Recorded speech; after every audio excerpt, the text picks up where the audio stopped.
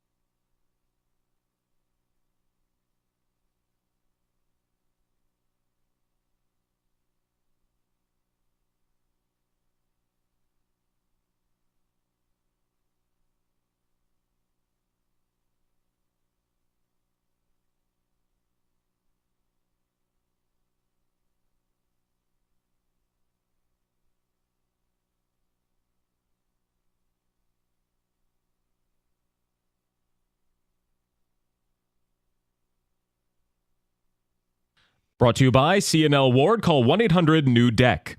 The Lions do appear to be losing their young, highly regarded executive, Brandon Sosna, to the Commanders. They're making him the SVP of Football Operations per Mike Garafolo. He was in charge of contract negotiations, salary caps, and more while in Detroit over the past couple of years.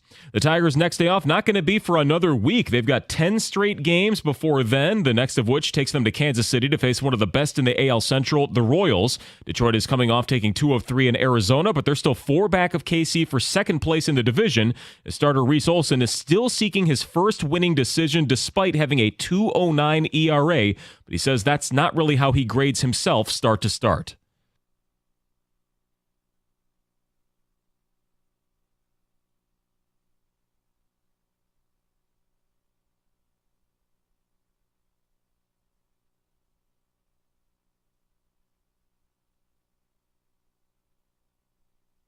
Well, on the other side tonight will be righty Michael Wacha of the Royals, a 7:40 first pitch with the call right here on 97.1.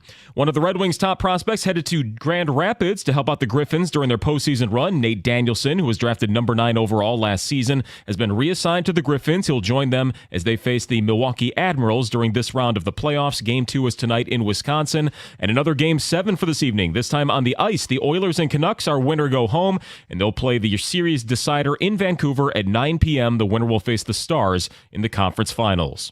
From the Corwell Health Sports Desk, I'm Chris Villar. For more, go to 97.1 The Ticket and Odyssey.com.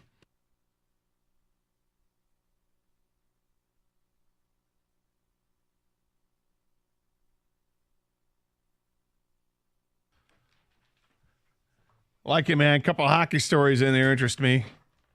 Got Game 7 tonight with Edmonton and Vancouver at 9 o'clock.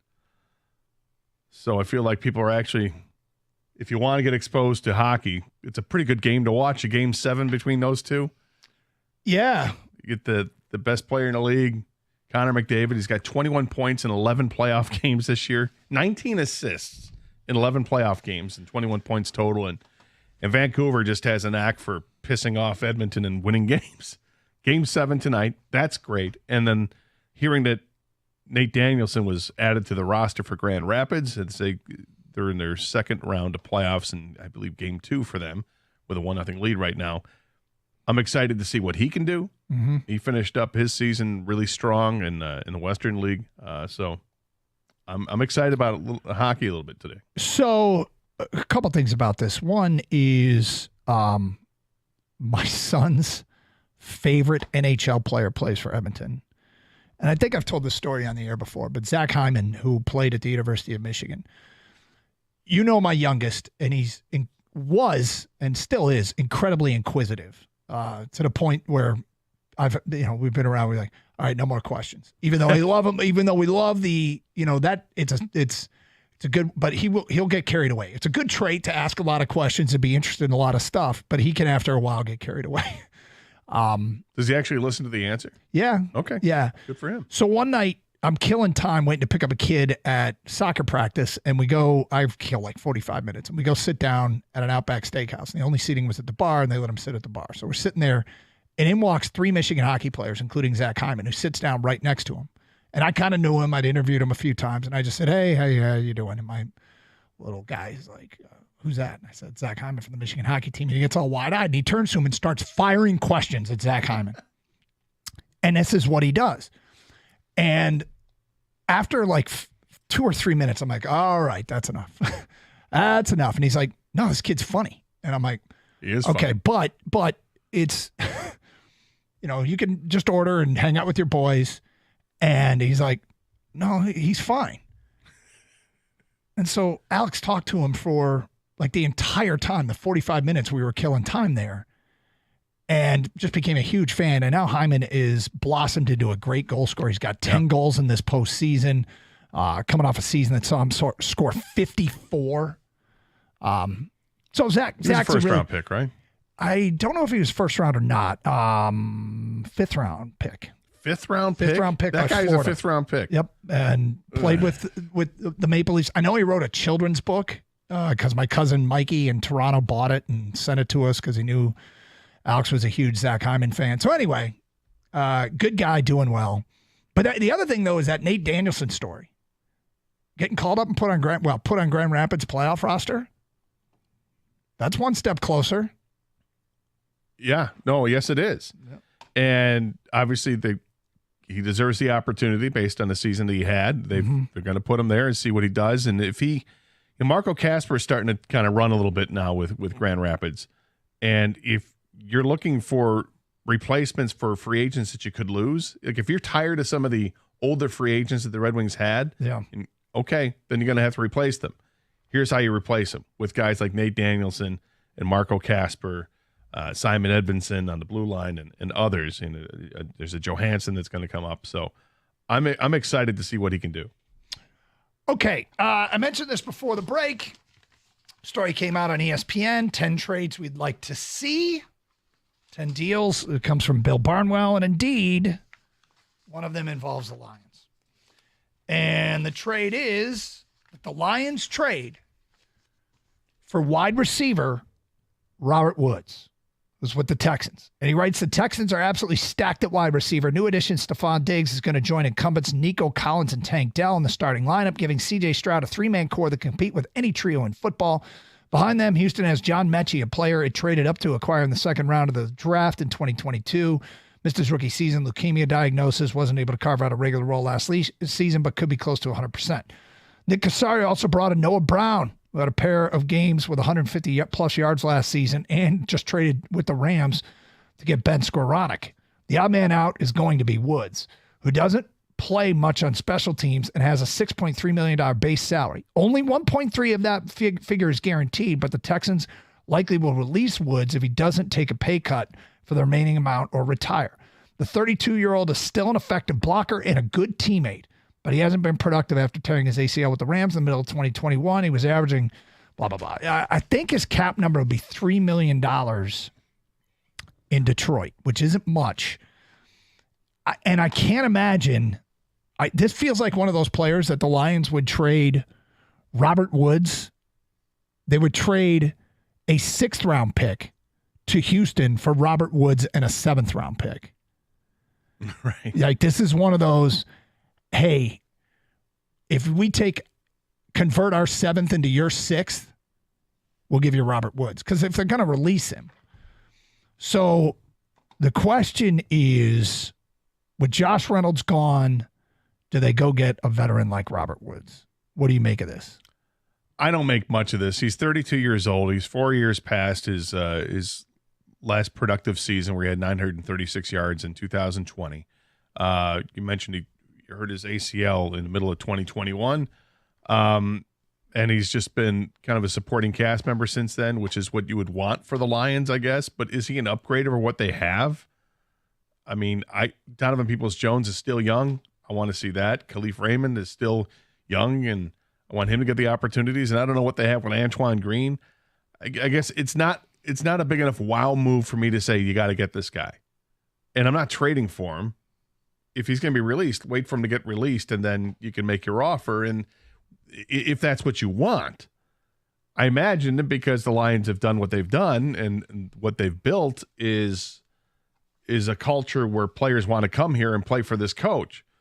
So if he hits, are we worried that he'd hit free agency and somebody else would sign him? I'm not worried about that, but I don't want to sign him because there are too many things against it. The north of 32, absolutely no. So here's why I'm okay with it, Gator, is I look at this and go, okay, let's start with where he had some of his more productive seasons. It was in Los Angeles with the Rams. Yep. And who was his quarterback? Well, Jared Goff. Yep. Last year, Josh Reynolds for the Lions had 40 catches on 64 targets. Last year, Robert Woods on the Texans had 40 catches on 75 targets. Mm-hmm. The 32-year-old thing is an issue, but for a price tag that I would imagine means next to nothing, there's some variables here that I think this is one of those deals where you could say to Jared Goff, hey, how much did you like throwing to this guy? Could he play the Josh Reynolds role for this one season if we can get him for next to nothing? On top of that, if you get him for next to nothing and it doesn't work out, no big deal. I think this might be one of those subtle, sneaky, smart moves if Jared Goff says, oh, hell yeah. Well, the one thing that resonates to me that you said was that reminding me that he played with Jared Goff with the Rams and had 2 very productive years where he caught passes for over 1,000 yards in back-to-back years. That resonates with me. However, the fact that he is 32, he's 4 years removed from that, I would be wondering, is this more of a Marv Jones type signing or is this more of a Josh Reynolds revitalizing? You know what I mean? Yeah. So again, are you trading for him or are you going to let him wait for him to be released? Well, you can let him, if he's going to get released, you can let him get released. Yeah. But as we've said, there is the low price of a conversion of a draft pick is something that I would consider. But 248-539-9797. Interesting thing to think about. Could that be their next Josh Reynolds type move? 248-539-9797. In the meantime, Gator, OTAs start tomorrow. Oh. Yeah. So there's some things to watch for. We will get to that today at 11:20. Plus, Mondays mean Champ and Chump. Get those votes in. Champ and Chump of the weekend. Tell us who you want to call out for having a bad weekend. That would be your chump. And who you want to praise for having a good weekend. That would be your champ. It's People's Choice Awards. Get your votes in. Hey, congrats to all the Michigan Wolverines drafted into the NFL for 2024. The University of Michigan Credit Union is cheering loud and proud. UMCU, proud partner of Michigan Athletics and the official credit card of the Detroit Lions. One might say they're the leaders and best in financial services. I just suited up with UMCU, and you can too. No matter where you hail from, you're eligible to join, and signing up is easy.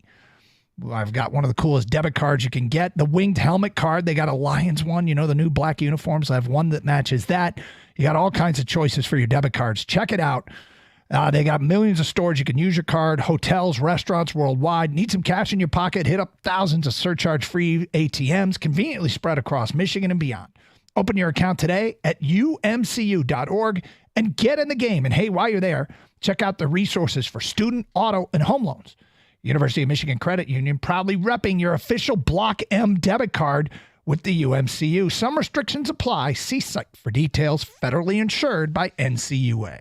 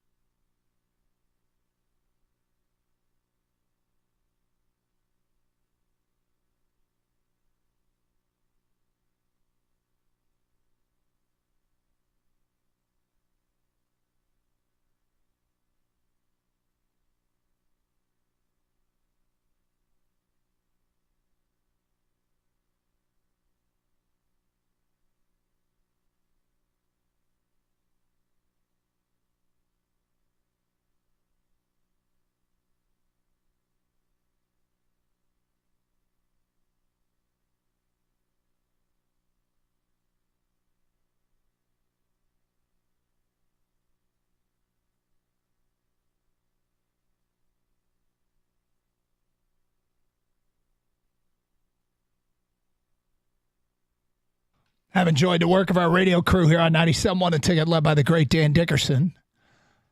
But tonight's game's on TV. FS1 game. Tigers in Kansas City. So that's cool.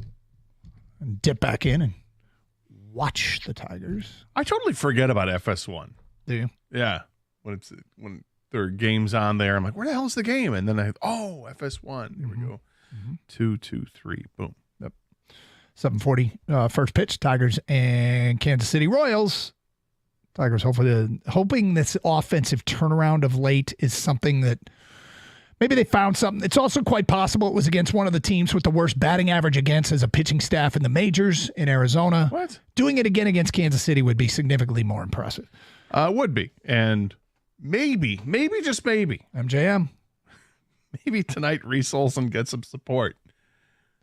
Don't count on it. His earned run average is 2.09, and he's 0-4. Yep. So let's hope that they get some runs for him. Scuba got more runs on Friday than Reese Olson's had all year. Yeah, probably.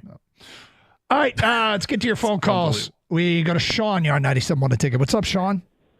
Hey, guys. So, I listened to all the, schedule, what the record's going to be discussion. I don't think it has anything to do with the schedule, in my opinion. That's always kind of a red herring, right? So I think that this decision on adding another receiver here is what's going to determine whether or not I go north of 11 wins or south of 11 wins. Because I just think that Robert Woods, that's not the right decision to me. That's not a player that's going to get you over the top. I think they've got to go bigger, and they got to get someone. You think about St. Brown in the slot, J-Mo. I still got some question marks there. I'm not complete. I like him a lot, but question marks. And then pretty much nobody on the other side, right? So I want to see a big move. I want to see a big trade, and I want him to go for it. That's what I'd like to see. So, Sean, there's no doubt that what is suggested here in this ESPN story that the Lions go get Robert Woods is a minor small move. Okay, it can't get much smaller than a guy that might get released, and you're talking about trading for him. Yeah. So this would be one of those subtle, hey, can we go get our next Josh Reynolds? Josh Reynolds was man on the street when the Tigers called him up. The Lions. Josh Reynolds. Yeah. Why are we getting our next Josh Reynolds? Let's go get T. Higgins and win the Super Bowl. How about that? Well, price has something to do with it, but I'm not against it. It's if you can't afford what it takes to get T. Higgins. But wait a minute. We've got a whole bunch of cap space here this year and next, right? Well, and they may not want to. Being maybe a draft pick is what you're talking about. Cost. So F them picks, guys. It's sometimes that you guys sound like guys who have forgotten. I'm 50, right? Mm-hmm. The 50 years of pain and sorrow and having your soul ground into a fine powder. We're not in dynasty building mode. Let's go get one Lombardi. One, right? Go get. I'm not against winning the Super Bowl. It's just how do you get there? There's more than one way to get there. T. Higgins' cap number would take up almost all the remaining cap space. And maybe. It depends on what we would sign him for, right? Of course, right? Well, he's under contract next year for $21.816 million, and that's the cap number. It's T. Higgins is a suggestion. There's other trades you can make. There's bigger moves. No, you're right. Hold on. You're right. Robert Woods is a subtle move that could pay dividends. There would be bigger moves that they could do. You're right. I'm not against a bigger move. That's why I kind of blew off the Robert Woods thing so quickly because it's not wow enough for me to make that move. I'm not, and this is one of those deals. He says he doesn't want Josh Reynolds. I want to make sure this year's receiving core is as good as last year's, and it's stunning how. They both have 40 catches. Yeah. Now, what does that have to do with anything? They both got good quarterback play. They both were role players on their teams, and they both played with Jared Goff earlier in the career and had some of the most productive years. So this could be one of those subtle, smart moves. You know what I liked last year? Josh Reynolds being on this team. He was their third leading receiver. He was an asset. They've lost him. If you can replace him for next to nothing, I'm okay with that. Now, if you can get T. Higgins under the cap and go big, I'm not against that either.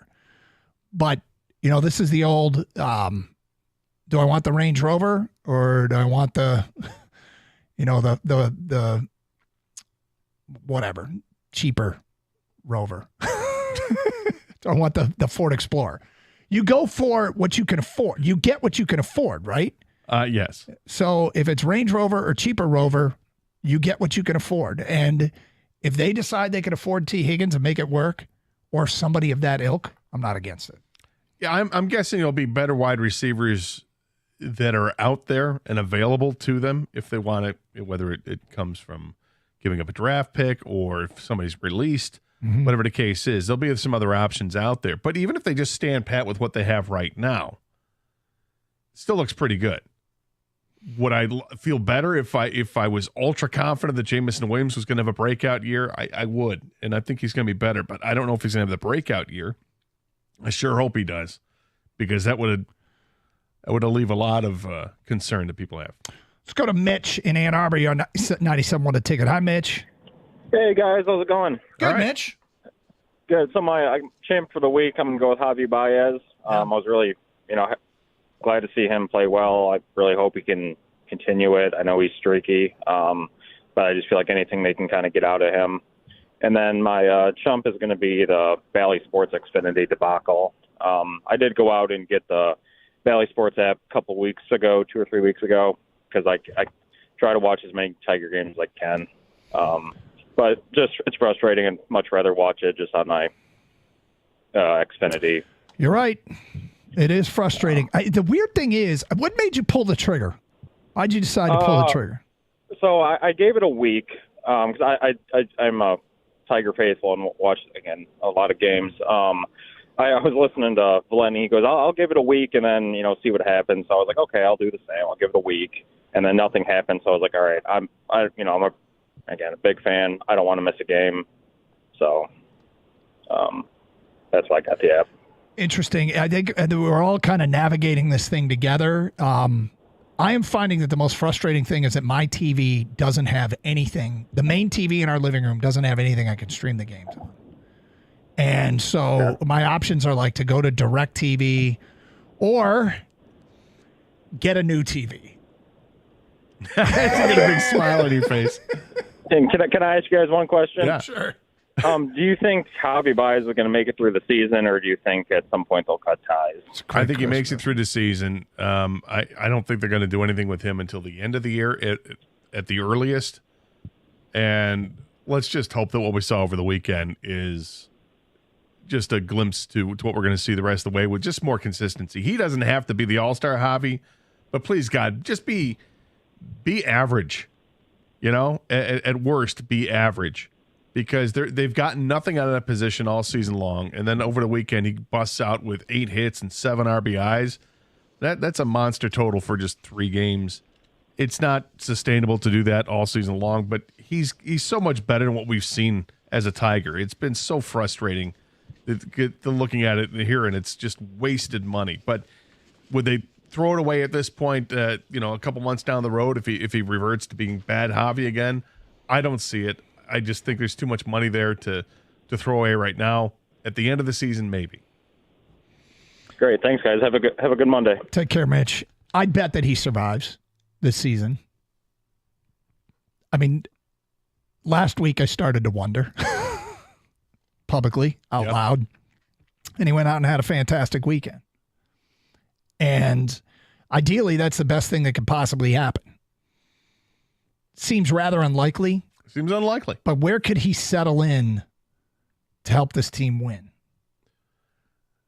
Yeah, I mean, his batting average now, was he at 209 or something? He's above 200 finally, which is still awful. I mean, 200, they call it the Mendoza line because it was a baseball player years ago, Mario Mendoza, was a lifetime 200 hitter. That's like the baseline for bad baseball is 200. And now because of the offense is just taking a big tank job over the last 10 years in baseball, or less 20 years in baseball, that the league average is like 240 or something like that. If Javy can be average, it's so much more. It gives so much more to this team. It gives somebody who's going to get on base a little bit more, although he doesn't draw any walks. But it's somebody who can drive in some runs too if everybody else does their part. But they just need him to be average. All right, we got sidetracked. Didn't get to our OTA previews. OTA start tomorrow for the Lions, so the veterans join the kids who were here last weekend. Gator, who are the guys on the roster that we're looking for to show signs of taking big steps forward?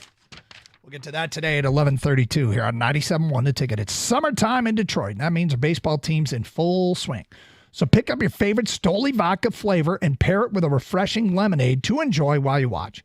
Make it the summer of Stoli. Celebrate with a Stoli blueberry and lemonade, or maybe try a Stoli vanilla espresso martini. No matter what it is you drink, remember Stoli for your premium vodka, whether it's at a game or in your backyard patio. listening, rooting for your favorite player to hit a bomb. Stoli Vodka's got you covered. Pick up a bottle of Stoli Vodka today. And as always, Stoli asks that you please drink responsibly.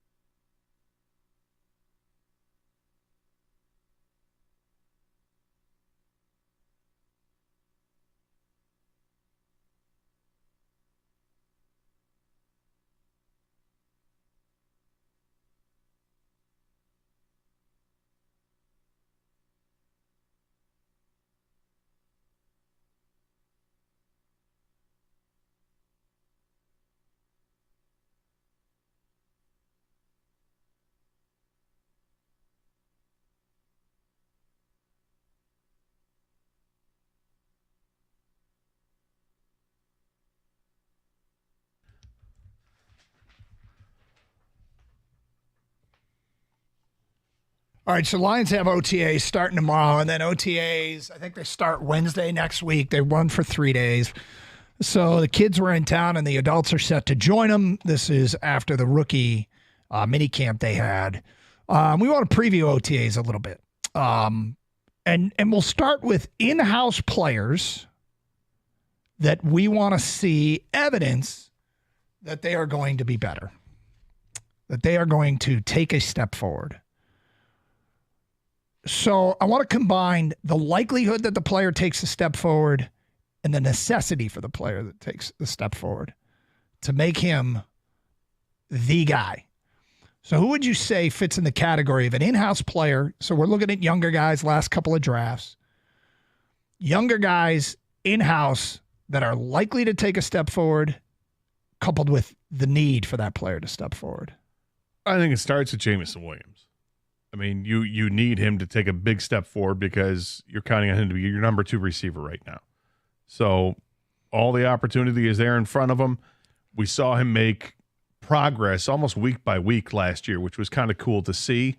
I'm hoping another offseason of working with Jared Goff and the other receivers is going to help him out to be one of these guys that can maybe now he can make the adjustments on the deeper passes that are, when thrown over the right shoulder and he's got to go over the left shoulder, whatever it is, that he looks the part.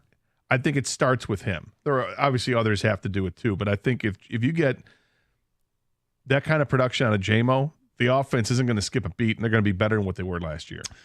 Okay, so outside of JMO, I kind of came down to two guys. I think one, I for some reason have a growing faith in this player, and I put him in the likelihood category, and that's Josh Paschal. That's not who I thought you were going to say. But the other one is James Houston. That's not who I thought you were going to say. I think I'm keeping a close eye on Paschal, and given the resource they put in to get him of a second-round pick, there was something, and remember, he was hurt. He was slowed by that injury, started to come on and had some flashes of good play last year. I'm going to keep a close eye on Paschal here moving forward, with sort of also a side eye at James Houston going, you showed something, man.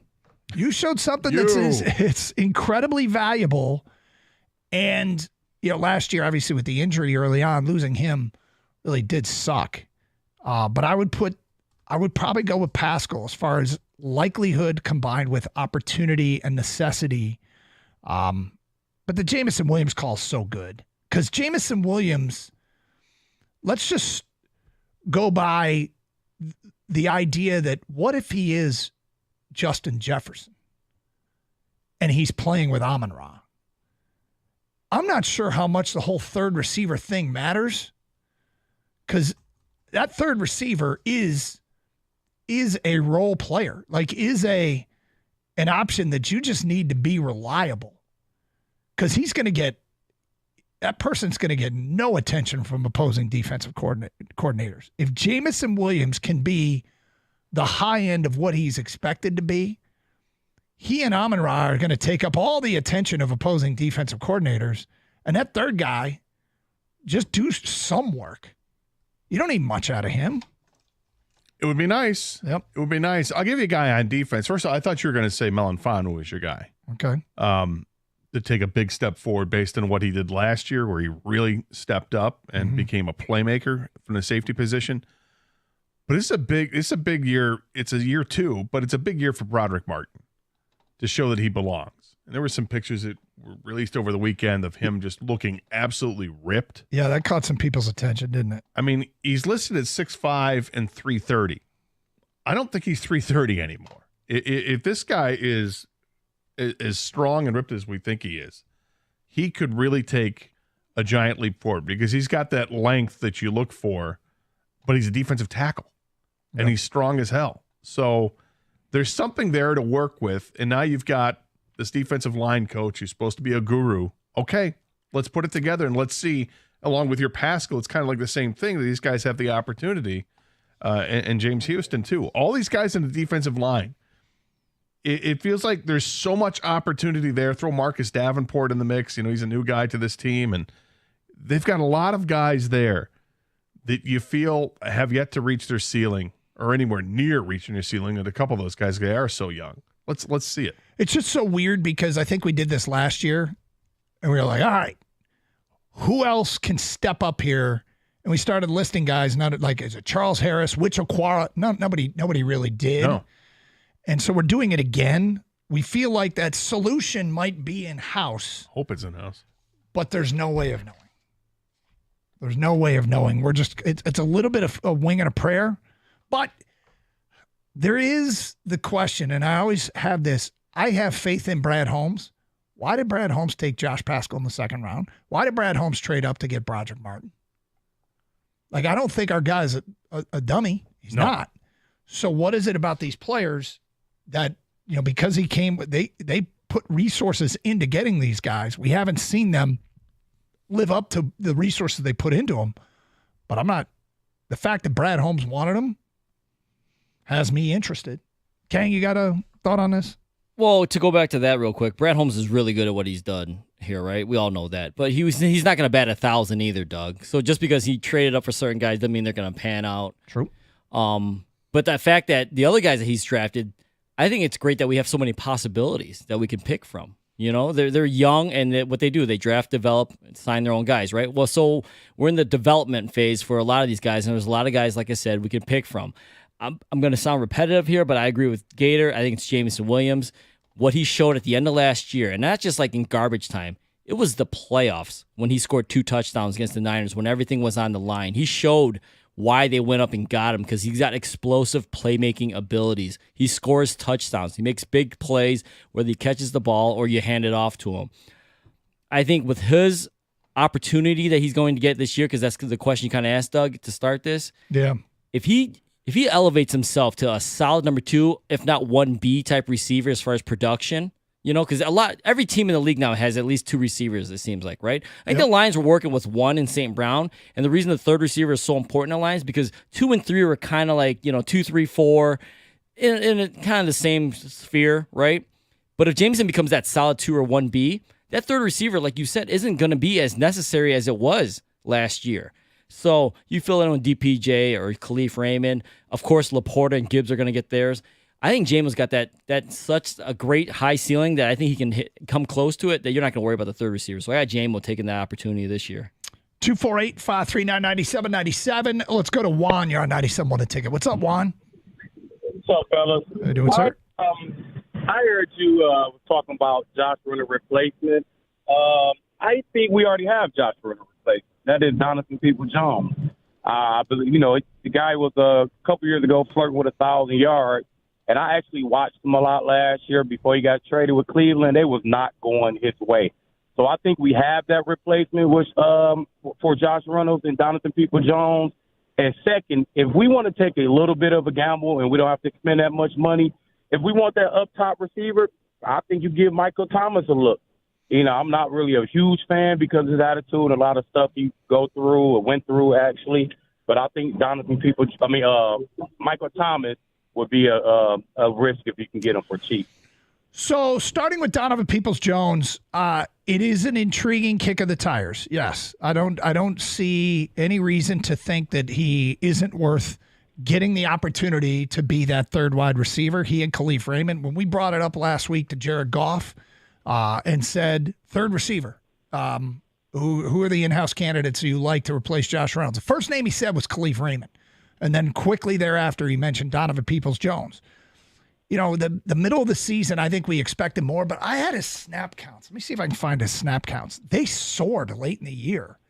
He didn't make a huge impact, but he was getting more opportunity. For DPJ? Yeah. Let me see if I can find it. Yeah, I'm intrigued what he can do because he's a bigger receiver, and they need somebody that's going to be bigger. And there's nothing wrong with having the 6-foot receiver or the 5'11" receiver, but I feel like they have that. They need somebody who can go up and get those 50-50 balls, and DPJ has a little bit of size to him. Yep. I agree. Because Raymond, I'm very impressed with Raymond, but I just think as far as stature and size, I look at Donovan Peoples-Jones more almost similar size as Josh Reynolds, so that guy can go up and grab that high ball or whatever. Or like I said, a risk on Michael Thomas if you can get him cheap. Yeah, Michael Thomas is a really interesting name, and I think that's one that they might take a closer look at to see what he can do. I should know him. They've given the New Orleans roots. Yeah, exactly. So then some of the members of the coaching staff know exactly who he is. You look at the receivers like Raymond and J-Mo and St. Brown. Those guys are so dynamic after they have the ball in their hands. But do they have the guy who's just going to go up and get the ball? Yeah. Other than Sam Laporta? The answer is probably not. We are talking about the OTAs, which start tomorrow for the Detroit Lions, was the window into this. What about the new free agents and traded for veterans? Free agents and traded for veterans. Where are expectations for those guys? We'll get to that today at 11:48. Here on Carson Anderson on 97.1 The Ticket. Hey, dingers, blasts, moonshots, whatever you call them. Everyone loves home runs. And with FanDuel's Dinger Tuesdays, you can love them even more. That's right, Dinger Tuesdays are back for another season on America's #1 sportsbook. Just bet on a player to homer, and FanDuel will give you $5 in bonus bets for every home run hit during that game. As if you needed another reason to love the long ball, visit FanDuel.com/Doug to get in on all the Dinger Tuesday action. It's FanDuel.com/Doug. FanDuel is the official sports betting partner of Major League Baseball. Must be 21 or older and present in Michigan. Bonus issued is non-withdrawable bonus bets that expire 7 days after receipt. Maximum bonus is $25 per game. Restrictions do apply. See terms at sportsbook.fanduel.com. Gambling problems? Call 1-800-GAMBLER.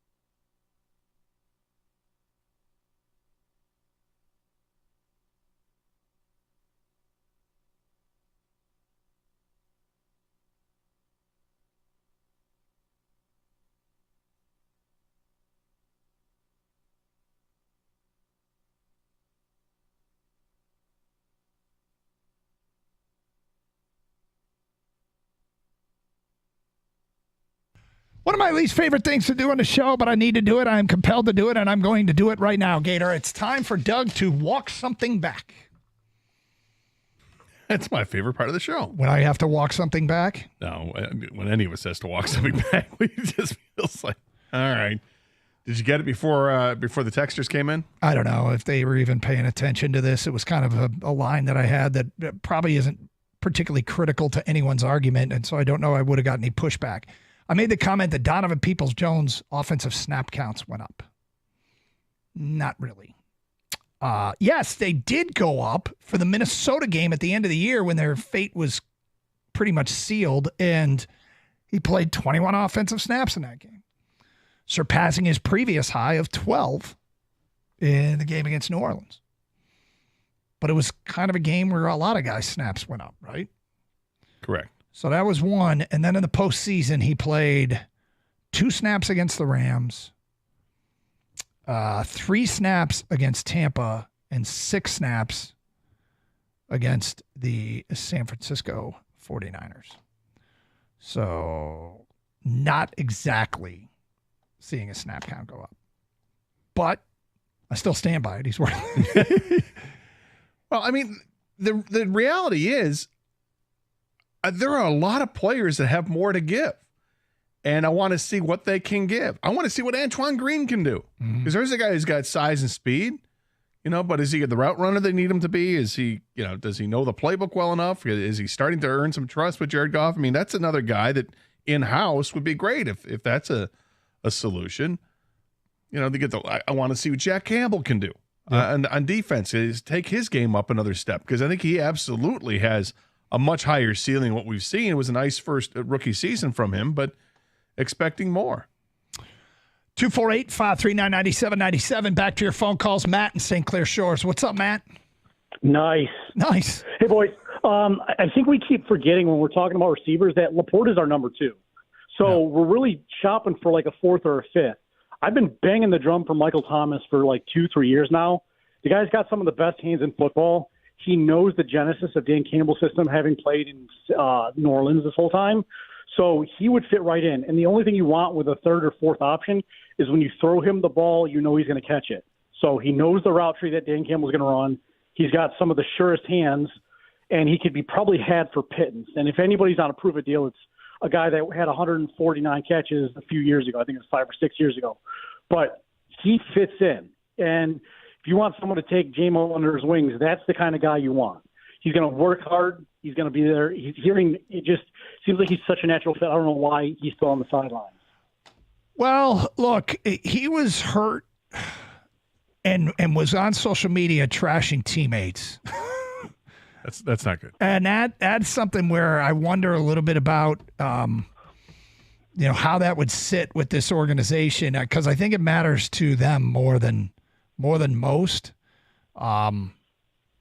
But let me just see if I can recall the details of this. But isn't that like a malcontent in a kind of a fledgling organization? They've had coach changes. They've had the quarterback changes. There's so many things that are going on in New Orleans that, like, Tyreek Hill had that whole thing, and he went from KC to Miami. That just seems like a discontent receiver without a quarterback, without a head coach, and he's trying to get out.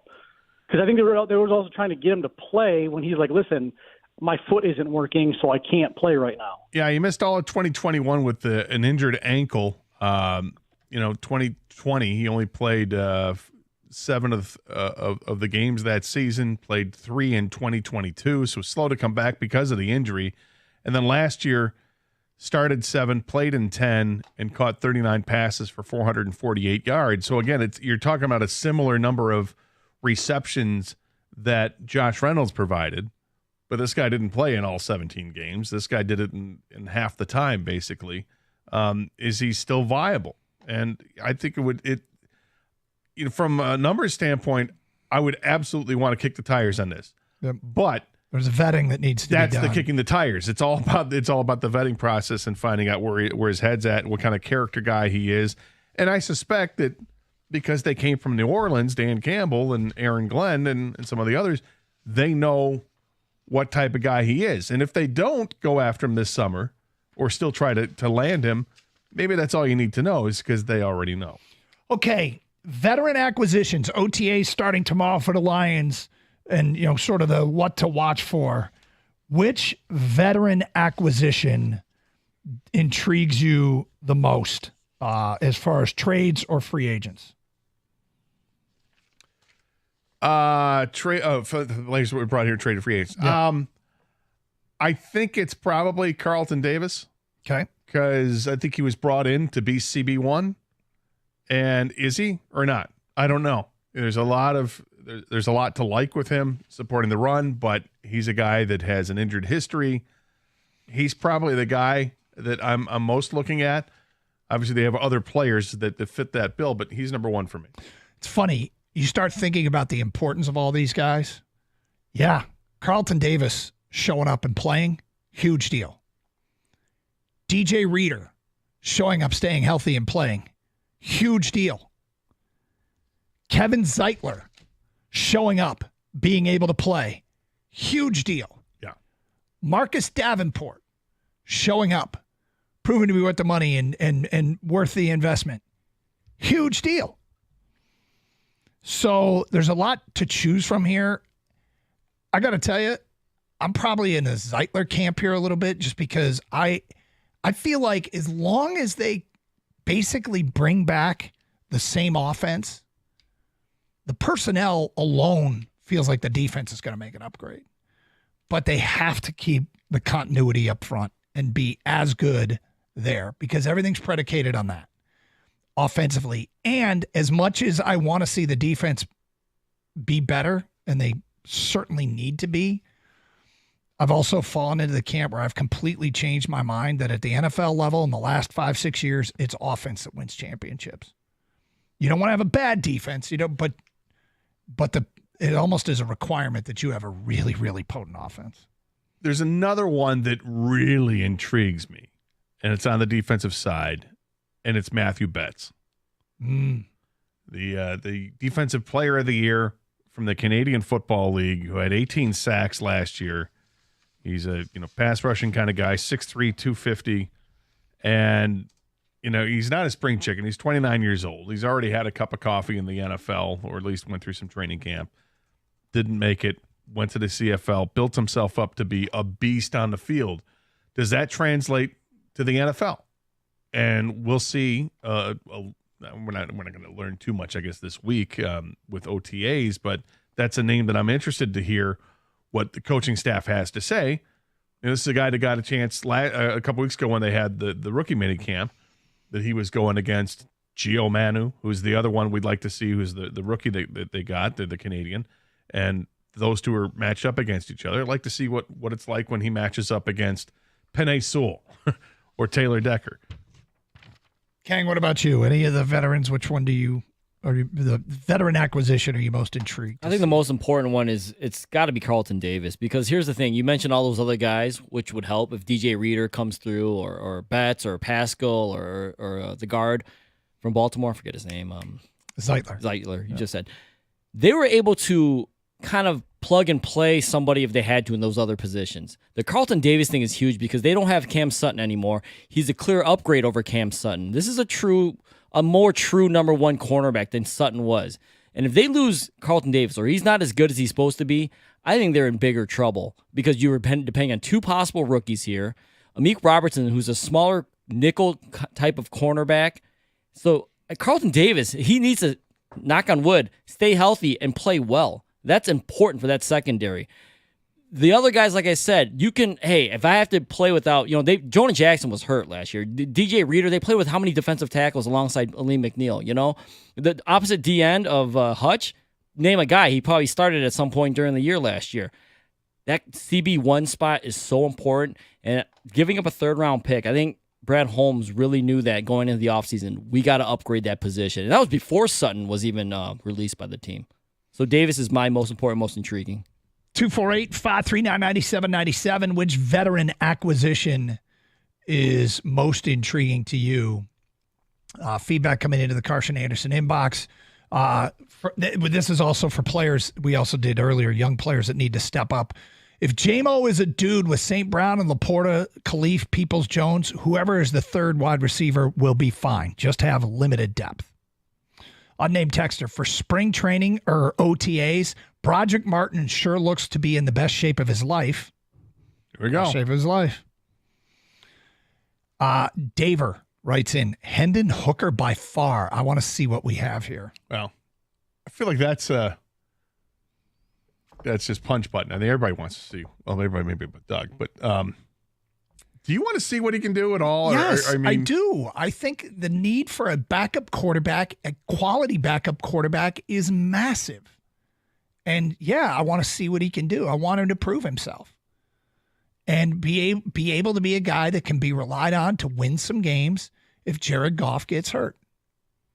And I'm a little bit more skeptical. And I think this is a long road, man. This is a long road. It's dude who probably got a handful of 11-on-11 snaps in practice last year. Yeah, it is a long, but this is where it starts. Because now he's healthy and he is the backup. Teddy Bridgewater is not. So here you go. Take it and run with it. 248-539-9797. Mondays mean Champ and Chump. Get your Champ and Chump votes in. Coming up at 12:30, we open up the big old tub of pretzels for the question of the day here on Carson Anderson on 97.1 The Ticket.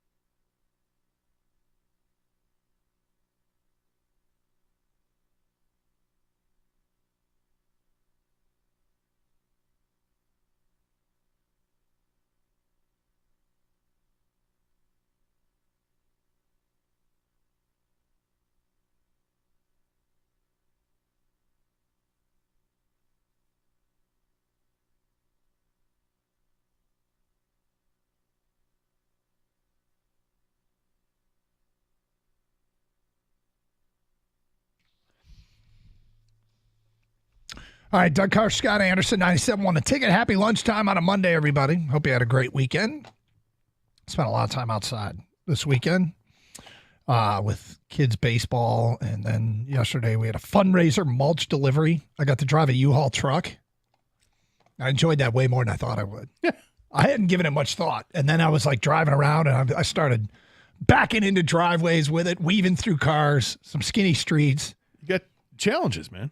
Yep. You liked it? I did. I really did. You liked not being able to, like, the mirror situation. Yeah, All right. the lack of a backup camera, some skills that you grow up driving with. Like, believe it or not, kids, there was a time where you did not have a backup camera in every car. And I had to use the mirrors on a 15-foot U-Haul truck. The side mirror's got the extra mirror too, Right? Like, you know what I mean? Like the round one, yeah. So I mean, you got to use everything. There was a mirror. There was a below mirror. Like there was the big mirror, and then below there was another mirror, and it's like a fun house. Did you have to worry about clearance? Yes, a couple of occasions. One time I was backing into somebody's driveway, and there was this tree overhanging, and the boys were like, "Keep bringing it back." I'm like, "Wait a second," because I'm there with high school kids. They're like, bring it all the way back to the garage. And I'm like, I'm not driving through this tree branch. If we take these people's tree down, they're not going to be happy with us. It'll be fine. Neither will the rental company. Right. So that was my one clearance issue. That was the one thing I remembered from a summer where I was working with a landscaping company, and we had these cube trucks that we had to drive, much like the U-Haul that you drove. Yep. You need to be mindful of the clearance going under bridges or whatever, or going into a parking structure or whatever. And I did. I was. One of my buddies did not so much and may have taken out the whole top of the car. Or the truck, I should say. We had a side swipe, a parent and a side swipe in a U-Haul truck last year. I was not privy to it. But one of the kids that was on my truck this year was. Talk about uncomfortable. You're out there with a bunch of kids delivering mulch. Part of a fundraiser, and you sideswipe a random car, kind of put a downer on the day. So I was very, very being aware of that. Very good. As careful as I could be. Good for you. Yep. Tigers, decent weekend, although they lost yesterday 6-4. They took 2 out of 3 from Arizona. Tigers are 23-23. They got 3 games at Kansas City starting tonight. Olsen, Mize, and Skubal going for the Tigers. Kansas City playing well, coming off a sweep of the A's. They're 29-19, a game and a half out of first. Detroit 6.5 game out of first, but a game out of the wild card. Torque with another bomb in the loss. Since his first bomb 7-game stretch, he has 3 home runs. Riley Green got it going for the Tigers after a cold stretch, 5 of 14. Colt Keith has raised his batting average 50 points in the last 10 days. And Javy Baez, Gators champ of the weekend with 8 of 13, 2 doubles, 7 RBIs. Tigers scored 25 runs in 3 games. Have they figured something out? I don't know. It's probably more of a matter of facing a team that has one of the worst batting averages against in the bigs. But the formula isn't overly complicated for the Tigers. Starting pitching, check, plus relief pitching, check, plus hitting or good fielding equals winning. That third variable kind of rotates. But you really need to try and get 3 of the 4. And if you can, it's a formula that's worked for the Tigers. But the Tiger fan base... These are strange times, 2024's baseball season. We got some stuff conspiring against us. One is it's not a team that plays offense in a way that makes people feel like they're must-see TV. And 2 is they're not on TV. So I think if they're losing games 9-8 a lot of times and they're scoring a bunch of runs and they're a 500 team and then putting up gaudy offensive numbers instead of gaudy pitching numbers, I think they might get a little bit more TV interest and buying of the app. And I get you hardcores out there yelling and screaming and saying, hey, what do you mean lack of interest? We're all in.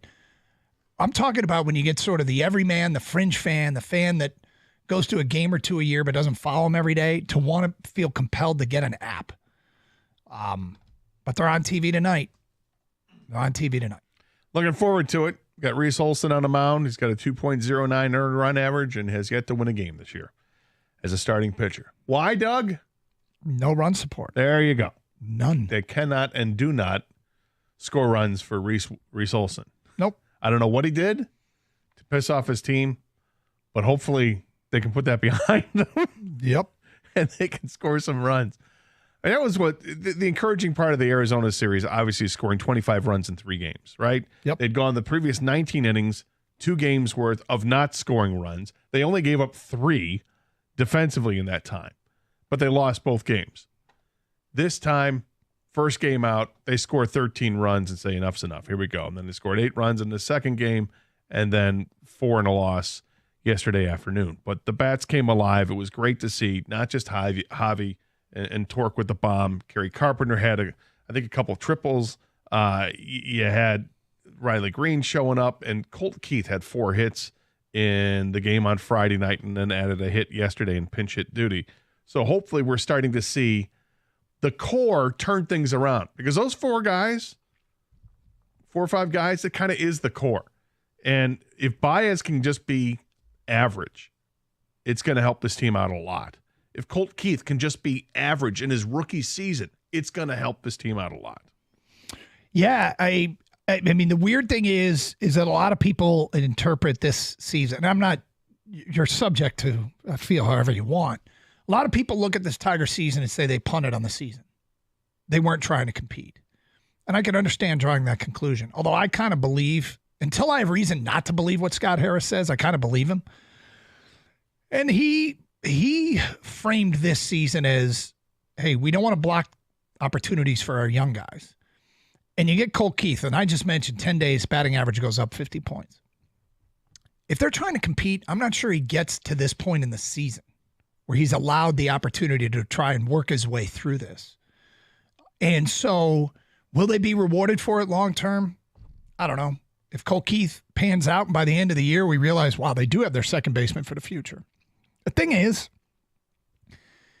because they've taken this approach to the season, I think we're seeing Jace Young soon, the third baseman down at Toledo, who over the weekend had 11 hits and 2 home runs.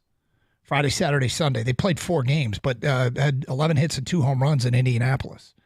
He's hitting 277. He gets on base with a high walk rate. His walk rate is on base of 377. 387. 387, sorry. Got the numbers in front of you. I shortchanged him, Gator. Don't do that. The Tigers have the top pitching prospect in the majors right now in terms of guys at the minor league level in Jackson Jobe. So, and when he comes back from his strained hammy or whatever it is, he'll be ready to go again. The winning percentage of the Tigers over the last 6 years has gone from 292 to 397 to 475, step back to 407, back up to 481, and now they're 500. So step by step, they're getting better and they're younger. The needle is not moving much, though. And I'm not mad at you. You know, do what you want. I'm finding this to be what I hope is the sifting out this year of who is going to be the next generation of Tigers. And is it going to be Colt Keith and Jace Young? Where does Wenzel Perez, Justin Henry Malloy fit into the mix? Your guy, Justice Bigby. Do we see Jackson Jobe take some steps up the ladder at the minor league level? Like, where do we sift out and figure out who the next gen of the Tigers are going to be? And maybe this team does enough by the All-Star break that they can be a buyer. I'm skeptical that that's going to be the case. But we'll see on that. Well, they're more. And then next year, I mean, if they don't add gas this offseason and everything justifies it, I'm going to be pretty pissed off. I'm already a little disappointed, but I'm going to be pretty pissed off. For this team to do anything, the offense has to pick up, right? Pitching is going to level out a little bit, but it's still a really good pitching staff. But the offense has to do their part and, you know, make the most of opportunities when you're given those opportunities. Wenzel Perez, I don't know if you knew this. He only played 8 games at Toledo. He got the call up and he was only hitting 212. That was it. Yeah. But he hit the ground running when he came here to Detroit. Now, I think another reason why they gave him that opportunity is because he had a track record of being able to hit throughout the minors. And then this year, maybe not off to a great start there, but still showed a little pop in the bat. Give him the chance, and boom, he's hitting.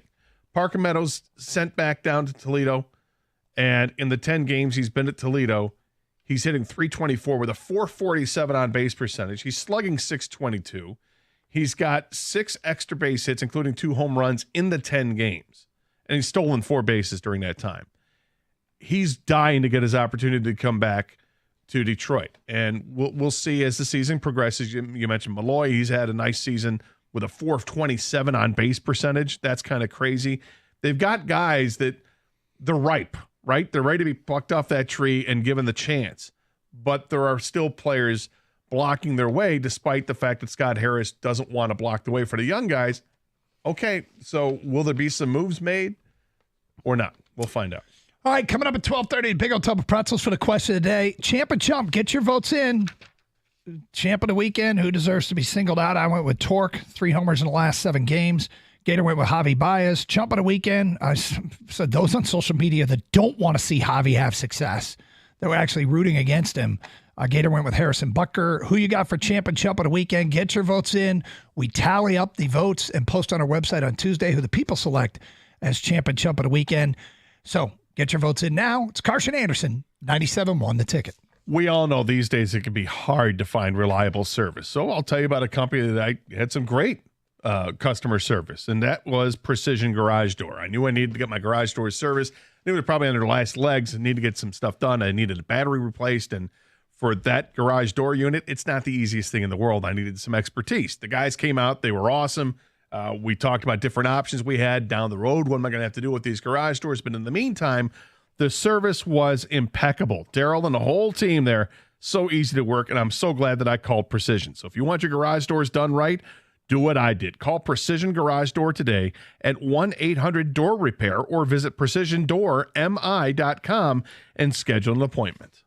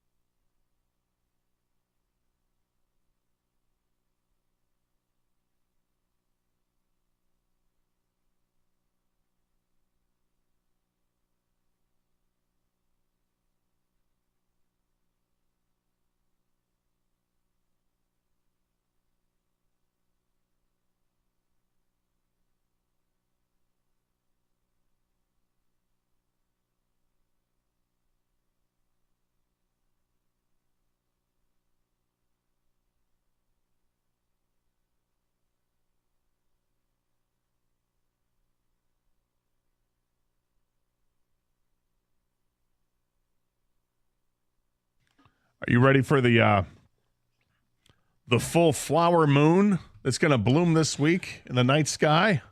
Is that a real thing? I'm seeing a tweet from the Ann Arbor News. When to see May's full flower moon blooming in this week's night sky. Should I be embarrassed? I don't know what that means. It's just a full moon. I don't know. All right. Maybe it'll be clear skies. You get to see something cool on it.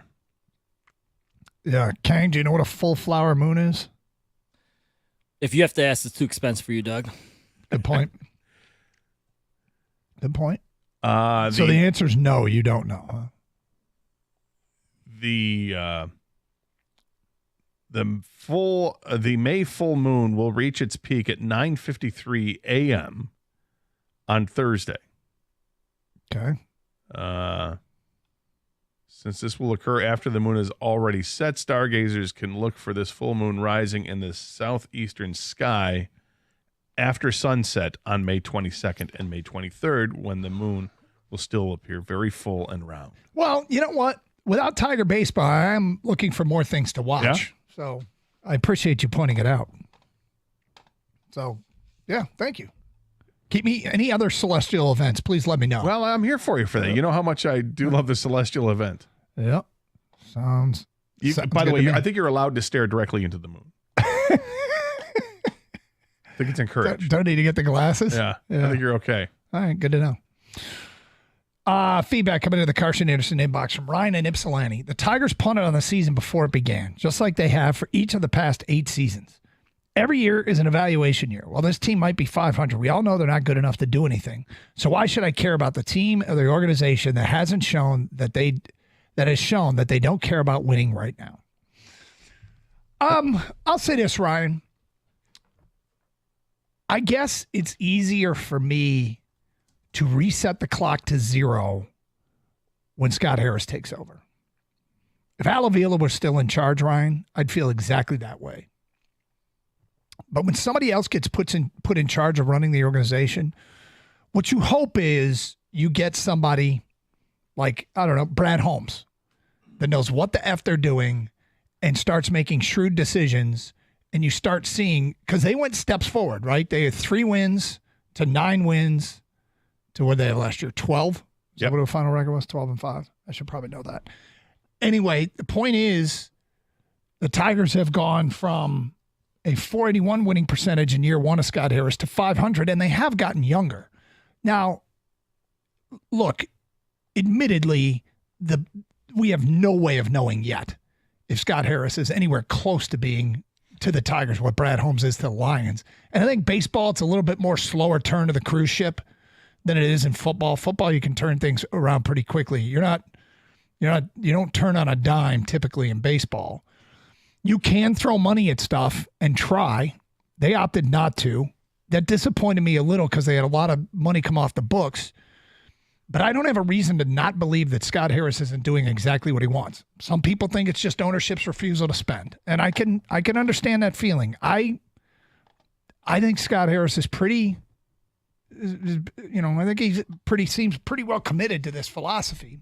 But I agree with you on that. And in terms of, I'm not thrilled that, I don't want to be patient for too much longer, right? Mm-hmm. I'm an impatient person when it comes to winning.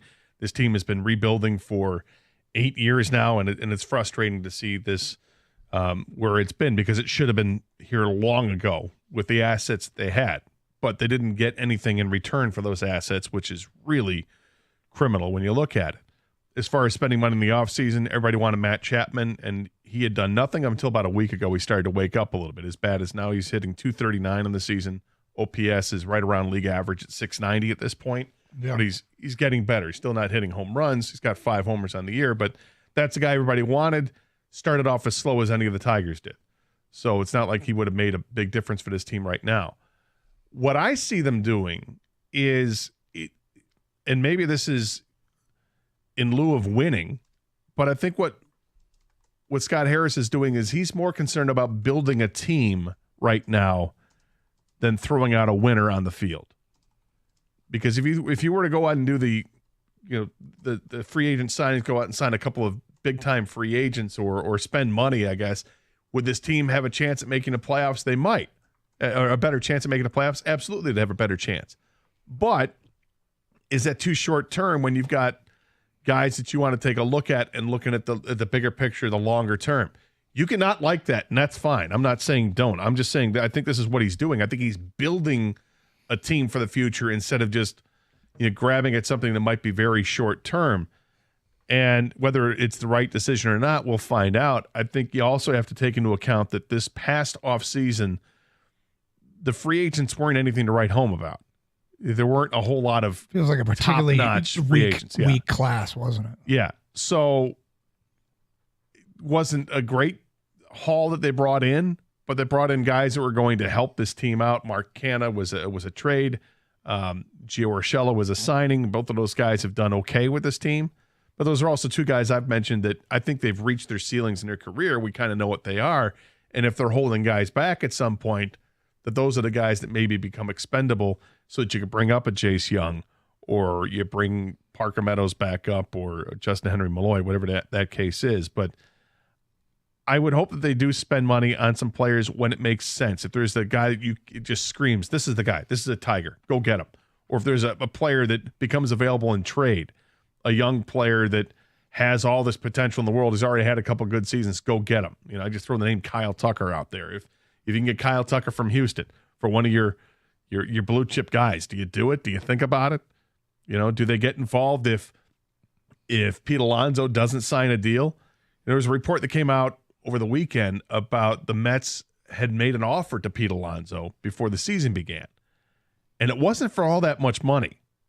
It was for, I think it was $24 million a year, roughly, on a 7-year deal for Pete Alonso. Somebody's going to hit 40 home runs every year. Now, he's not somebody's going to hit 300, but he puts the ball out of the ballpark and he does it with regularity. If that's the case, he was offered that and turned it down, does this mean he's going to go all Max Scherzer and going to test the market and become a free agent at the end of the year? And if he does, is that a guy you go after? Is Juan Soto? I think he's a free agent at the end of the season. Is it possible that you can get in on that? Gator, everything you're saying makes sense because it's clearly a long play, and there wasn't a ton of free agents to really go after this year. So I understand it from an organizational point of view, Scott Harris point of view, Greenberg point of view.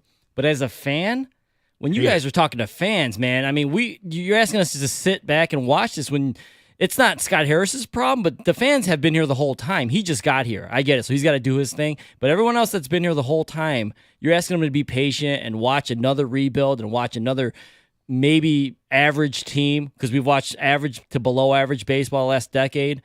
It's hard to fans get to drop that interest. You know what I mean? To get really involved in this year when it's kind of a long play year. They're trying to develop and see who they got and what they got. Well, we do get to see him tonight because they're on TV, which is weird that I have to celebrate it. Speaking of TV, Gator, there's something else to watch instead of Tiger baseball. It's coming back. We'll get to that today at 12:31. Plus, we'll open up the big old tub of pretzels for the question of the day straight ahead as well here on 97.1 The Ticket.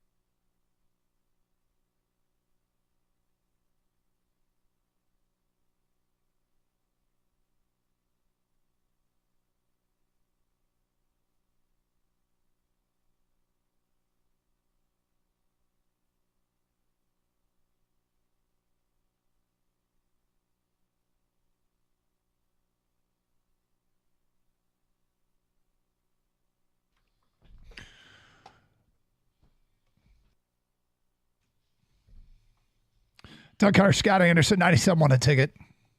So according to Deadline Hollywood, Yellowstone has begun production on part 2 of the 5th and final season. About time, man. Yeah. It's been on hiatus since January of 2023. It seems like a long-ass hiatus for a TV series mid-season. Well, it is because Costner was going to leave. I don't know if that situation has changed. I mean, he's had some. Here's the. You want to know? You want to know the update? Yeah. Kevin Costner, who departed the series last year in the starring role of John Dutton, is in Cannes right now for the film Horizon, an American saga. He's currently filming Chapter 3 of Horizon. At a press conference, Costner said Costner said he had taken a break to go to Cannes and is now heading back to continue filming. So I guess it was his unavailability. He previously said he'd be open to returning to reprise his John Dutton character in the final episode of Yellowstone. Quote, I'd like to be able to do it, but haven't been able to. I thought I was going to make 7 seasons, but right now we're at 5. So how it works out, I hope it does. But they've got a lot of different shows going on. Maybe it will. Maybe this will circle back to me. If it does and I feel comfortable with it, I'd love to do it. I mean, what does this say? I need more money? Is that probably what this is? No, I think, honestly, I think he had a timeline in mind of how long he wanted to do this. And it sounds like that maybe the schedule from Yellowstone got bogged down a little bit. Then he had some marital stuff that was going on too.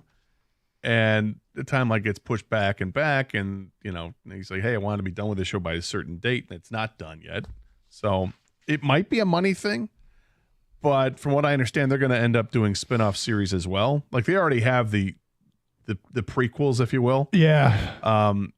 And I think they're still planning on doing more with that. But I thought I heard a rumor that they were going to do some spinoff with some of the current cast members. Do you want to? Is it fair to do an update of where they left off? Or probably shouldn't. Probably not. No. I'll worry about that until we get close to when it comes back. So I haven't watched any of the show or anything like that. But every time I see Kevin Costner promoting a new show or movie, I just think it's part of Yellowstone. Like, honestly, I think he's doing another movie, and it was like in the country or in farmland or something. I'm like, oh, is this another Yellowstone? No, I think it was a timepiece, actually. It wasn't even in, like, it was like in the 1800s. I don't know. This is what he's going to be known for, for the rest of his life. Yes. He's now typecast as John Dutton. Absolutely. Every movie or TV show he does from here on out, it's John Dutton as a cop. I'll be like, no, John Dutton pitches for the Tigers. He picks the perfect game for the Tigers. John Dutton. That's the weird thing. He went through an era of his career. He was typecast as a baseball player. Yes. Yeah, that's what I was and just now saying. he's shifted from baseball player to cowboy. He is living every kid's dream. He got to be a baseball player. He gets to be a cowboy. Next, he's going to be a firefighter. After that, he's going to be an astronaut. John Dutton had a 12 in the final hole of the U.S. Open. John Dutton dances with wolves?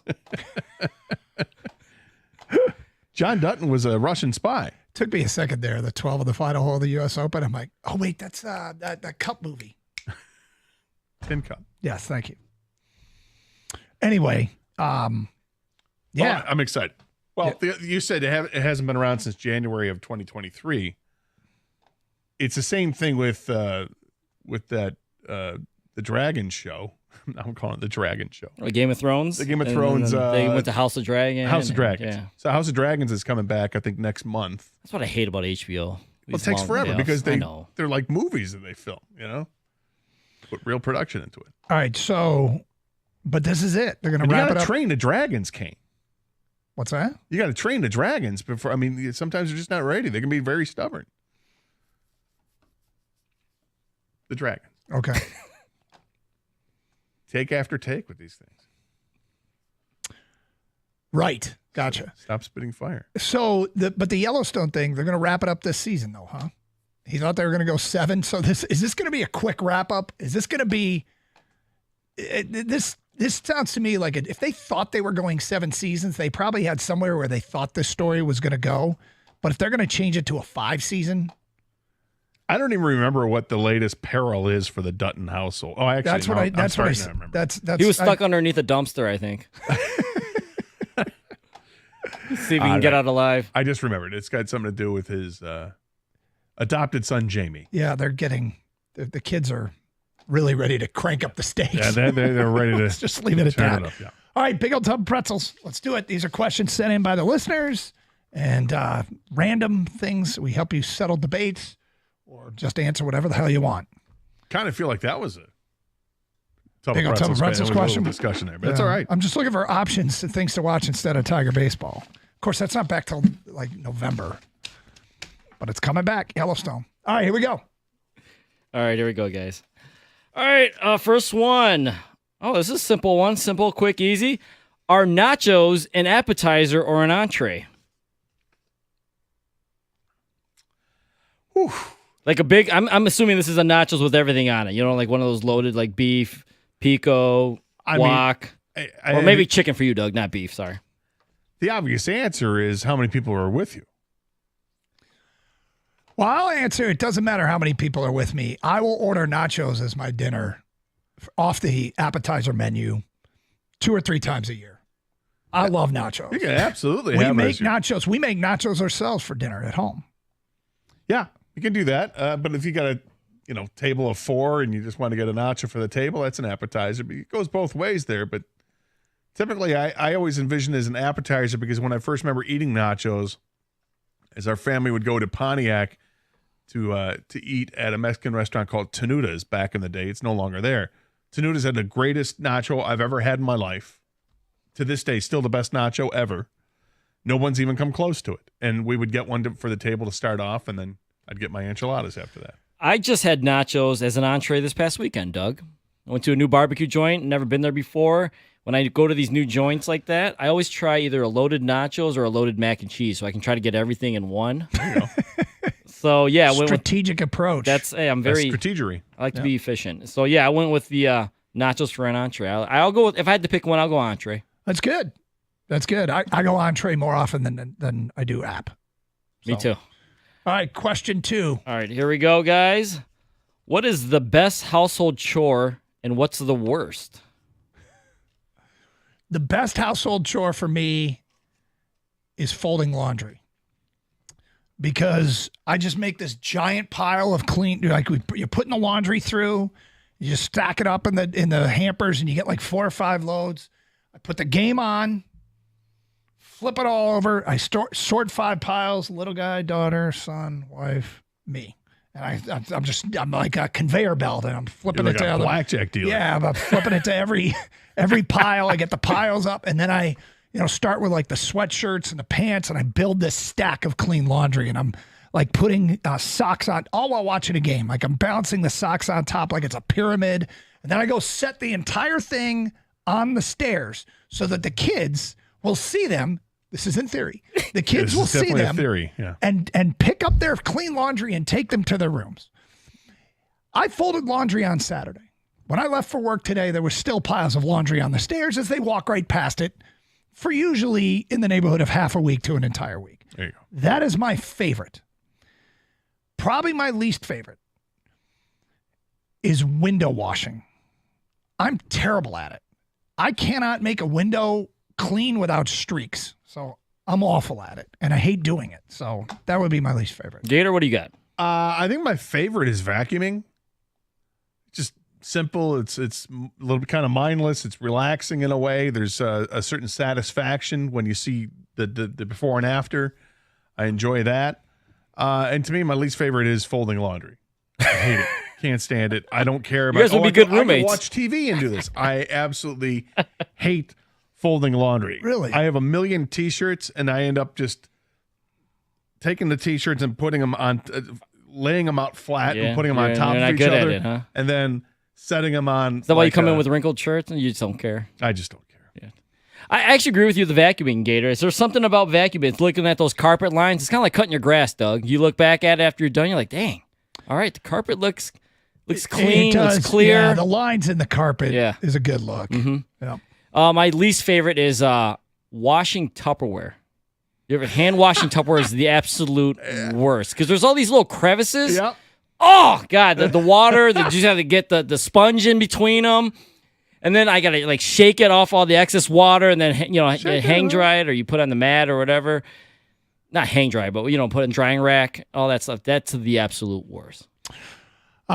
Yeah. Now that I think about it, I hate when I have to hand wash dishes. Like you got the dishwasher and there's stuff that can't go in the That's dishwasher. what I did. Tupperware. Yeah. No, I hear you. And I don't like put them in even the dishwasher safe ones in the dishwasher because eventually that just wears them down real bad. Warping and stuff. Yeah, exactly. Too hot. Don't use added heat. That whole thing. All right, let's do one more. One more. Yeah. That's good.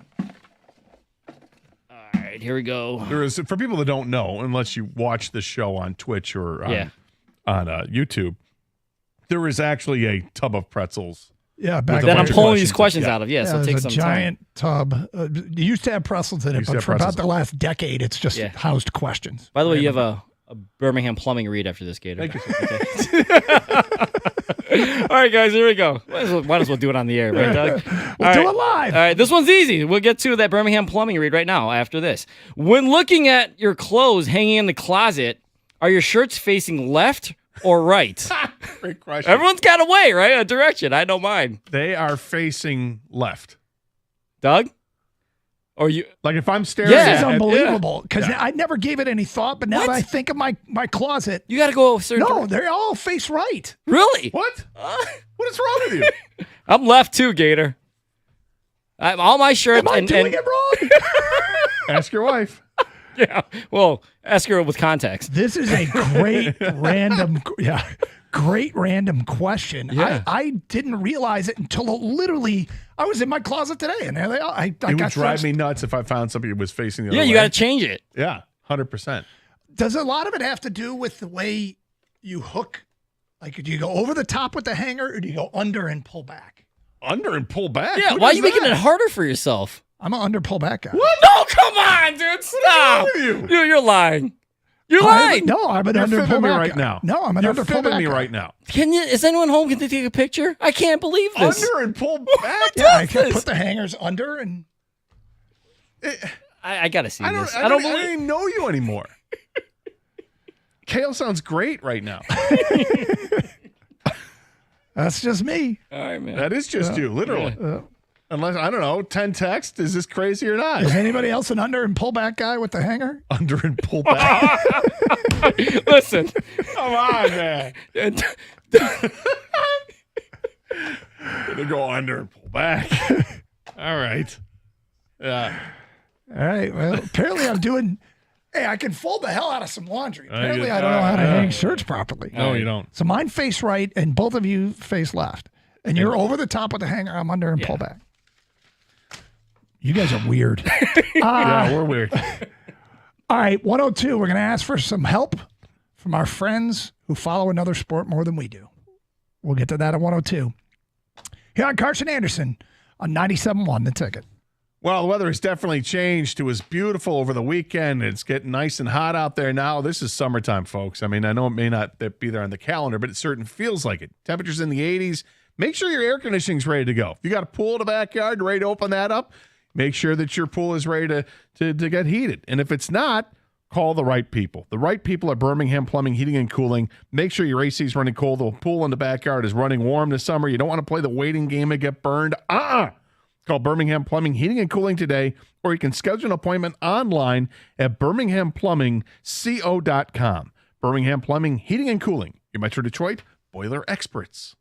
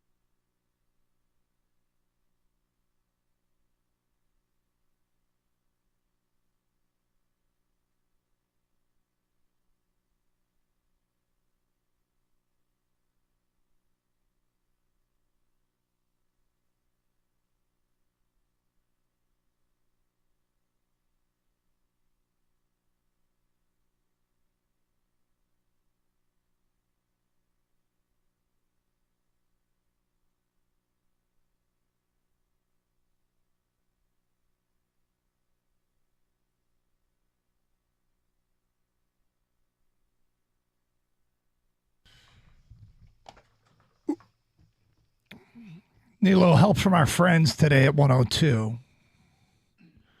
People that follow a certain sport more than we do. Hey, everybody's got a blind spot. We have several. We'll get to that today. Coming up after the break at 1 o'clock. In the meantime, as you might imagine, the big old tub of pretzels led to a bunch of response. Feedback coming in. Scott in Detroit. I don't care how many people are there. I'm not sharing my nachos with anybody. It's not happening with anyone. Maybe it's why I'm single. So Signed Joey. he orders one at Joey the from table, and people say, "Hey, can I get one?" Is that rude to even ask? He's just like, "No." I mean, It's my meal. Yeah, if it's your dinner, then like, back off, man. It's my dinner. You know what's funny about it? If somebody ordered and I'll just use steak. If somebody got a steak dinner, would you say to them, "Hey, can I get a bite?" Yeah, you Of wouldn't. a normal entree? You wouldn't. So if somebody orders nachos, they're inviting in a lot of ways as a shareable item. But if that's their dinner, why do you feel safe and comfortable saying, "Hey, can I get a nacho?" I wouldn't at all. I think it's rude. It's up to the person if they want to offer you. Hey, did you want some of this? I'm not gonna be able to finish. Do you want some of this? Hey, you want a bite of my steak? Want to try it out? It's pretty good. It's pretty good. More feedback. Doug, the next Would you time. like to try my snapper? Whoa. Somebody said that to me one night. It's great. Somebody said that to you? Yeah. Well, and she had no idea what she was saying. It was on a cruise. This is a true story. All right, were you on the cruise with Costa? It was not on a cruise with Costa. I was 19 or 20 years old. We're at dinner, and so my friends are with me because we're like 3 families that went together on this cruise. And at the dinner table, my best friend and his older brother, and his older brother's girlfriend was on a trip with us. And everybody got something different for dinner, and she had gotten red snapper. And so she says, "Scott, would you like to try my snapper?" And I just start laughing. And I look at her boyfriend, Tony, at the time, and I said, I'd love to, but I don't think Tony would be too appreciative of that. And Tony's dying. My friend Guy is dying. And the girlfriend, Catherine, looked at us, and she still didn't quite get it. And then a couple of seconds later, it kind of dawned on her. And then it became funny. It's always fun. The wise thing to do at this point is to move on. Next here, Doug, next time you clean the windows, use newspaper to wipe off the window cleaner. It won't leave streaks. There's something in the newsprint that is good for that. The confusing part is, what is this newspaper? Ask Wojo if you can borrow a few. Okay, that sounds tons. You got to subscribe to get one. Yeah. You know, it's funny because, I will put down when I shave the head, get the clippers out. I've got newspaper that I lay out. You know where I get my newspaper from? I don't. Our brother station, WWJ, always has a stack of newspapers that they're done with, and I'm always grabbing it. Well, there you go. Yep. So now you know. Tom in a car. I was in Air Force basic training. When we hung our uniforms, it was hooked left. Hooked left, fly right. That means our shirts are facing left. Our pants would have the zipper towards the front of the closet. Air Force rules. Doug, your shirts face right? It would drive me nuts. Wow, you make hanging clothes way too complicated. That's crazy. That's from Ryan.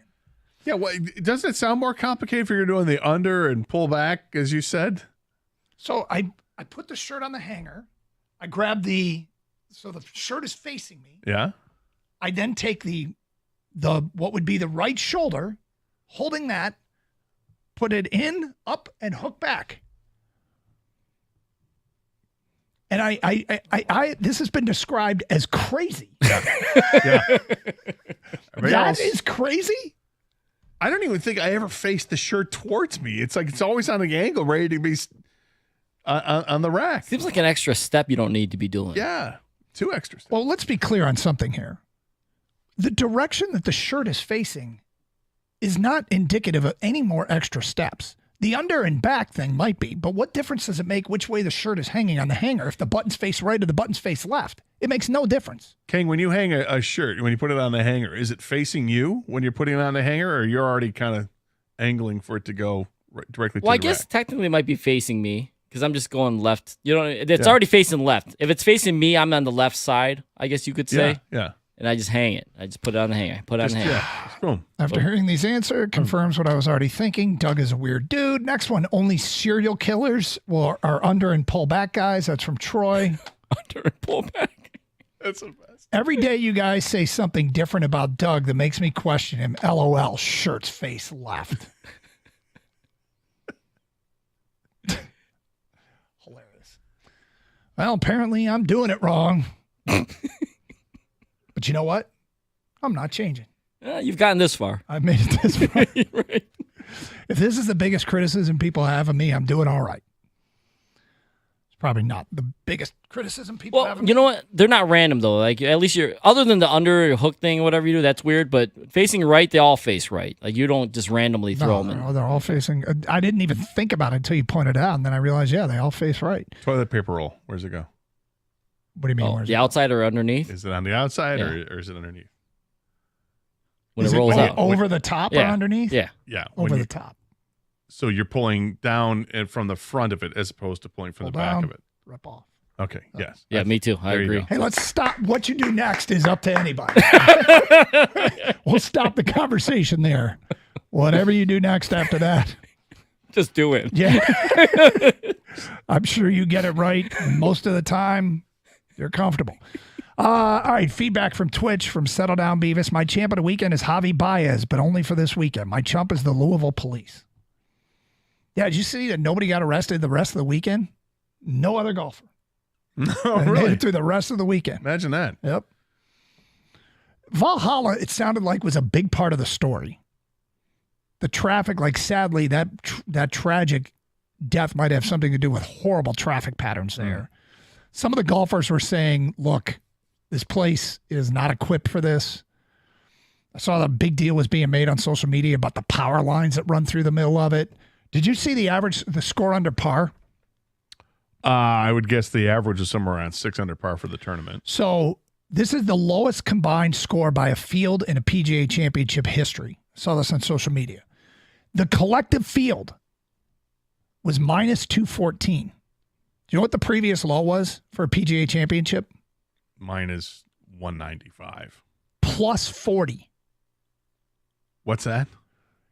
The lowest combined score to par by field in PGA Championship history. This was minus 214. The previous low was plus 40 at Riviera in 1995. Man. I suppose I should have thought about that a little longer. I still never would have come up with that because this was a record for Xander Schauffele, who ended up shooting 21 under par for the tournament, which is the record low for a 4-round major tournament. And the fact that there were so many golfers that were under par, the guys that didn't make I think the cut line was it even or was it 1 over for the cut line? So those that survived the cut obviously did very well. That's extraordinary though. Yep. It was minus 214. Minus 214. The previous low for the entire field was plus 40. Oh my God. Doesn't that seem weird? That is unbelievable. Well, it shows, there weren't that many people that shot over par and they shot horrifically over par. Well, wasn't a cut at minus 1? That's what I'm saying. I figured what the cut was, and those that didn't make it, I think the highest of somebody that didn't make it was plus 13 or something. All right. If you're a fan of NASCAR, we need your help. We need your help. And we will get to that today at 102 here on Carson Anderson on 97.1 The Ticket.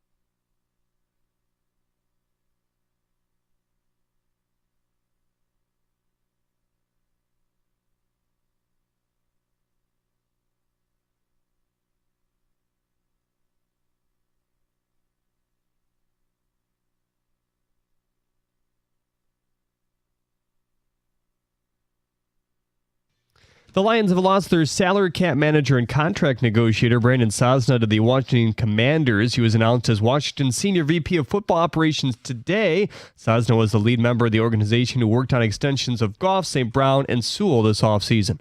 The Tigers have 2 members in the top 5 in baseball, or the top 10 in baseball in ERA, I should say. Tarek Skubal is 5th with a 1.8, and Reese Olson sits at 7th with a 2.09 mark. Olson makes the start again tonight, looking for some run support. Last time he started was last week against Miami when the team lost 1-zip in 10. Trevor Thompson asked how he measures growth in innings where the offense is limited.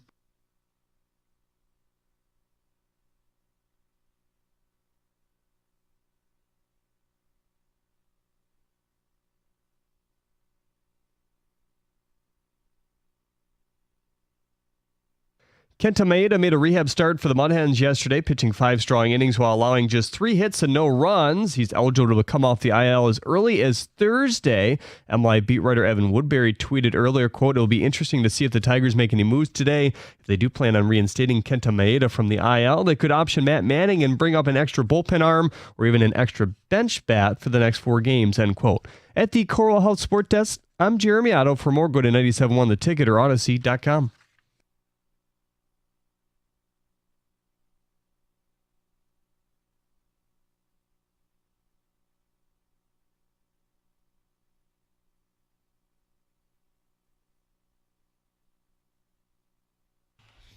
Doug Harsh, Scott Anderson, 97.1.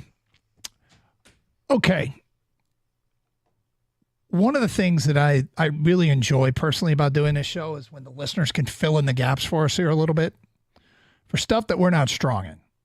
And we don't like being posers. We don't like to pose. We're not posers here. No. I like to vogue, man. That's different. You like what? I like to vogue. Keep up with me, Doug. Dancing folk. The Madonna song. Is that what it is? Yep. Different kind of posing. Sorry. I'm not sure that's keeping up anymore. For him, he should know it. Come on. Vogue.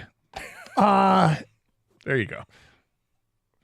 Sometimes your references are a little too obscure in the moment for me to keep up, but meanwhile, half the audience is going, what the hell are these guys talking about? We don't like posers. No. Don't like posers. We don't pretend to be anything we're not. So we don't know much about NASCAR. But we did see the fight between Ricky Stenhouse Jr. and Kyle Busch, which was awesome. You know, since the concussion concerns, it seems like NASCAR is trying to cut back on fighting in NASCAR. You know, don't want a CTE or anything like that. Right, yeah. But they got to leave your helmets on if you're going to fight. So I'm watching this thing and I'm thinking, I kind of was on Team Stenhouse, but I don't know anything. Kang and I were watching the in-car camera this morning of Stenhouse because he got wrecked in the second lap at the North Wilkesboro All-Star race over the weekend, which who's to say that All-Star games don't matter? This one led to a fight. But Stenhouse got spun out, and, you know, they've got the spotter in their ear that's like up on top of the press box. It'll let you know, hey, there's trouble in turn 4. Or you're clear outside, you're clear inside, so they can make a move without, you know, turning their head or whatever, looking in the rearview mirror. And the spotter is working his way around the track with Stenhouse, clear outside, clear to your left. And then you just see Stenhouse get spun out and crash.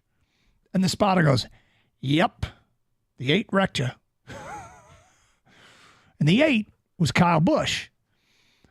So I'm thinking, you know, I wasn't watching the race. I wasn't paying attention to the race. And then I saw on social media this video of Stenhouse hanging out by Kyle Busch's hauler. Okay, so they put the cars in the trucks.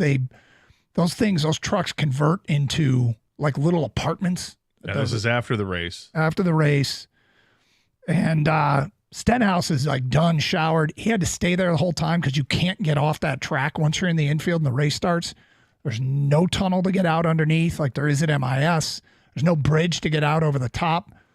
They're not landing helicopters in the infield during the race. So Stenhouse had to wait and wait and wait, which means he had a lot of time to cool down.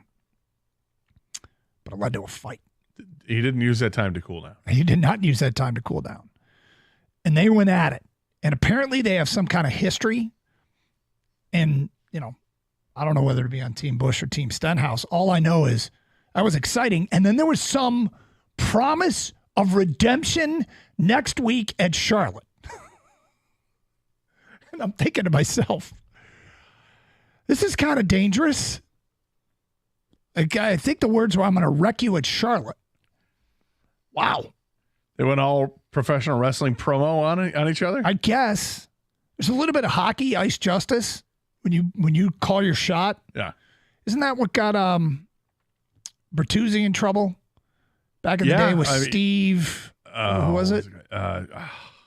He punched a guy. He said he was going to get him, and then he got him, and he hurt him. Oh, it's going to bother me. I can't remember the guy's last name, but yeah. Anyway. Yeah, you probably shouldn't call your shot because then if you... Moore? Was it Steve Moore? Might have been. Anyway, if you call your shot and then wreck somebody and do some real damage... It becomes premeditated and then becomes a crime. Yes. That's the thing. If you tell somebody, I'm going to kick your ass, next time we play, I'm going to beat the hell out of you, and then you go ahead and deliver on that threat, then it becomes criminal. Hey, I'm going to wreck you. Next time we're on the track. That's a threat, and then you deliver on it, premeditated, criminal. Yep. Probably shouldn't do all that. Now, the crazy thing about NASCAR is when Kyle Busch was walking back to his hauler, Stenhouse is waiting for him by himself. Mm-hmm. And there's like 15 media guys all walking with Busch in their phones because they know what's coming. Yeah. And then sure enough, like, this is wild stuff. Well, you got the media guys with the phones is one thing, and then you got other guys that actually have microphones, and clearly there's cameramen as well because he was being interviewed on his way back. There's a host of people around him, and then they meet up, and they have words, and it looks like it's heated, but it's controlled. It's a little bit of controlled chaos there until it isn't. Is it Stenhouse that throws the first punch? Yes. And he's looking a little swole. A tight T-shirt. He's ready to fight. And the thing that set him off, as best I could tell, Kyle Busch says, well, that's the way you see it. You crossed the line, buddy. And Stenhouse swung. And then I got to tell you, one of the most impressive parts, if you haven't seen this fight, there are like crews there, like guys that... Pit crew. Yeah. One of these guys... looks like a WWE dude who just starts launching dudes off the trailer and like get off this truck. I mean, it was awesome. Yes. That was a full-scale melee. And then it looked like Busch had thrown a punch at one of the media guys. Yeah. I don't know if it was a media guy through NASCAR or if it was just an actual media guy, but he throws a punch at that guy for getting in the way. And he really wants to get after him. And then, of course, after they're separated, then it becomes all tough guy. They go, come on, let's go. And you've already been separated at that point. You're not getting back at it. Because maybe the 30 people involved at that point aren't going to allow it. I always love hearing from NASCAR guys, their take on this incident that went down at North Wilkesboro over the weekend. Well, I'll tell you what you do. You settle it in the ring, part of the undercard of Tyson and Jake Paul. Isn't that what you do? Kang, isn't that what you should do? I mean, if you're a real promoter, that's what you would do. Did I just see that Chael Sonnen and Anderson Silva are going to fight? They're going to box next month? Yes. This is how you do it. You solve your issues in the ring. Okay. Get it sanctioned. Go ahead. Have at it. And watch how ridiculous you guys are after 60 seconds of trying to throw punches at each other. You're dead exhausted because you're not fighters. Yeah. And then get back to business of doing what you do to get paid, which is race a car. 248-539-9797. Joe in Waterford, you're on 97 The Ticket. What's up, Joe? Yeah, hello, gentlemen. I actually cover NASCAR quite a bit and get credential, but I wasn't there last night. And what precipitated the wreck was that Ricky Stenhouse tried to go, they call it three wide. He tried to go between a car up high and down low. He took Kyle Busch, and he hit him. He hit the side door, threw him into the wall. So Busch tracked him down and got him back. As far as fighting, it happens all the time in NASCAR. Hold on for a second, Joe. Wait. He did this. This all happened last night, Or in the race? Yeah. He got him. Yeah, this happened lap 1. This happened in the first lap. It took, because it's only like a 0.6 of a mile track, it took Kyle Busch about a half a mile or so to time him and to go ahead and wreck him. Okay. So he tracked him down and got him. That's right. And he says it was, Bush says it was a retaliation then for what Stenhouse did? Yeah, that's Okay. exactly what happened, although Stenhouse said something different. One thing I will add, just like hockey, you can tell a serious fighter who takes their helmet off. In NASCAR, there was a guy last week, Tyler Reddick, he didn't take his helmet off where Ricky Stenhouse did. So if a guy takes his helmet off, they are willing to fight. Every week in one of the 3 races, at least 1 or 2 of the races, someone will fight because of something that happened. Kyle Busch is known as being a jerk, although he has redeemed his image. I've talked to him several times. He's a nice guy if you ask him an intelligent question. You ask him something stupid, and you're going to get something even stupider back. That's just how he is. But when the guy said to hold his watch, I said, oh, this is going to be funny. It's a great line. Thank you for the intel, Joe. 248-539-9797. Coming up, off-season grades, teams in the NFC North. We will get to that today at 122. More of your phone calls and feedback on this. 97.1, the ticket. Hey, for years I've been telling you about the Connecticut water softener that we have installed by CGC Water. Has so many benefits beyond great tasting water, like cleaner laundry, better for your skin and hair. Call 855-339-4242 or visit cgcwater.com and save thousands of dollars or more when you bundle a Connecticut Premier Softener and the Connecticut K5 drinking water system. If you're not filtering your water, you are the filter. Don't be the filter. Save 10% off a Navien tankless water heater when you let CGC Water Treatment and Plumbing take care of your plumbing needs. CGC Water, your authorized independent Connecticut dealer, 855-339-4242.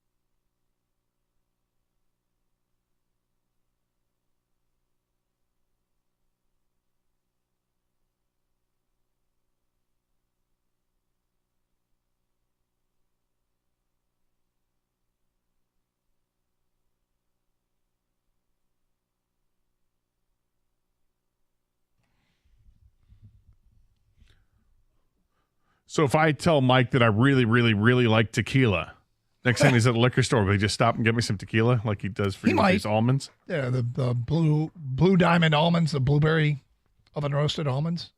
Can I try one of those? Sure. This is a Mike Valenti discovery, and he said he thinks that I was going to like him, and he was right. And you got one? Thank you. Yep. All right, we just lost one. Oh, we had one jumper. He's back. So what do you think? These are delicious. Pretty good. Oh, my. Yeah. What? Yep. And they're not bad for you. This is where these are what you want. The cinnamon almonds at Comerica Park. They smell so good. They smell so good. But then they have like no taste. Yeah, they're not as good as they smell. These smell like blueberries, and then they taste like blueberries. Yeah, very good. All right, feedback coming in from NASCAR Guy. NASCAR Guy helping us out with the awesome interaction between Kyle Busch and Ricky Stenhouse. And this is what All-Star Games should be about.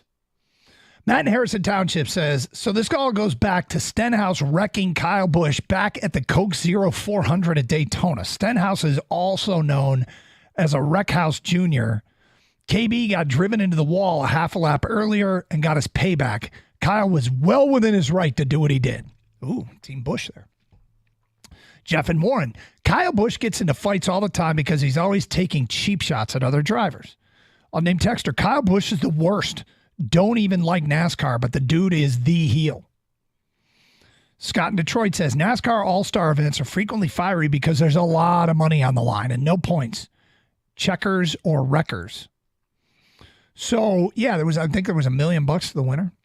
Joe in Lincoln Park says, not true. Stenhouse didn't touch him until Busch hit the wall on his own and came down into Stenhouse.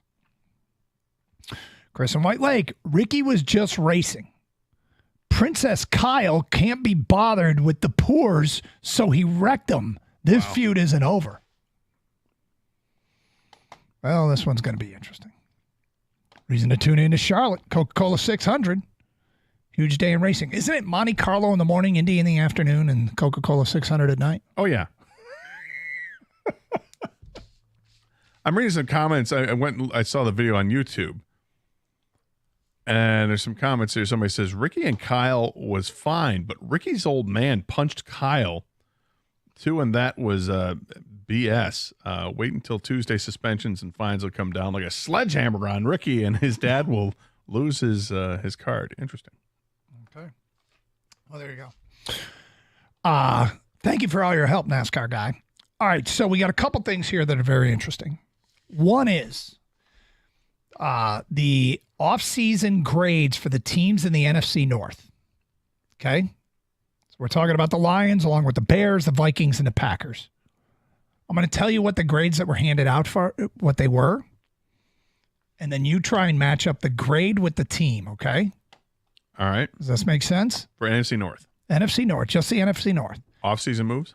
Yep. You might want to write down the grades and then assign a team to each one.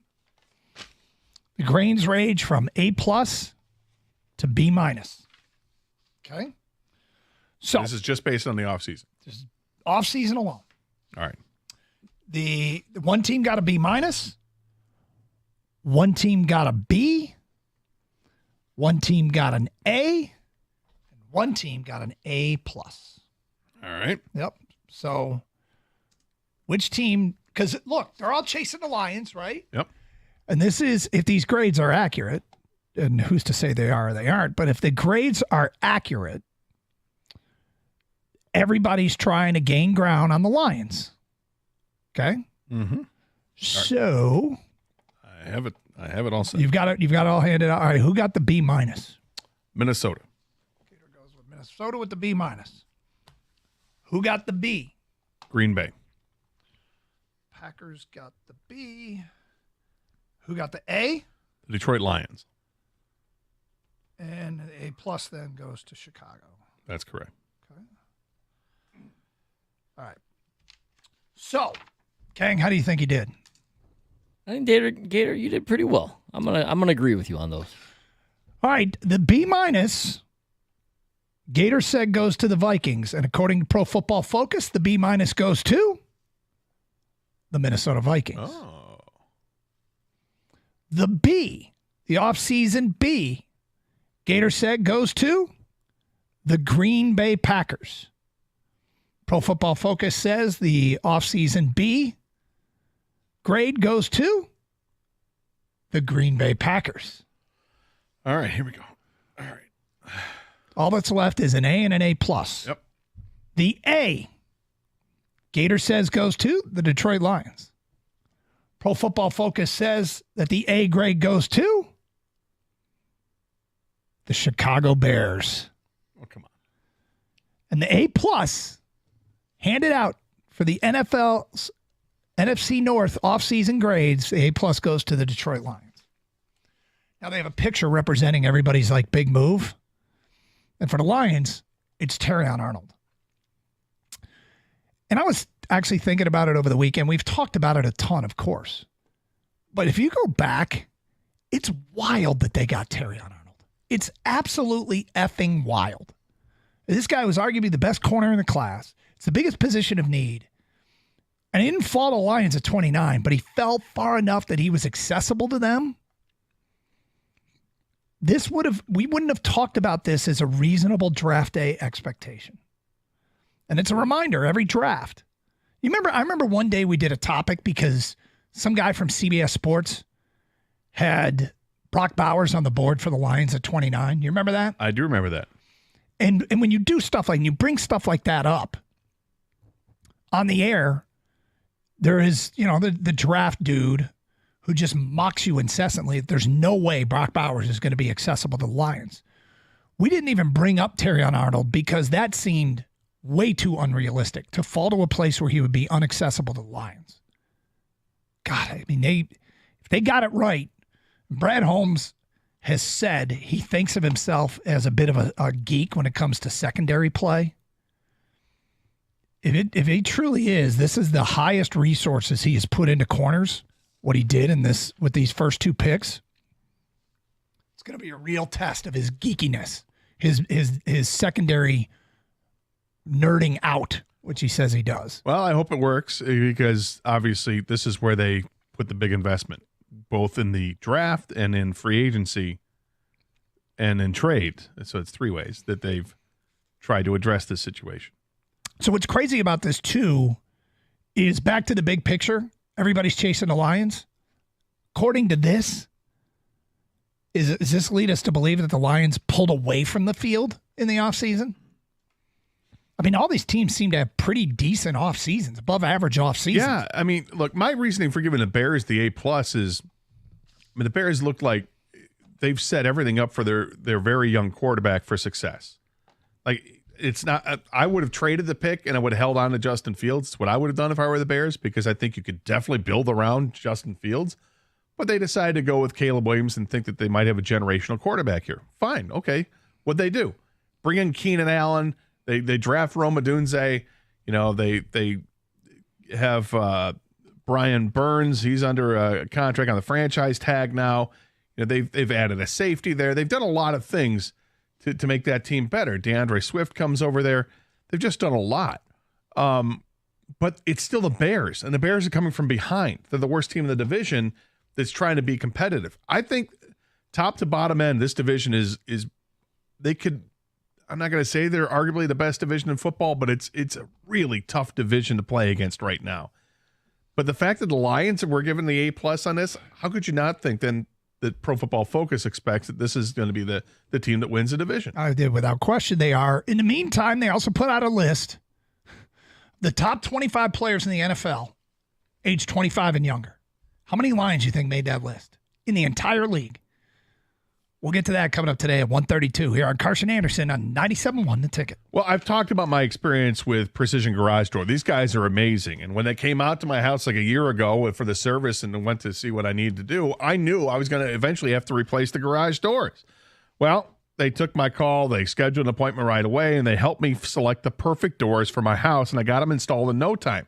John, Jeff, the whole crew, easy to work with. They're true professionals, and right now it's not that easy finding great customer service. It's really tough, but the guys at Precision Garage Door, they are awesome. If you want your garage doors done right, do what I did and call Precision Garage Door today at 1-800-DOOR-REPAIR or visit Precision Door and schedule an appointment.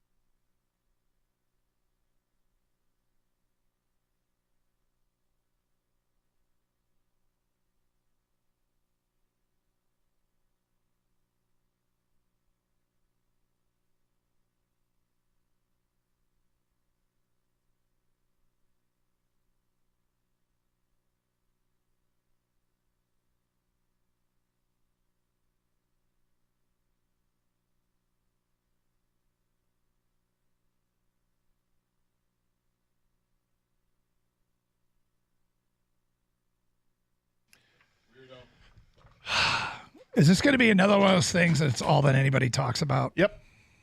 100%. You'll be stopped in the middle of your grocery shopping. Yep. And people will say, up, under, and pull back. You have the buttons facing right? The direction isn't crazy for me because I think at least you chose a direction. It's the up and under thing that's completely weird. Like Evan just came in here and told me. We were talking about it too. Was that Jimmy talking to you guys about it? Yeah, Jimmy came in. I got to talk to you about this hanger. Come to my office after the show. Yeah. Getting called into the corner office because of this. I will say that I have done the up and under pull back. Have you? Yes, but only because in my closet I have a high rack and a lower rack. So sometimes the stuff that's on the high rack like the bottom of the shirts might land on the top of the lower rack. Mm-hmm. So to try to just go straight in and push it down doesn't always work. So sometimes on the lower rack, I will go low, come back up and pull back with the hanger. Not so funny now, is it? Well, yours is equally weird because then you have the facing the right, which only heathens do. And serial killers. Well, We've established that. It's me, Dahmer. Casey. Yeah. The Zodiac guy. Son of Sam. Uh-huh. Whatever you want. All right. Manson. So Gator. All because, is it because I have the buttons facing right, or is it because I do the under and back? Yes. Yeah. All right. Gator found this list. Is it top 25? Yeah. Top 25 players in the NFL under the age of 25. So you start thinking about which young Detroit Lions, how many of them might have made this list. Gator, let's work our way through it. Okay. Number one on the list, top 25 players under the age of 25 is who? Number one, according to this source, Penei Sewell, tackle, Detroit Lions. Best player in the NFL under the age of 25. It says he's already played 3 seasons in the NFL, but he's still only 23 years old, won't turn 24 until October. His 3,359 regular season snaps over the last 3 seasons ranks second among all players. He's on his way to becoming the best offensive lineman in the league. So awesome. So we've got that guy. Yeah. We've got that guy. Number 2 is Sauce Gardner. All right. 3 is Trevor Lawrence. 4, Jamar Chase. 5, Kyle Hamilton. Number 6, Detroit Lions, Aiden Hutchinson. So there's your second there. 6 is Hutch. This is 91.2 Pro Football Focus. Sorry, now we know the source. Pass rushing grade, placed 5th and trailed only an elite group of 4 players: Myles Garrett, Micah Parsons, Nick Bosa, and TJ Watt. Awesome. Number 7, CJ Stroud. Number 8, Brock Purdy. Number 9, Garrett Wilson. 10, Trent McGuffey. Number 11, Amon-Ra St. Brown, wide receiver, Detroit Lions. Awesome. He'll turn 25 during the 24 season, but he proved in 2023 that his breakout 2022 campaign was not a fluke. He was one of just 3 wide receivers to earn Pro Football Focus overall grades above 90 in both years, with Tyreek Hill and Justin Jefferson being the other 2. He snagged 93.5% of his catchable targets over the past 2 seasons, which ranks second among wide receivers. All right. This is going very well so far. 3 of the top 11 is not bad. No. Number 12, Puka Nacua. Number 13, Patrick Surtain. Number 14, Will Anderson. Number 15, Tyler Smith. 16, Bijan Robinson. 17, Javon Holland. 18, Greg Rousseau. 19, Sam Laporta, tight end, Detroit Lions. Multiple first-round tight ends have faced high expectations in recent years. Laporta, a second-round pick last year, was not one of them, but he arguably outplayed all rookie tight ends over the past decade. His 981 regular season snaps as a rookie led all tight ends over the past 6 seasons by a significant margin. In addition, his overall and receiving grades are second only to Kyle Pitts' rookie season over that span. Number 20, Tyler Linderbaum. Number 21, Jahmyr Gibbs, running back, Detroit Lions. While he had a limited role initially, Gibbs got more and more playing time as the season wore on and became an electric playmaker for the Lions in the second half of the rookie campaign. Following week 7, after his return from injury, he earned a 78.0 overall grade, which ranked 11th among running backs, while his 82 rushing grade tied for 7th at the position. Now, it's interesting for Jahmyr Gibbs at 21 because coming in at 22 is Jalen Carter. The guy that a lot of people wanted. Yes. So in the same draft with Sam Laporta and Jahmyr Gibbs, both are ahead of Jalen Carter. Derek Stingley is 23. Chris Olave and Kyle Pitts round out the top 25. So the Lions have 5 of the top 21 players under the age of 25, according to Pro Football Focus. Well, that's pretty incredible and awesome. And we sit here and we watch for years other teams operate at a high level, or you see it in other sports. The Lions are dominating this list, absolutely dominating this list. I'm just trying to make sure I've got this right, and I think I do. Nobody else has more than 2 on the list, and the Lions have 5. That's pretty crazy. Teams with 2, the Jets, the Ravens, Atlanta, and Houston. The Lions have 5 of the top 25 players age 25 or under in the league. They have 20% of this list all to themselves. That's freaking awesome. It is. Yep. Now, I was also looking, they had a list of the top 30 players over 30. So with the veterans. Kansas City has 3 players on that list, and San Francisco has 2 players on that list. The Lions have no players on the list of players over 30 because I'm not even sure the Lions have players over 30. Well, what's crazy about this is, but you know who didn't make the list was Brian Branch. Correct. And somehow Hendon Hooker was left off. Why do you do that? He's over 30. Why do you do that? Stop it. Actually, he might be over 25, right? He is. He's not even eligible. That's funny. Is Brian Branch? I wonder how close Brian Branch came. Brian Branch is pretty damn good. He's 22. He didn't even make the list.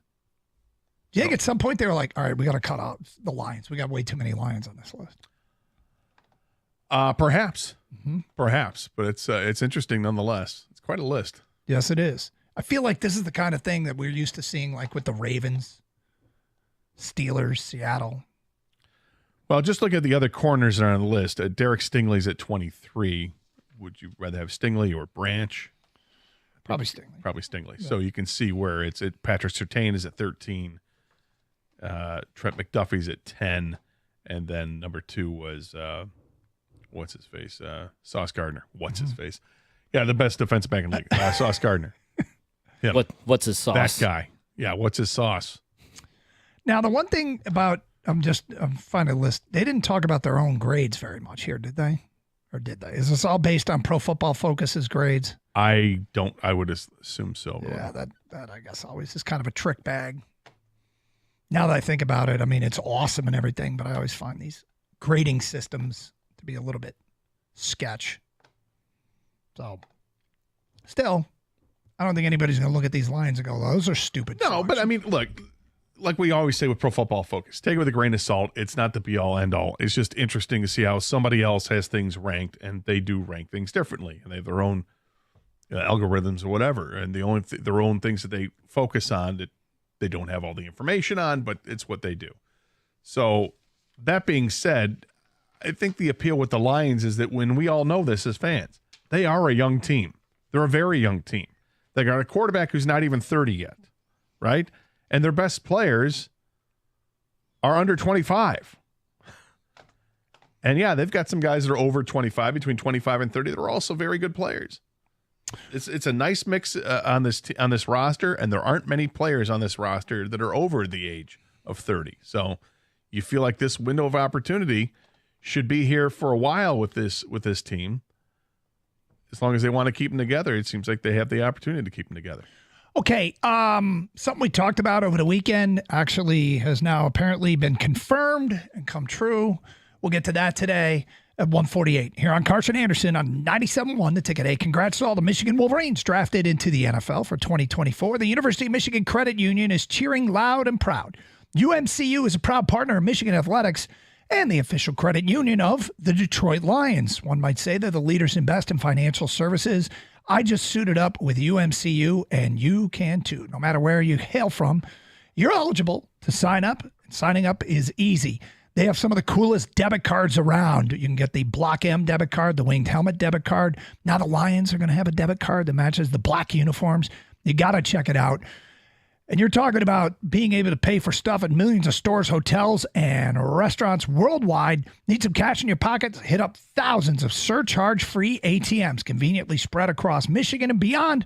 Open your account today and umcu.org. It takes less than 10 minutes. Did for me. And get in the game. Hey, while you're there, check out their resources for student, auto, and home loans. University of Michigan Credit Union proudly repping your official Block M credit card. Win with UMCU. Some restrictions apply. See site for details. Federally insured by NCUA.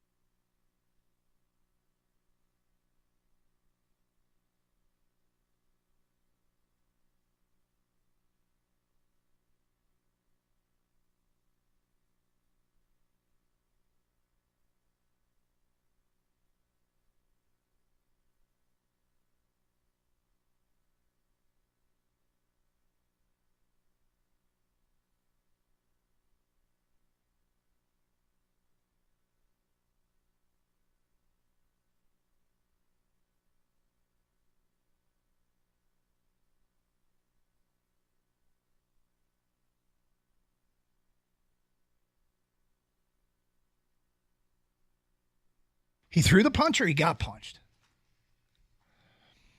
Well, it looks like in the video that he starts to, like, once things get going, like when Stenhouse throws the punch at Kyle Busch and it starts, everybody goes to grab somebody. Yeah. Stenhouse's dad comes over and immediately starts pushing people away from his son, but then goes to grab at Kyle Busch and kind of throws a punch at him and then holds Busch as if to say, okay, hold on. And then Busch unloads 3 punches at the old man, who isn't all that old, but still. And then you see the pit crew guys just getting tossed off the thing. Dude, that one guy was maybe I should rephrase regulating. it, being thrown over the thing. I want to say tossed off. He was something else. Yeah. Okay. So we talked about it on Friday. Red Lobster is now officially filed for bankruptcy. And Kang, you said that one of the stories said that the endless shrimp, all you can eat shrimp, is kind of what sank them. Yeah, it was part of the demise of Red Lobster. They that promotion they had backfired and cost them millions. So here's what I have gathered. I don't know the first thing about running a restaurant. I think the weird thing about running a restaurant is I think everybody at one point in time has the following thought. Maybe I'll open a bar. I think everybody thinks that sounds like a good idea. At one point in life. Everybody thinks about it. Yeah. But it's the people I know that work in that industry say it's incredibly difficult to make a restaurant or a bar work. And you can have really good food, but there's, like I was talking to one guy once and he was like, yeah, that place, look, how many places have had that location? I'm like, oh, a bunch. And he goes, there's no parking. Problem is you can't park there. And I'm like, oh, that's a good point. So there's a ton of variables that can sink you. But I had somebody who runs a restaurant once tell me that they think a major chain is in real trouble because they went to all-you-can-eat apps one night a week. And once you do that, that leads to a short-term rush. But once you do that, people stop going on normal price nights. So if you do something like all-you-can-eat shrimp one night a week, people just wait for the next time you do it. Right. So I don't know how true or untrue that is, but Kang, when you told me today that the all-you-can-eat shrimp is being looked at as a culprit for taking out Red Lobster, I'm like, well, it falls in line with what I hear. I feel bad. I took advantage of that a couple times. Well, it's not your fault, but. Well, not entirely. Well, you weren't there, Doug. Yeah. That's a good point. Yeah, how much shrimp did you put away? Let's put it this way. One time, me and Evan, we were not eating together, but when the promotion first came out a couple years ago, we both were like, well, we got to do this, right? He's like, yeah, absolutely. So we were texting each other how much we were eating. Were you guys at different opposing Red Lobsters at the same time? Yeah. And I'm like, dude, I'm on my fourth plate. He's like, dude, I'm on third. And let's put it this way. He's not allowed back. His wife did not let him back into Red Lobster. Oh, no. Yeah. Wow. That was the last time I think he ate at Red Lobster, or at least the endless shrimp. That seems a bit extreme. Hey, you weren't there. No, I wasn't there. But good for Ev. Were you allowed back? Yes. How many times did you do the endless shrimp? Oh, I think almost every time I go back, it's endless shrimp. I mean, it just seems there's so many different shrimp. Have you watched Forrest Gump, Doug? There's a lot of shrimp combinations you can get. A lot of shrimp combination. But it wasn't every night of the week though, right? No, I wasn't going every night of the week. No, but I'm saying it's only when the special was. They didn't have endless shrimp. I think it was like, Wednesdays or something. I don't know, or maybe I don't know exactly how the promotion ran, but I think they did open it up more, Doug. So the weird thing is that Gator never went. No. He's never been to a Red Lobster. No. Which seems, I don't know. I mean, who am I to criticize anybody's food choices? I'm surprised that, to this point in life, I have not been. Just like with like another person who said, let's go to Red Lobster or a birthday party, a dinner, obviously no one's ever said, you never gone. No, I mean, it was never even suggested. Like a friend of mine, when we were in our early 20s, we just graduated from college. We'd go out to dinner a lot together, and he's like, where you want to go? I'm like, I don't know. We jokingly would throw out a bunch of names of places that we had no desire to go to, and Red Lobster would come up, and I'm not sure why. It was just part of that group of restaurants that we wouldn't. We also mentioned a bunch of failed restaurants at a certain location in the area because, that restaurant was gone. The next incarnation came, and that was gone. But I don't know why. The cheddar biscuits are apparently that's what I should do. Well, because you're a bread guy, too. I am a bread guy. And I saw somebody on Twitter, it suggested, after seeing the bankruptcy stuff from Red Lobster, they suggested they should just show up and have food trucks that sell the cheddar biscuits, and they can make their money back. I got to tell you, the more I think about this, the more I don't want you to go to Red Lobster. Because I think if you go to Red Lobster before they close down officially, and you get the cheddar biscuits and realize what you've missed out on, and they're going away for good. Oh, that would be painful. Yeah, and I don't wish that on you. But, Doug, it's better to have loved and lost than to never have loved at all. Yeah, but you're entering a relationship that you know is going to end. That's how most relationships go. I mean, let's be honest with each other. Most of them go that way. Doug, Gator's here for a good time, not a long time. All right. I just thought... So we about done with each other? Yeah? Okay. We should do a show outing at Red Lobster before it's over. Yeah, you think they're going to spend the money on a remote on their way out? Maybe just DoorDash some biscuits. Maybe that's the best way to do it. Do they travel well or no? They put them in a bag that I think you can heat in the bag. Oh, I okay. believe, in the microwave. Yeah, it's microwave safe. All right. I am getting hungry though. Just something to. Maybe I'll have to check on the way home. Is there a Red Lobster on the way home? There are people that say you can buy the cheddar biscuit mix. You can, but it ain't the same as the endless ones at the restaurant. Is it because it's not endless or because they just aren't easy? Like you could get stuff that you make at home. Yeah, I mean, but it's not the same. They're fine. I think the restaurant ones are better. There's a reason why they say restaurant quality. Mm-hmm. Well, they're probably cooked in their commercial grade ovens or whatever. Yeah, well, that they're auctioning off. You can go get the oven and make them yourself. Yeah, you can. Yeah, they're in the walk-in cooler, which would be a bit much. Goff said last week he didn't need one. If Jared Goff doesn't need it, we probably don't. But, I mean, when you get a walk-in cooler, if you also have a bomb shelter, because you need to store a lot of food. I wanted you to ask him that. What, about the bomb shelter? Yeah, new contract. Would you buy a bomb? Would you get a bomb shelter? I mean, maybe we can do this every time we have him on in the fall. I think I'll probably get a little bit embarrassed of us continuing to ask about his new massive contract, but I think he'll put an end to it real quick. I'm not sure how comfortable he was with the 3 questions I asked him. Walk-in cooler, racehorse, and private jet. But he said, no. He said he might get a horse, but not a racehorse. He doesn't want a thoroughbred.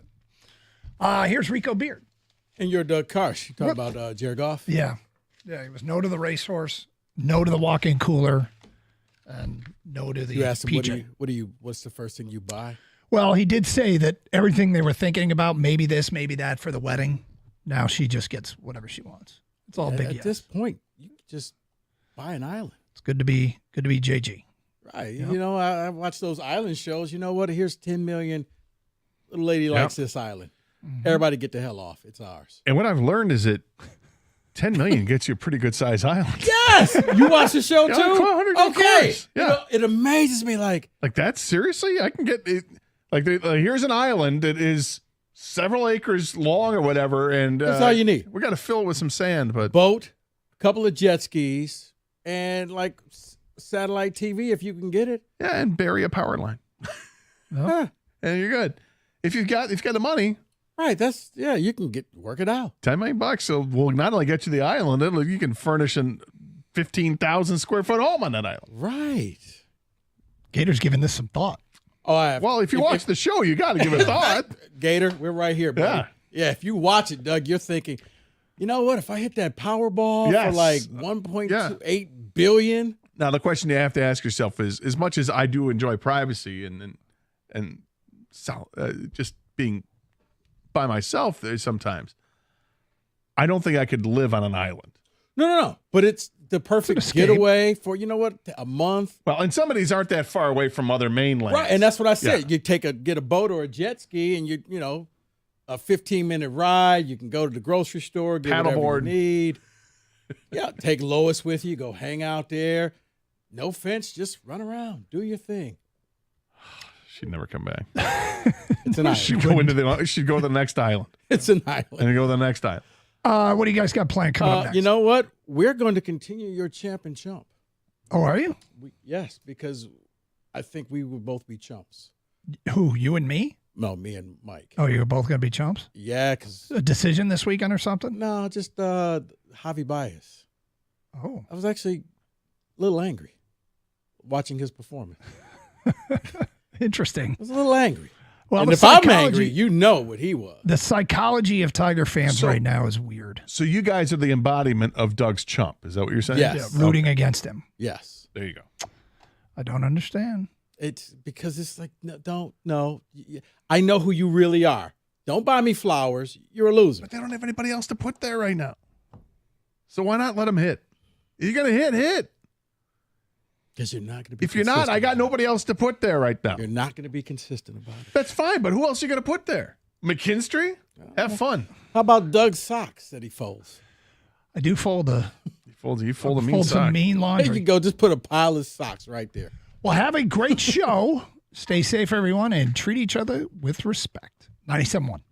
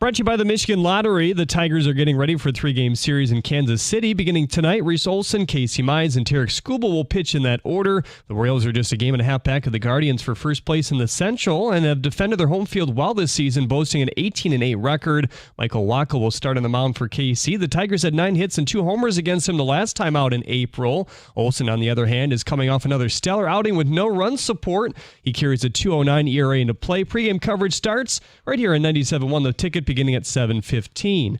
Pro Football Focus released their list of the top 25 players under 25 in the NFL. Penei Sewell topped the list. They had the following to say about him, quote, although Sewell has already played 3 seasons in the NFL, he's only 23 years old. He will not turn 24 until October. His 3,300-plus regular season snaps over the past 3 seasons ranks second among all players, and he's on his way to becoming the best offensive lineman in the league, end quote. Hutchinson, St. Brown, Laporta, and Gibbs were also listed. The NHL playoffs continue tonight with a Game 7, Edmonton and Vancouver. Yes, Puck Drop is scheduled for 9 on ESPN at the Coral Health Update Desk. I'm Jeremy Otto. For more, go to 97.1 The Ticket or Odyssey.com.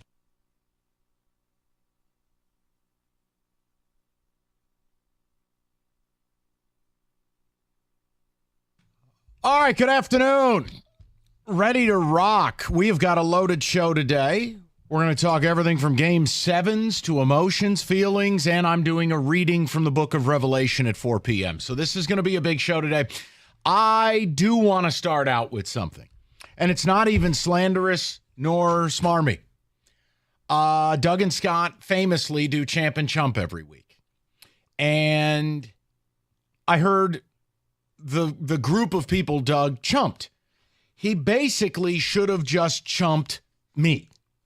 He was describing me, and I'm not even mad about it because I can totally defend my position. It wasn't just you, buddy. Slide over. I'm on that same raft with you. Come on aboard. Plenty of room on this Central Park carriage. Let's go for a ride. Come on. So here's the deal.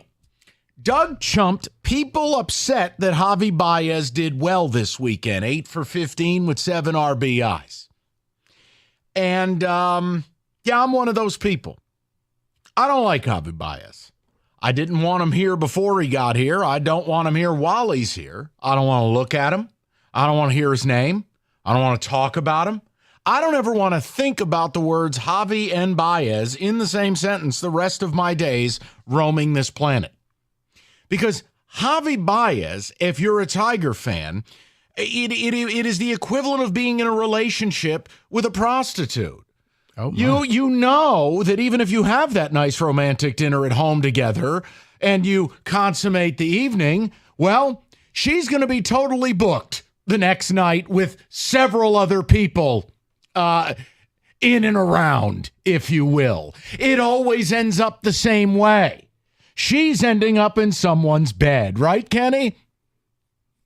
You know what? Good way of putting it. So, okay, Javy has one hot weekend every 2 months. It ends up the same way. He's awful. So when I saw him have this amazing weekend in the desert against a garbage pitching staff, what did we talk about Friday? I go, Rico, this might be the worst pitcher they face all year. This Rhett Nelson guy. And he's he went trash. Out there, 3 for 4, 5 RBIs. And what did it do to me? I snarled. I was Clint Eastwood in Gran Torino. I'm with you. It was the same way. I was angry because it's frustrating because you can see what you can do. You just choose not to do this on a nightly basis. And you know what it'll always go back to. We have established now over a 2.5-year period what Javy really is as a Tiger. There are blips of genius, followed by months of being one of the worst everyday regulars in the game. So my response to the Doug thing is just to talk about it. Doug has a right to chump it. I'm not mad. Let me be clear. I can defend my position. What I want to know is who's with me. Rico's already signed up. Who's with me?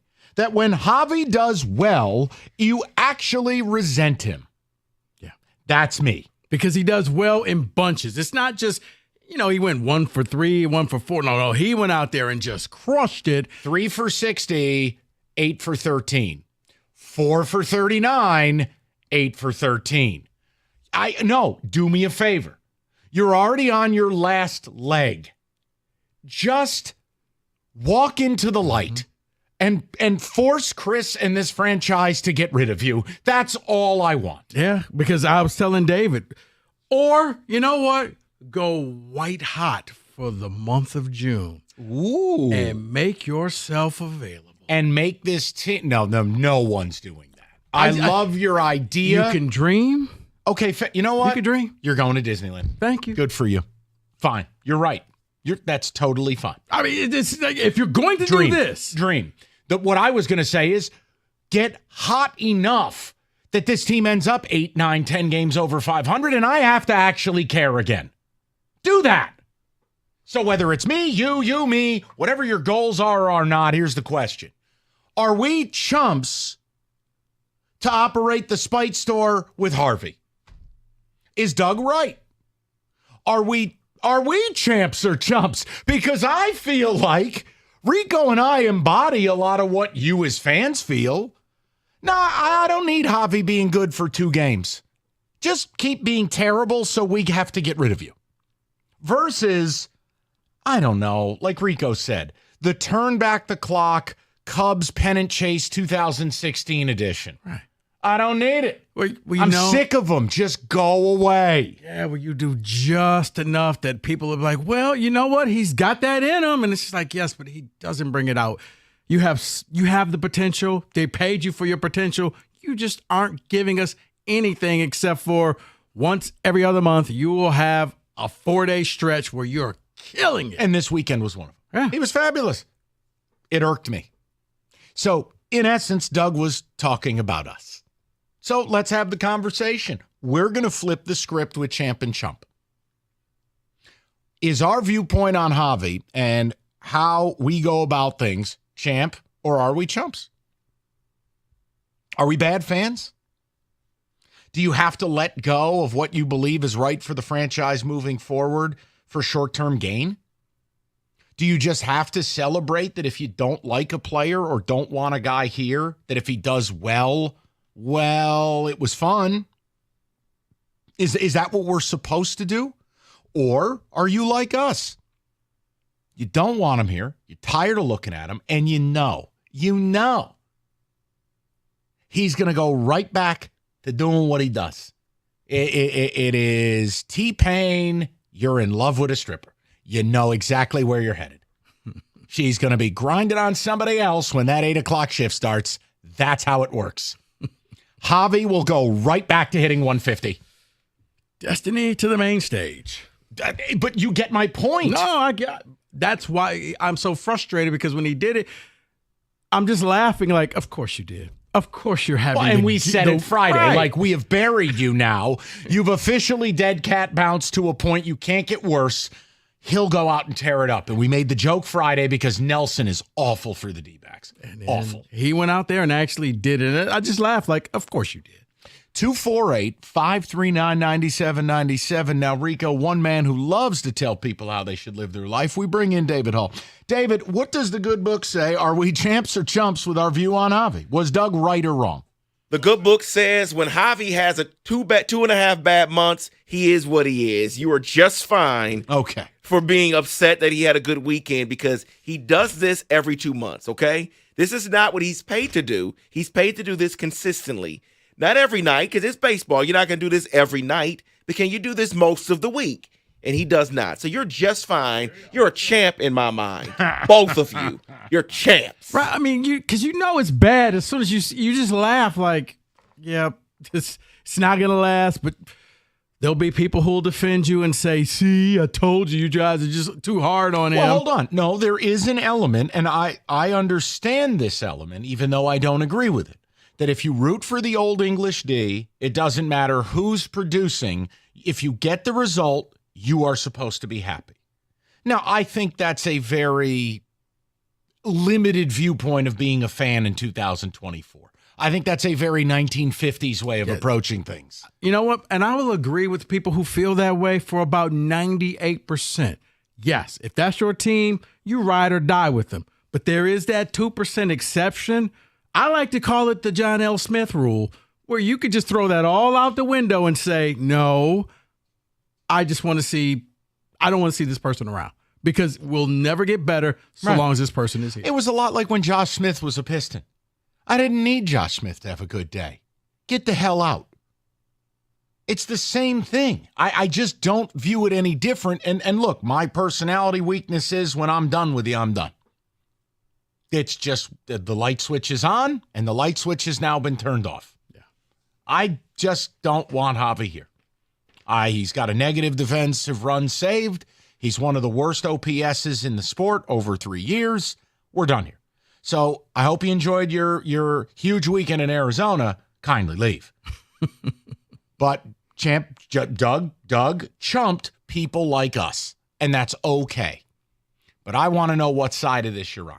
248-539-9797. Does that work as a table setter? That works. 3 o'clock, we got to talk about all the things we've been missing here in Detroit. It's called Game 7s. and some data to go along with it. 4 o'clock, we are at the end of days. David has hand curated a passage from Revelation I am going to read because I think there's something in sports. I'd like to add an eighth. What is it called, David? A locust storm? Plagues. Sure, yes. All right. We're doing the plagues.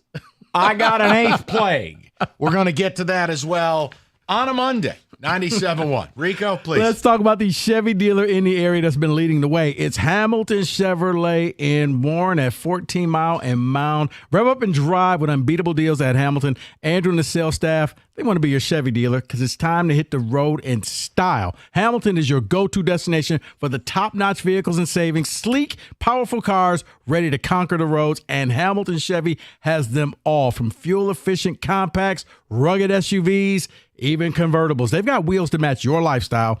And with Hamilton, it's not just about, cars. It's about getting excellence. It's about delivering an unmatched driving experience. They're more than just a dealership. It's a commitment to quality and customer satisfaction. And right now, take advantage of the May Rico deal. A 2024 Chevy Equinox, $279 a month for 24 months. You walk in with $995 down. You drive off with 10,000 miles a year. The best deals are found at 14 Mile and Mound. See my guys at Hamilton for details. More at HamiltonChevy.com. Chevrolet, together, let's drive.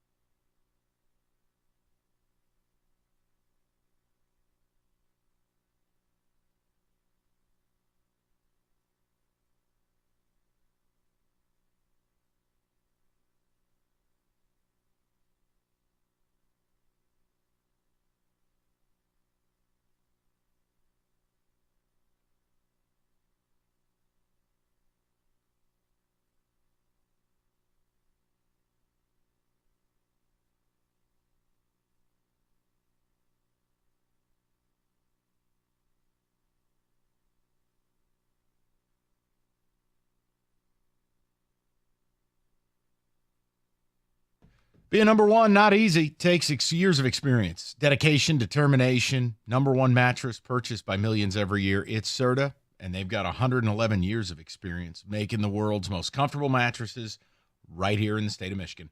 Right now, during the Memorial Day sale, you save up to $900 off an iComfort adjustable mattress. Go to Serta.com to find a retailer near you.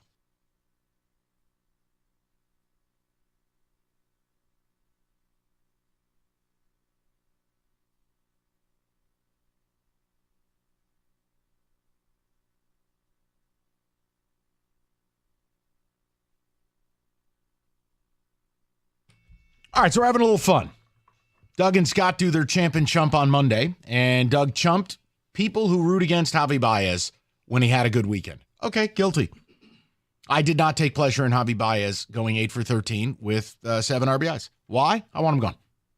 There's really nothing he could do short of a magical summer, 45, 60, 75 days of this dude living up to who he was supposed to be and putting this team in a position to be relevant.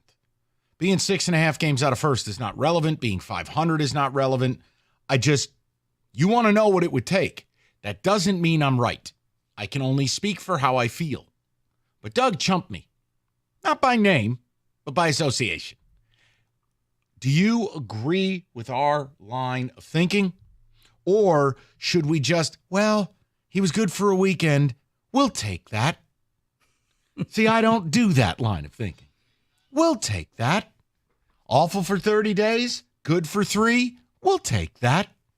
What else can you expect? I mean, he's trying. We'll take that. So, David, the ticket text, and then we get to the people. I'm with Mike and Rico. Get out of the space cannon and stuff Harvey in there with a shipping label on his backside. I love people. For 2 years, every time I watch the Tigers and Baez gets a hit or makes a play in the field, I cry internally knowing he just re-secured a place in the lineup the next day and longer from Chris. It's like you're justifying the Tigers' obstinance.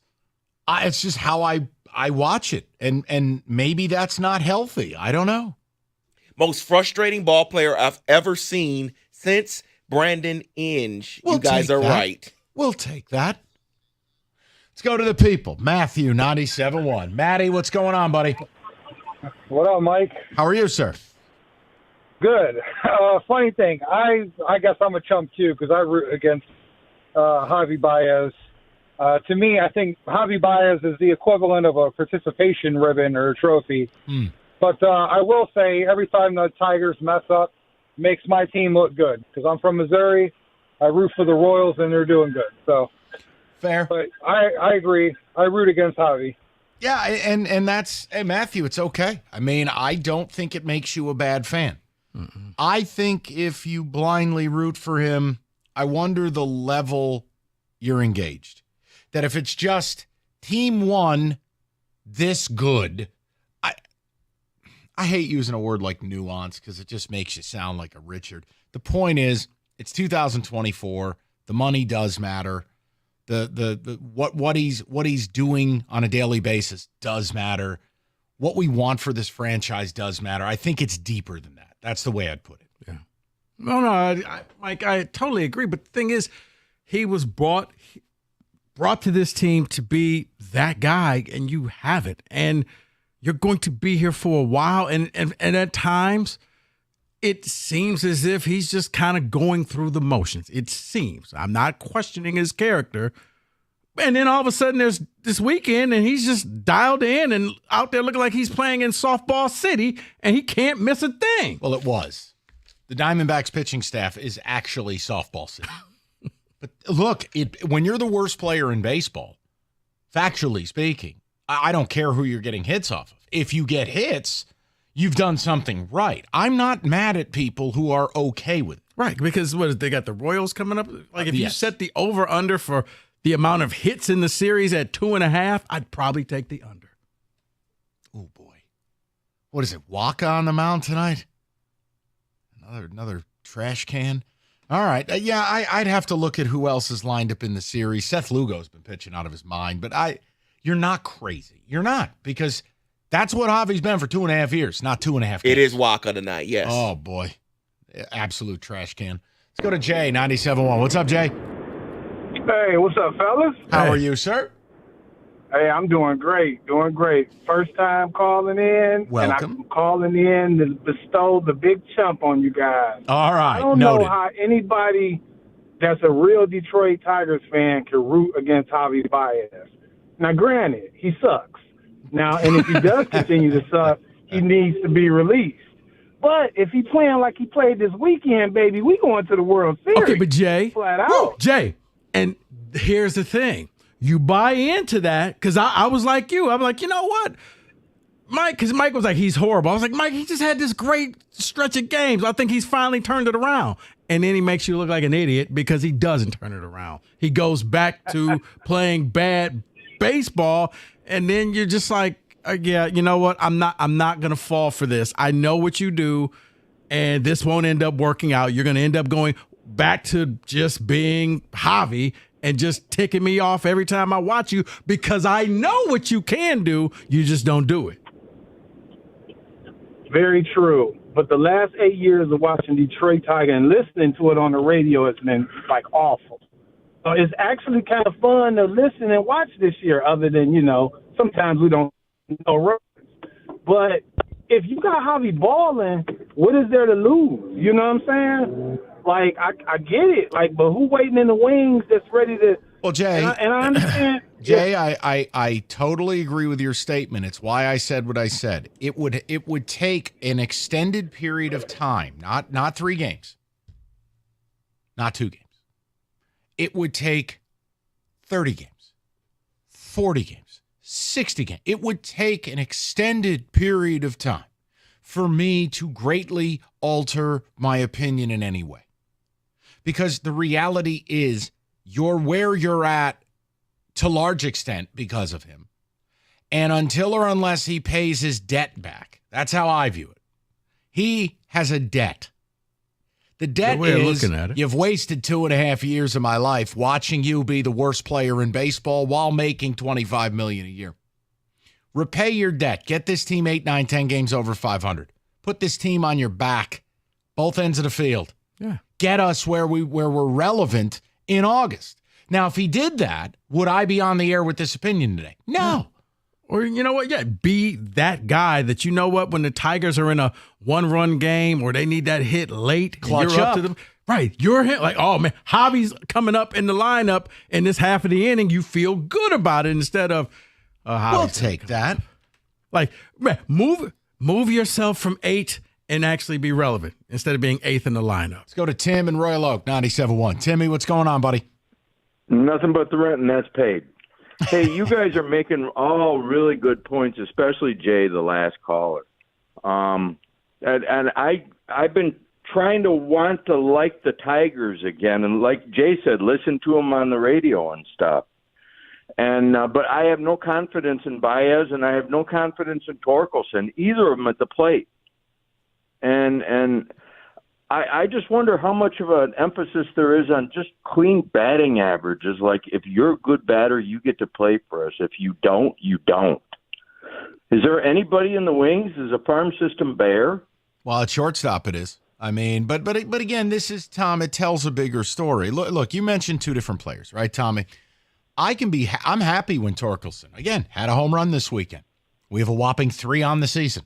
But he's showing signs of life. I want Spencer Torkelson to do well. Weather's getting warm. So let me be unequivocal. I want this team to do well. The ball does not fly. Tim, I don't know how to explain it with Javy Baez. I'm just done because I think the chances of this guy, resurrecting his career, becoming a player who's liked here in town, I think that's a 1 in 100 shot. And I'm not interested. Get rid of him and get a young kid up from the minors that everybody knows is a young kid and make him into a star. I love what you guys do. Keep on trucking. Thank you, Timmy. The ball does not fly. Thank you. It's funny because when he hit that 3rd home run, that drop ran through my head. The ball does not fly. Look, if this is the start of him being the guy we need him to be, I'll be thrilled. It's not a grudge. It's just I never wanted Javy here. No, and here's the thing. With Torque, maybe you see something and you know what? We can't expect much out of you in the month of April. But middle of May, you all of a sudden catch fire. If he finishes the year with, 20, 25 home runs, you're like, okay, just don't expect him early, but he now has a pattern. Let me ask a question. Which of these two opinions is more, not stupid, which is more unfair or wrong? My Javy opinion, where unless you're willing to carry this team and do it for a summer and put us in a position in August where we're 10 games over and this is exciting, or I have a hard time deeply investing in the Tigers while they're muddling along in or at around 500, that I need them to be 7, 8, 10 games over, that I need to know it's working and it's real for me to truly care on a high investment level. Mike, I will say this. This is one of those, I think both things can be true. Yes. I think both things can be true because, if Baez goes, if Baez goes out there and they score a ton of runs, like Mark Ryan, I think, had the stat of the weekend. And it was the Tigers are Tigers are the Major League best team when they're scoring 5 or more runs. Correct.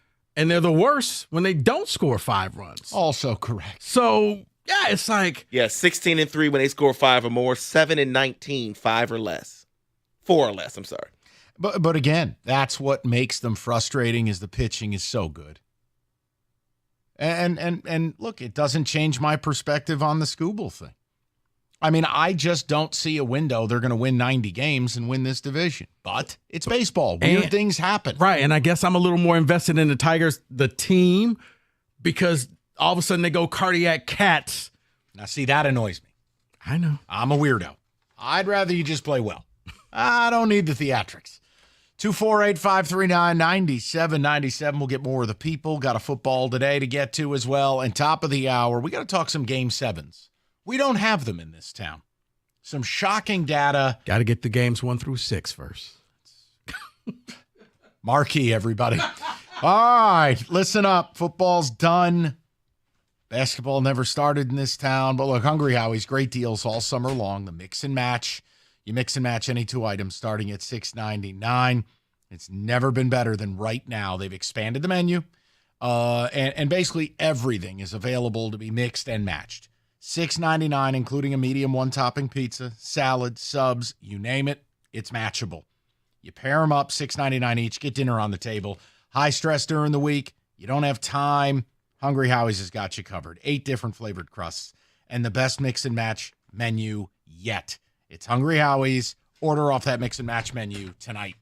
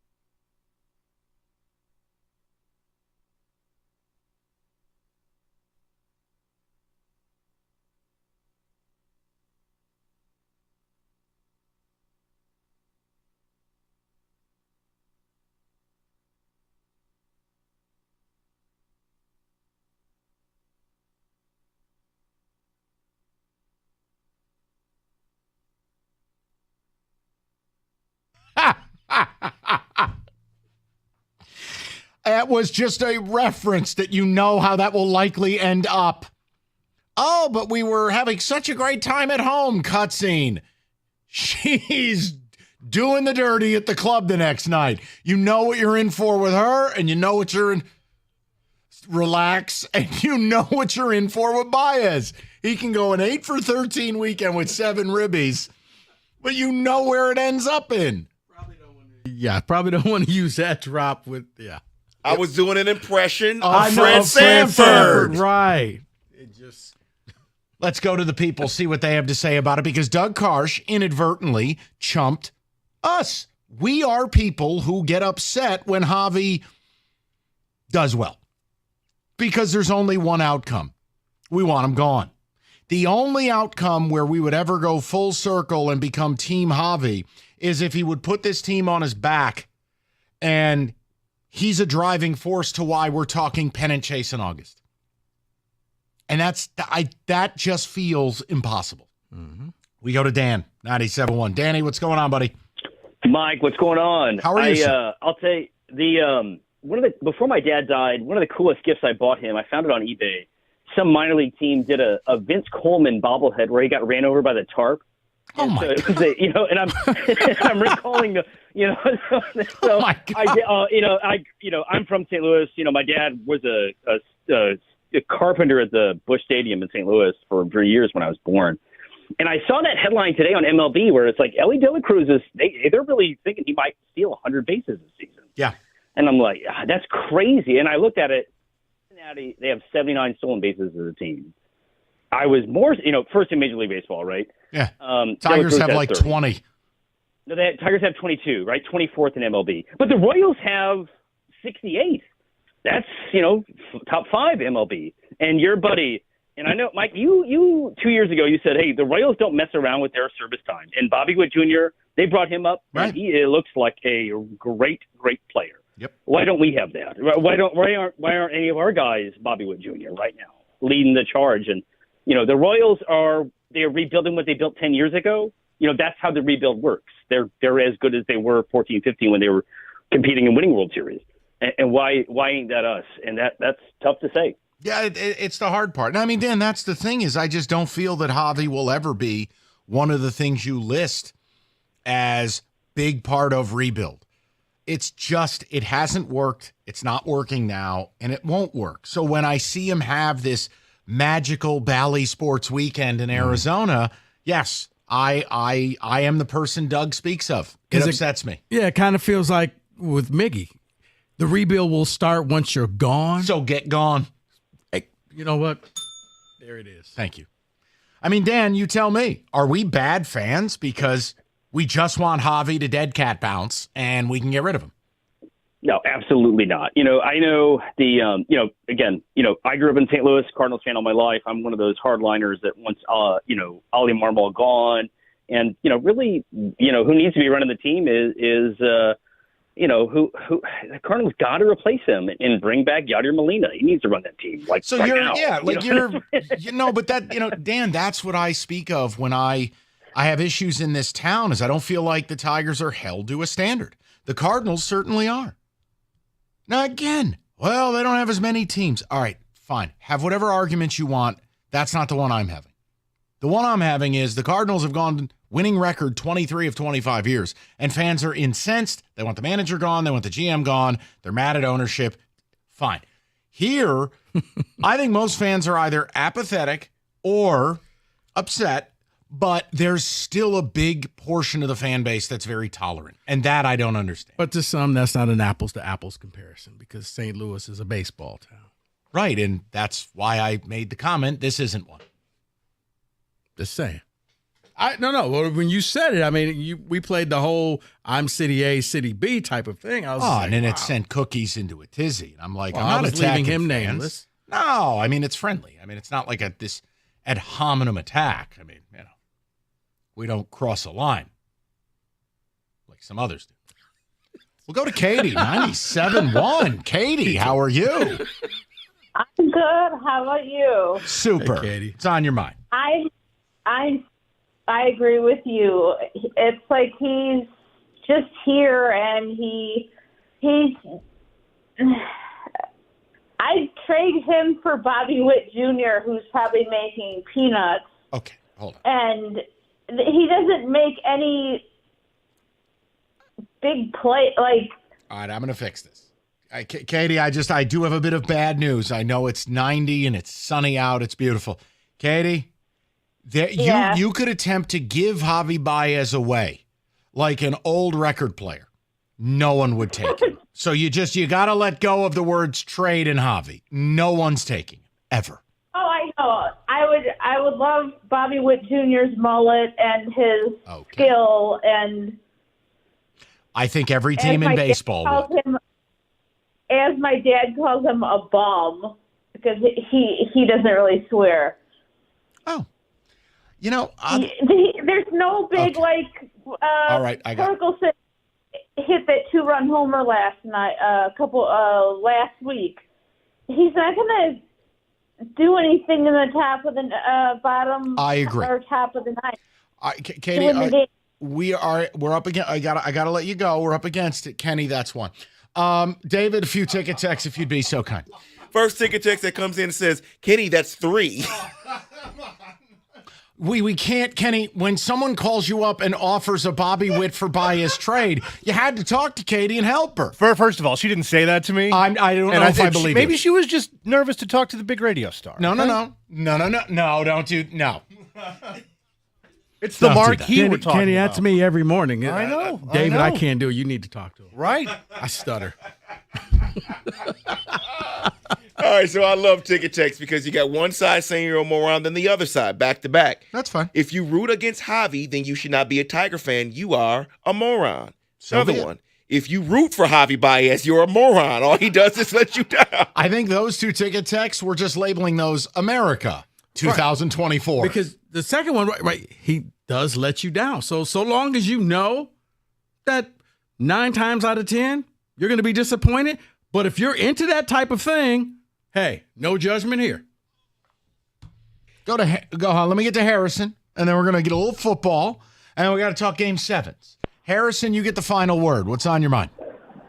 We talked about Bartolo Colon last week. It was the call of the week. It was the call of the week with the best player A, player B we've ever heard, Harrison. I'm still going to hit Javy with another garbage can today. Okay. Do you remember when we ran Brandon Inge out of town? I don't. Well, essentially, Brandon Inge was ran out of town, and that guy was a fan favorite. People liked him.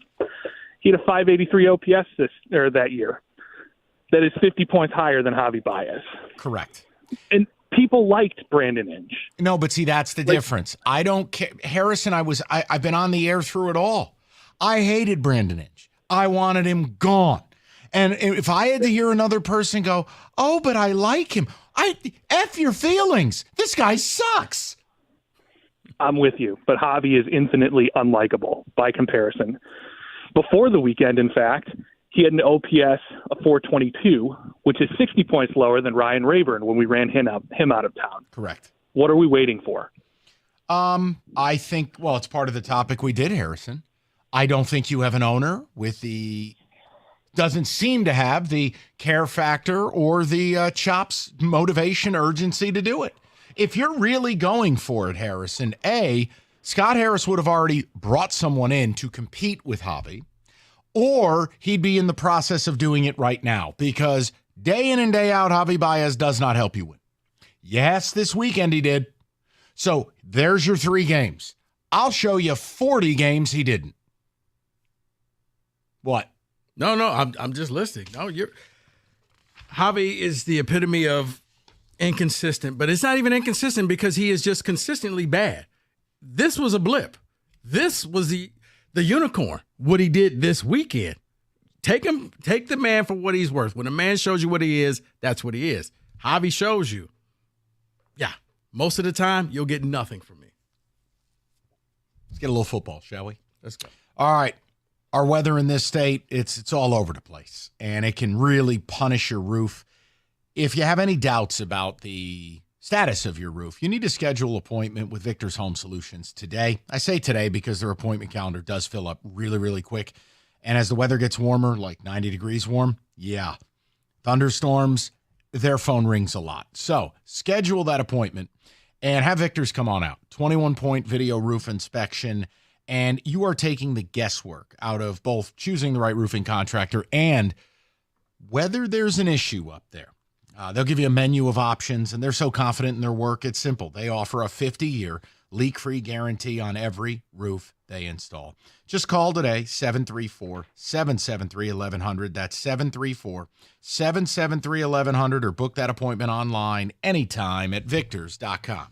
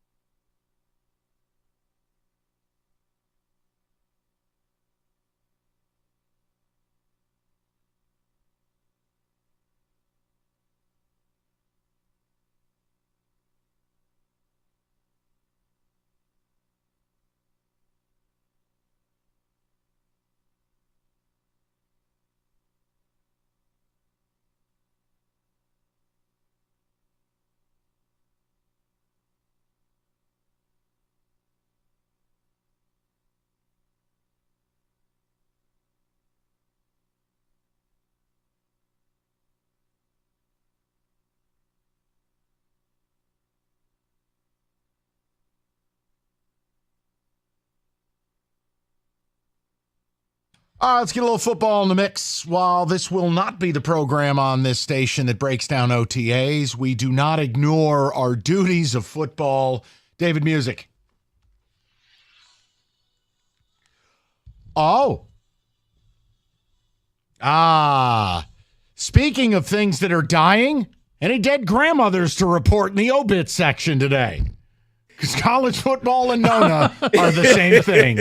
Go ahead. I got a couple issues, and then I'll get to some coaching on the hot seats type things. But I'm going to start this. This is going to Kenny here. Okay. Because there's one thing that isn't dying. Nona may be dying, but this sure isn't dying in Georgia.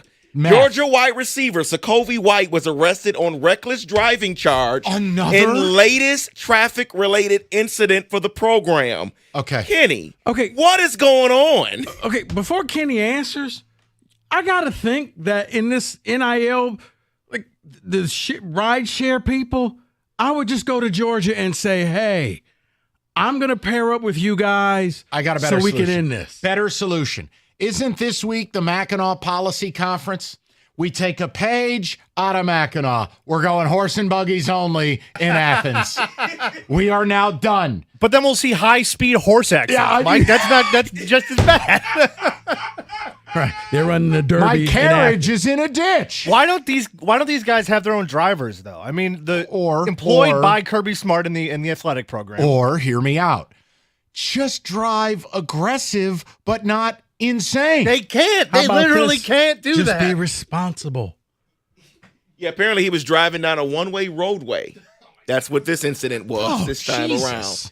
Yep. What is that? I mean, seriously, this is becoming a problem down there. If I'm Kirby Smart, like, guys, do I really have to hold a special meeting to say, don't drive stupidly?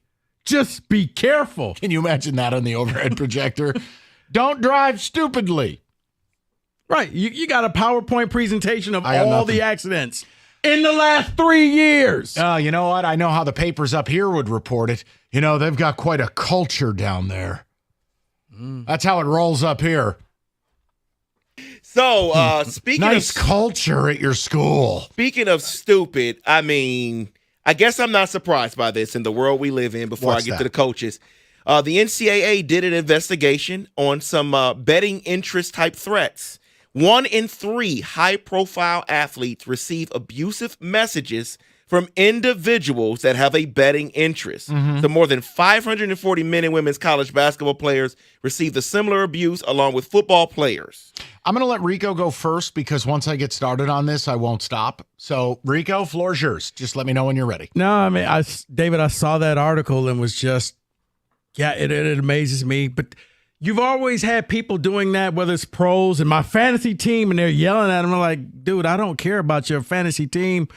But, yeah, I'm surprised that the number is that low. I thought it would actually be more than a third. Let me help you. First of all, in 2024, if you're a college athlete making money now in NIL, my first recommendation to you as your agent is get off of social media. Nothing good will come from it. If you have brand deals, we will post them for you. We won't even give you the login to your own account.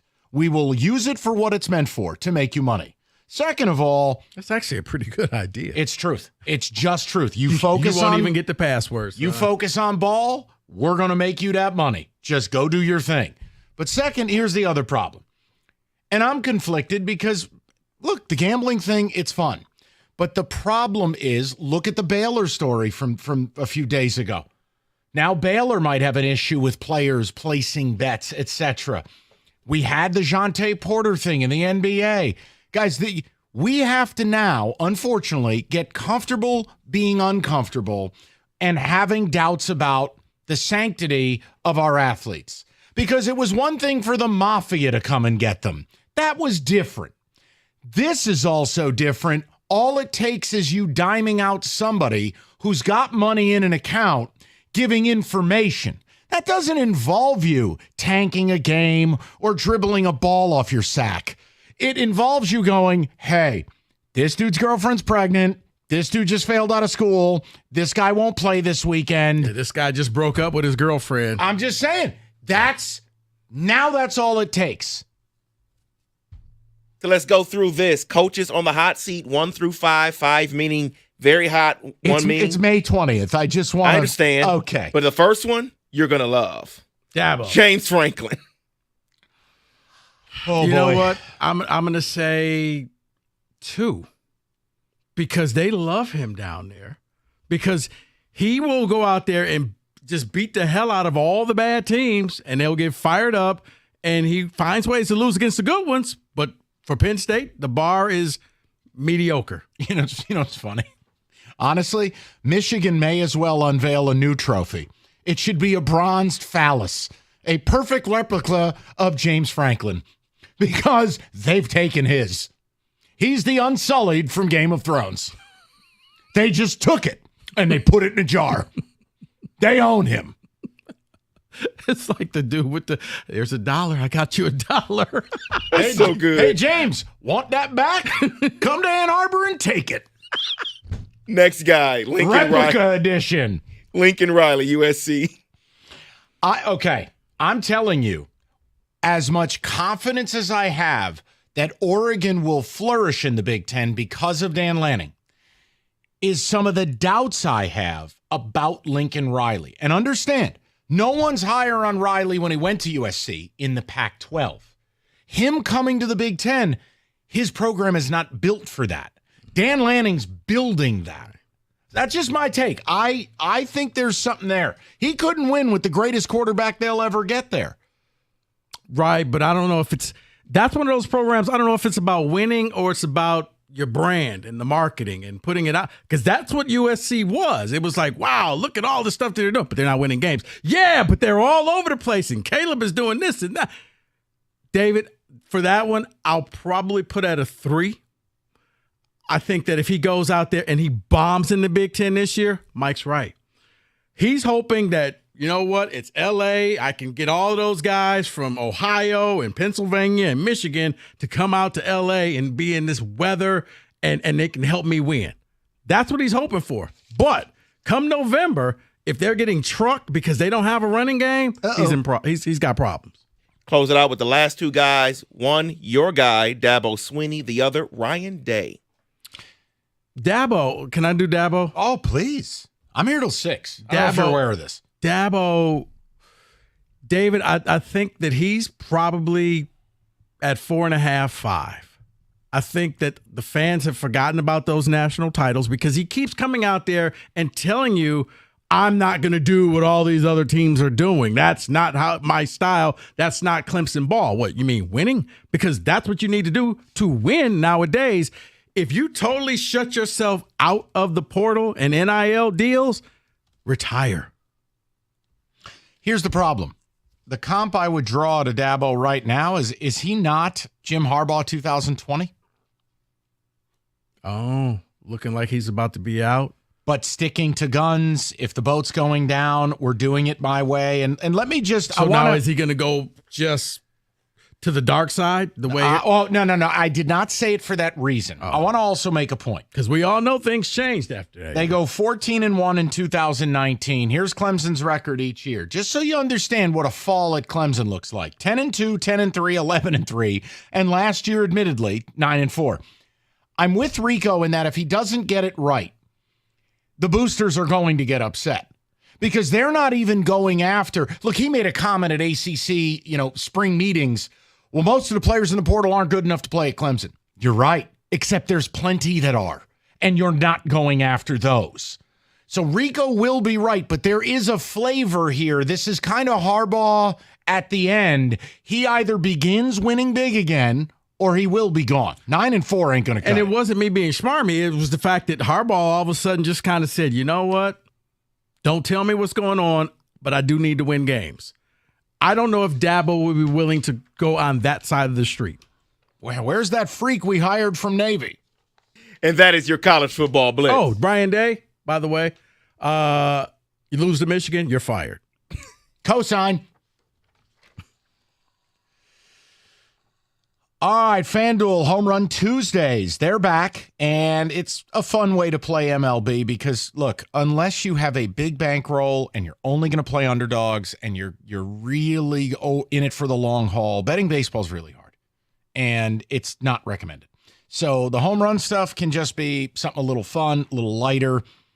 Tuesday nights, here's how it works. You place a $5 wager on anyone, and they'll give you bonus bets back for every home run hit in that game. So let's say you think Torque's going to go deep tomorrow night.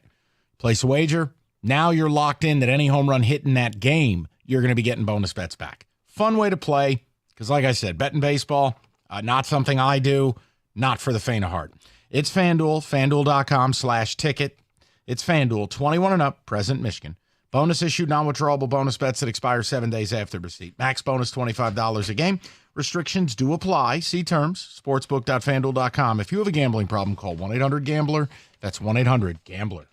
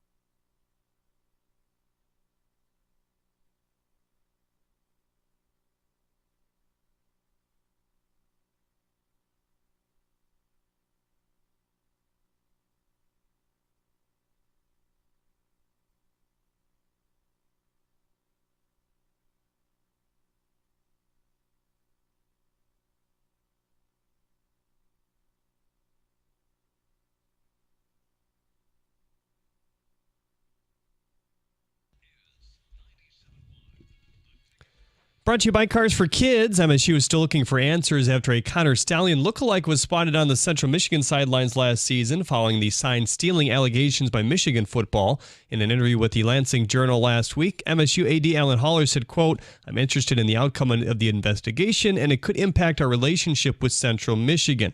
The Tigers are beginning a 3-game series with the Royals tonight on the road. On the Freak Days of the Roar podcast, Evan Petzold weighs in on the series.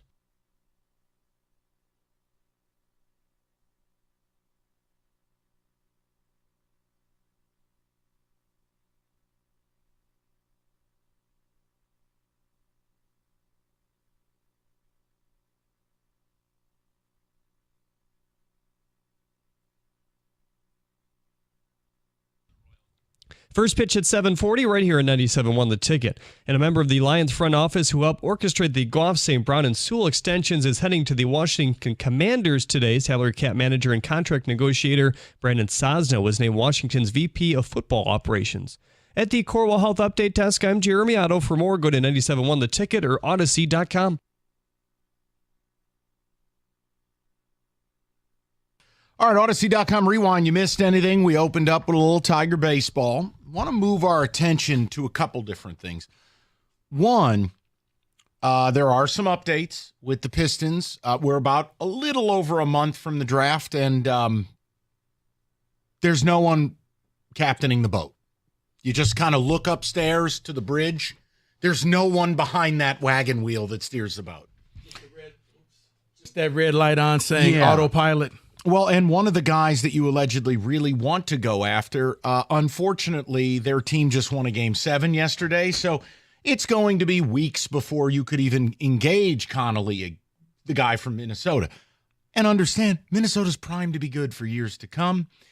He signed a 5-year, $40 million deal. He's got an opt-out. He will want a raise. Are we really in the business of paying the president of basketball ops $15 million a year and the head coach $13 million a year? The other one that is emerging, and part of it, I think there's a credibility. Part of it is I have to take a shot because, once again, the center of the universe is the planet Arn. So you've heard of Jupiter and Nebular and Mars and Uranus and Earth and the moon, and then there's planet Arn. Trajan Langdon could be your new president of basketball ops, and take a wild effing guess who his agent was when he played in the league. The Alaskan Assassin. Take a guess who his agent was. That would be Planet Arn. Arn 4000. Bingo. So look, we're just. You know what? I can appreciate the fact that Arn says, "Hey, Detroit's giving away money. I'm calling up all my boys. I'm going to get everybody a job." Hey, that's why they're probably taking Bazelius in the lottery, because his kid is his agent. And you've already brought no less than a dozen former or current family Tellem clients here. Why not just make Arn the president? What's the difference at this point? He's Don Corleone. Think about this. Remember the game you used to play? Did it start with the Howard Stern show or not? The 6 Degrees of Kevin Bacon? Oh, yeah. You just really need to do anything the Pistons do. You need to figure out, is it within 3 moves of Arn Tellem? I was going to say probably 3 or 4. You don't even have to go 6. It's either him or his kid. So, this guy, his kid is the agent, and he bore his kid. So you hire Trajan Langdon. All right, that's a former Tellem client. And then you draft Bazelius. That's Michael Tellem's client. So look, there's your update. We're not going to spend a lot of time on it because if they're not in a hurry, why are we? The more relevant thing is the Game 7s that took place.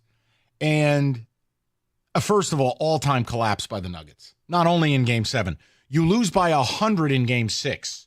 You're up 58-38, 2 minutes into the third quarter at home, defending champion.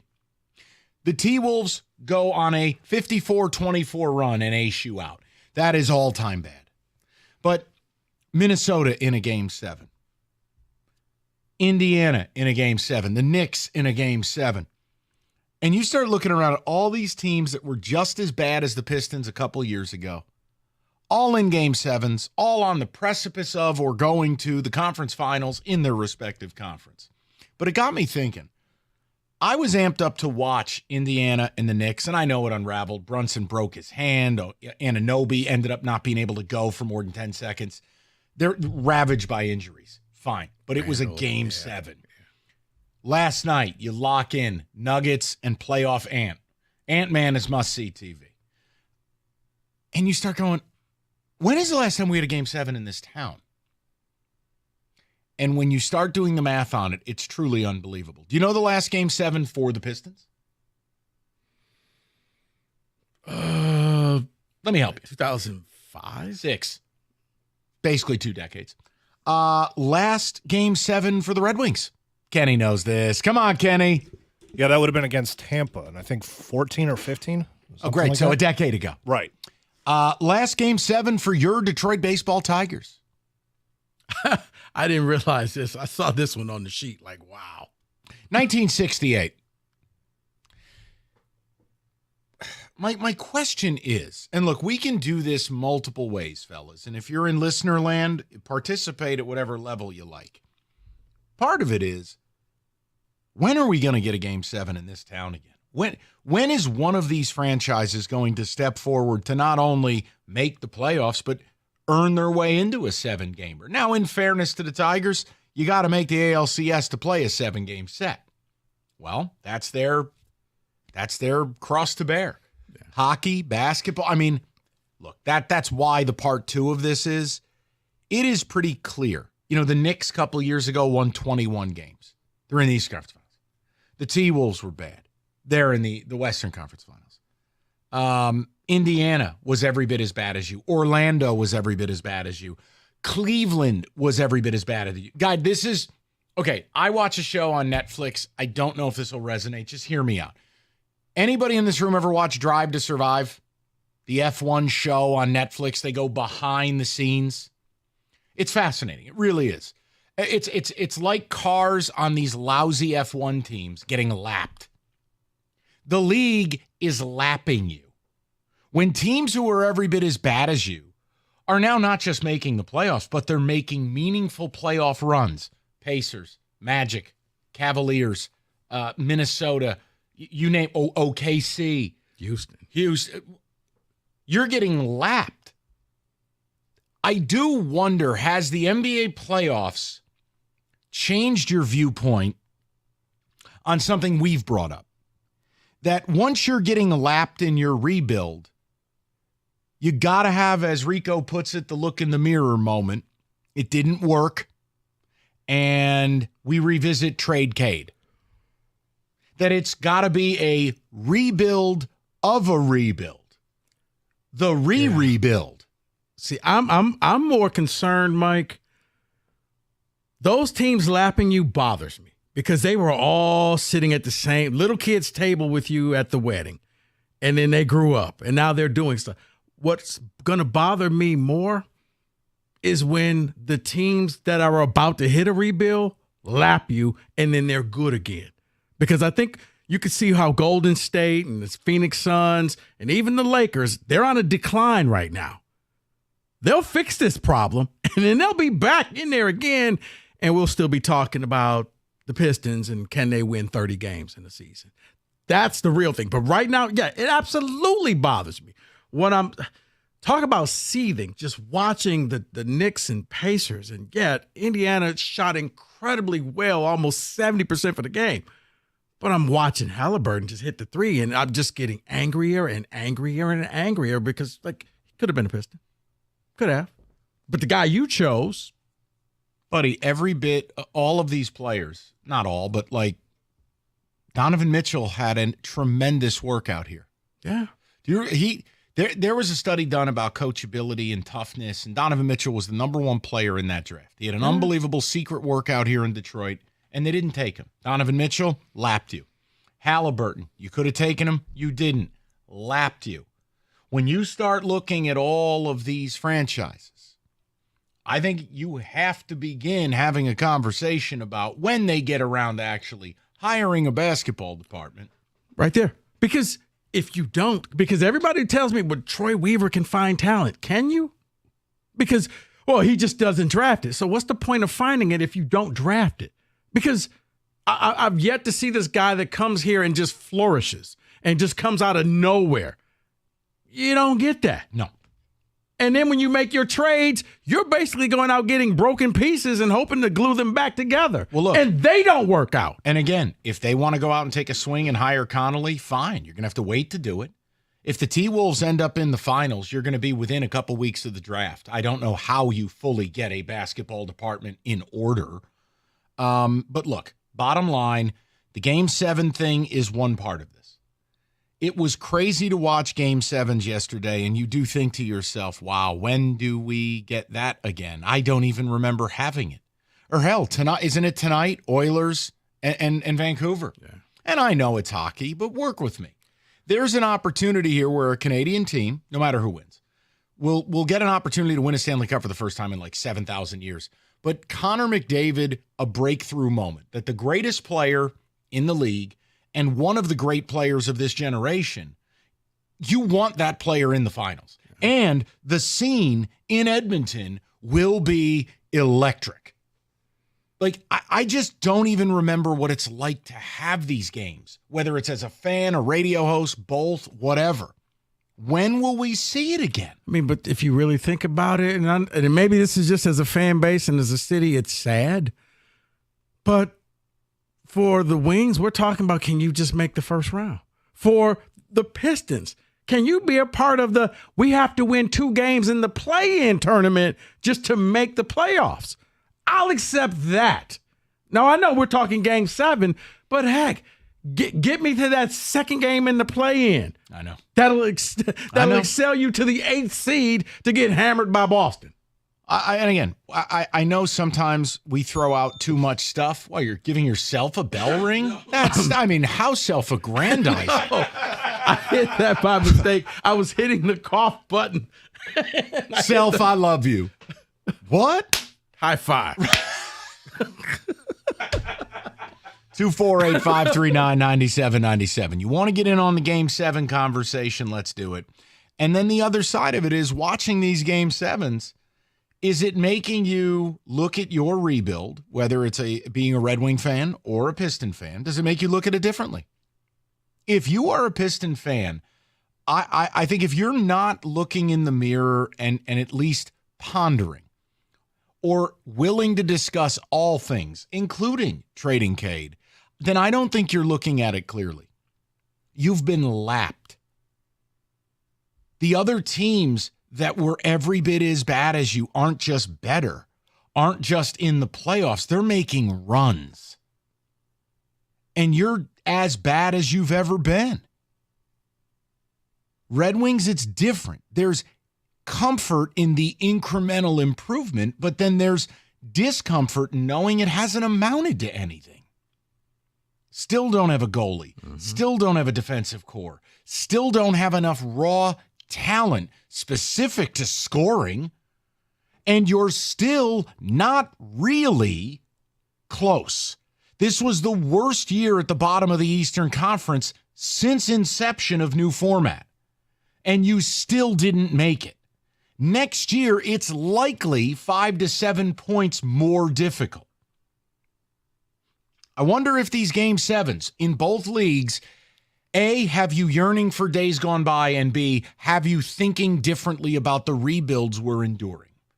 Any and all of that is available to you. 248-539-9797. All right, companies advertise BOGO offers all the time. AC, furnaces, look, nothing's for free. You want a fair deal, Mastercraft Heating, Cooling, Plumbing, and Electrical, they got you covered 24/7. Locally owned for over 40 years, and they back their work with a 5-year warranty. Mastercraft is your one-stop shop for heating, AC, plumbing, and electrical, and they'll beat any price. You bundle a new high-efficiency AC and furnace, you save yourself up to $2,000. Fast installation, great same-day service. Just visit mastercraftheating.com.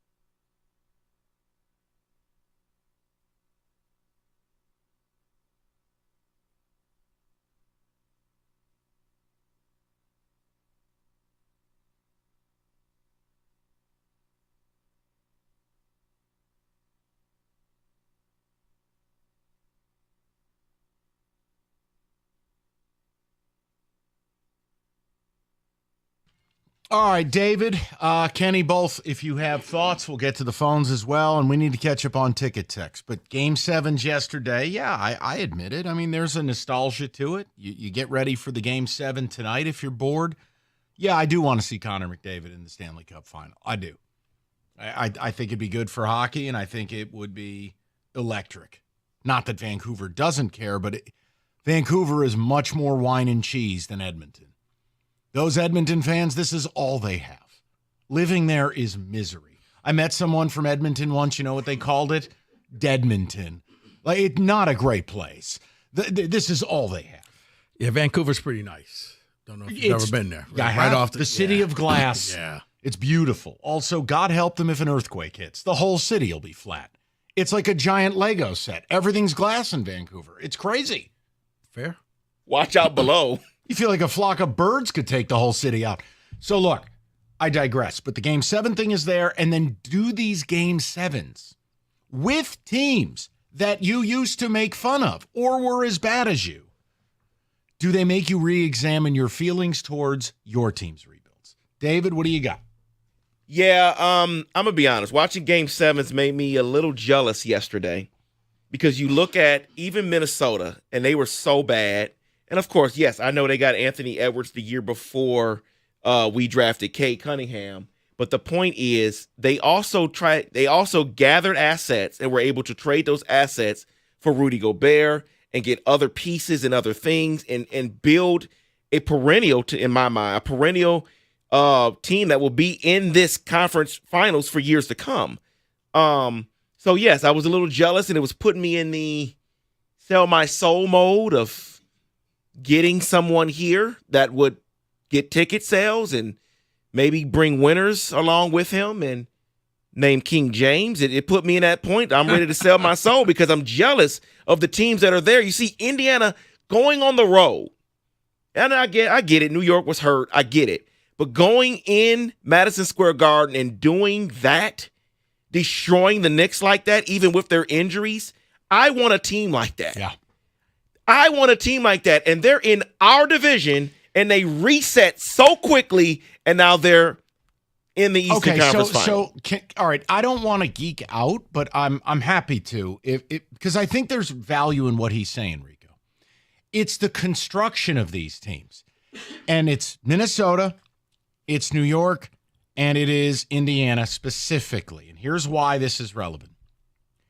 Trades or a huge free agent signing. Or both. Minnesota trading for Rudy Gobert. Minnesota drafting Anthony Edwards. Not a star, a superstar. Cade's not a superstar. Indiana trading a borderline all-star in Sabonis for Halliburton. I mean, it's a masterstroke. It's brilliance. And by the way, David, Enrico, Indiana also has a play style that's a ton of fun. Rev it up. Get the point guard, and Halliburton off that defensive rebound, they fly. I don't think that it's always going to be as fun as it was yesterday when they just couldn't miss, but you're right. They're always in the game. Even when they're down, they're still in their game. And then the Knicks, it's Jalen Brunson. And then a series of trades. I mean, where did Dante DiVincenzo show up? I haven't seen this guy since never. But he goes there and gets better. David remembers the last time you saw that. I do. You do. You hate to see it. For 3. And then, but again, traded for OG Anunoby. Bold. Big trade. Like, guys, when I'm sitting here on this trade Cade thing, that's not what I want to do. It's that I'm paying attention to how these other teams have done it. Let's say you keep Cade. Then here's my answer to you. Everything else must go. You package up Thompson and Duren and a pick, and you got to bring somebody here. So David, I totally understand where you're at with it. See, because here's my thing, and I know people are going to say, well, it's New York. Of course he wanted to go to New York, and his dad worked there. I get that. But the point is, if your organization looks good, he wanted to be with a winner. He's not just going to go. If he had an opportunity to come to Detroit this offseason, Jalen Brunson I'm talking about, he wouldn't think about it. You know why? Even if his dad worked there. Because the organization looks like this. The team looks like this. You're not going to sign for that. The Knicks were set up well, and he went and signed there. We're not even attractive. Well, that's my problem with the pursuit of Connolly, the guy who runs the T-Wolves. If I'm Connolly, the T-Wolves are set up to win in continuum now. And by the way, shades of the Pistons. And that's not disrespect, but the T-Wolves, they get in your ribs. They guard you. They're tough. Why would he leave? All right, money. I was about to say, Detroit is just good for money. The Monty Williams plan. I don't want to be here, but I'll be here. A bargaining chip. They're going to overpay. Leverage. And you can walk in there, hey, Detroit's willing to pay me this, so you better pony up. But look at the moves the T-Wolves made, and whether it's Jaden McDaniels, whether it is the acquisition of Naz Reid, whether it's Anthony Edwards and putting people around him to help nurture him, such as getting Rudy Gobert, getting Mike Conley Jr., finding a way to make it work with Cat. These are all things that you have to be a high-level organization to make this domino, like a setting up dominoes. Right. You got to make 10, 12 moves. I just don't see. I don't see it. And look, I worry with the Red Wings. I do. I worry because I don't feel the urgency, and incremental improvement doesn't really work that way. Generally speaking, it just, boom, we're back. It's very rare, like in the NFL. You don't go from 6 to 7 to 8 to 9 to 10. Generally, you go 4 to 10, 10 to 13 Super Bowl. It's very hard to do a linear growth curve rebuild. So for both rebuilds, I get a little worried. Clearly, the presence of Yzerman allows me more comfort than the Pistons. But watching these rebuilds in the NBA, Rico, I can't tell you how a Piston fan wouldn't at least consider the trade Cade scenario. Well, the one that you should really be bothered with is Houston, because they were right there with you. And when you drafted Cade, they took the guy that you didn't want, and they were in the play-in. Yeah, 41-41. And you were half of that. Less than half of that, yes. Okay. 14 wins. That's basically a third of that. Trying to make you feel better. I don't want to feel better. But this is where you're at. It's like, well, Houston was right there with you, and they've lapped. How about the Cavaliers? And I understand no one's telling you they're perfect, and Mitchell may walk out the door. But the Cavs were like a 15-win team. Now the Cavs are sitting there in the second round of the NBA playoffs. Yeah. And by the way, Jared Allen was hurt. And Donovan Mitchell was hurt. And they were playing the best team in the East. The point is, they lapped you. Orlando lapped you. It feels really hopeless. Truly. It feels like 4 years ago. 248-539-9797. All right. Weather, we're ready to roll. It's summertime. Whether it's trips up north, road trips out and about, Moran Buick GMC will get you in the right vehicle. 24 Terrains starting at $279 a month. 24 Buick Encore GX, $229 a month. New stock arriving daily. Easy online ordering system at MoranExpress.com. And yes, they have Yukons and Denali's in stock. Make sure your current vehicle tip-top shape for the road. Get in for certified service, MoranExpress.com. They offer the free loaner, so you don't waste your whole damn day. It's fast and easy. MoranExpress.com at Moran Buick GMC, where you always get the best price, period. It's on Telegraph, just north of Eureka and Taylor, or at MoranExpress.com.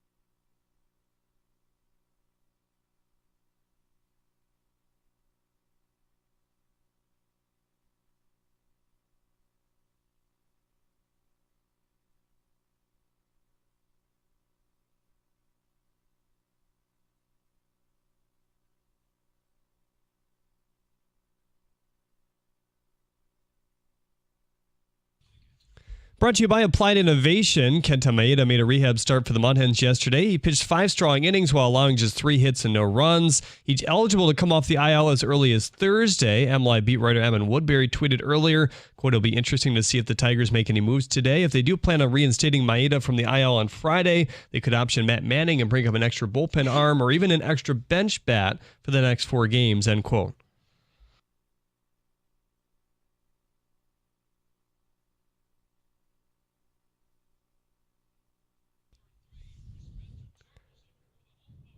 Kauffman Stadium has felt like home for Spencer Torkelson as well over the last 2 years. He's got a .927 OPS during 17 games, 6 multiple hit games during that stretch as well. Reese Olson makes the start for Detroit tonight as he faces Michael Wacha. First pitch at 7:40 right here on 97.1 The Ticket.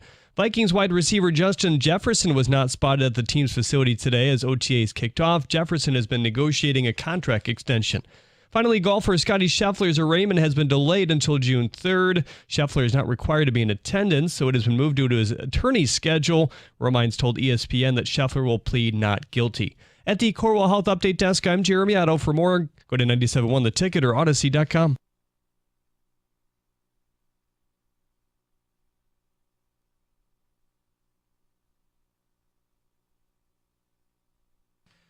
All right, right to the people. We go to our man Julian to lead it off at 3:30. Jules, what's going on, buddy? How are you? Gentlemen, top of the afternoon to you. Good to talk to you again, man. What's on your mind?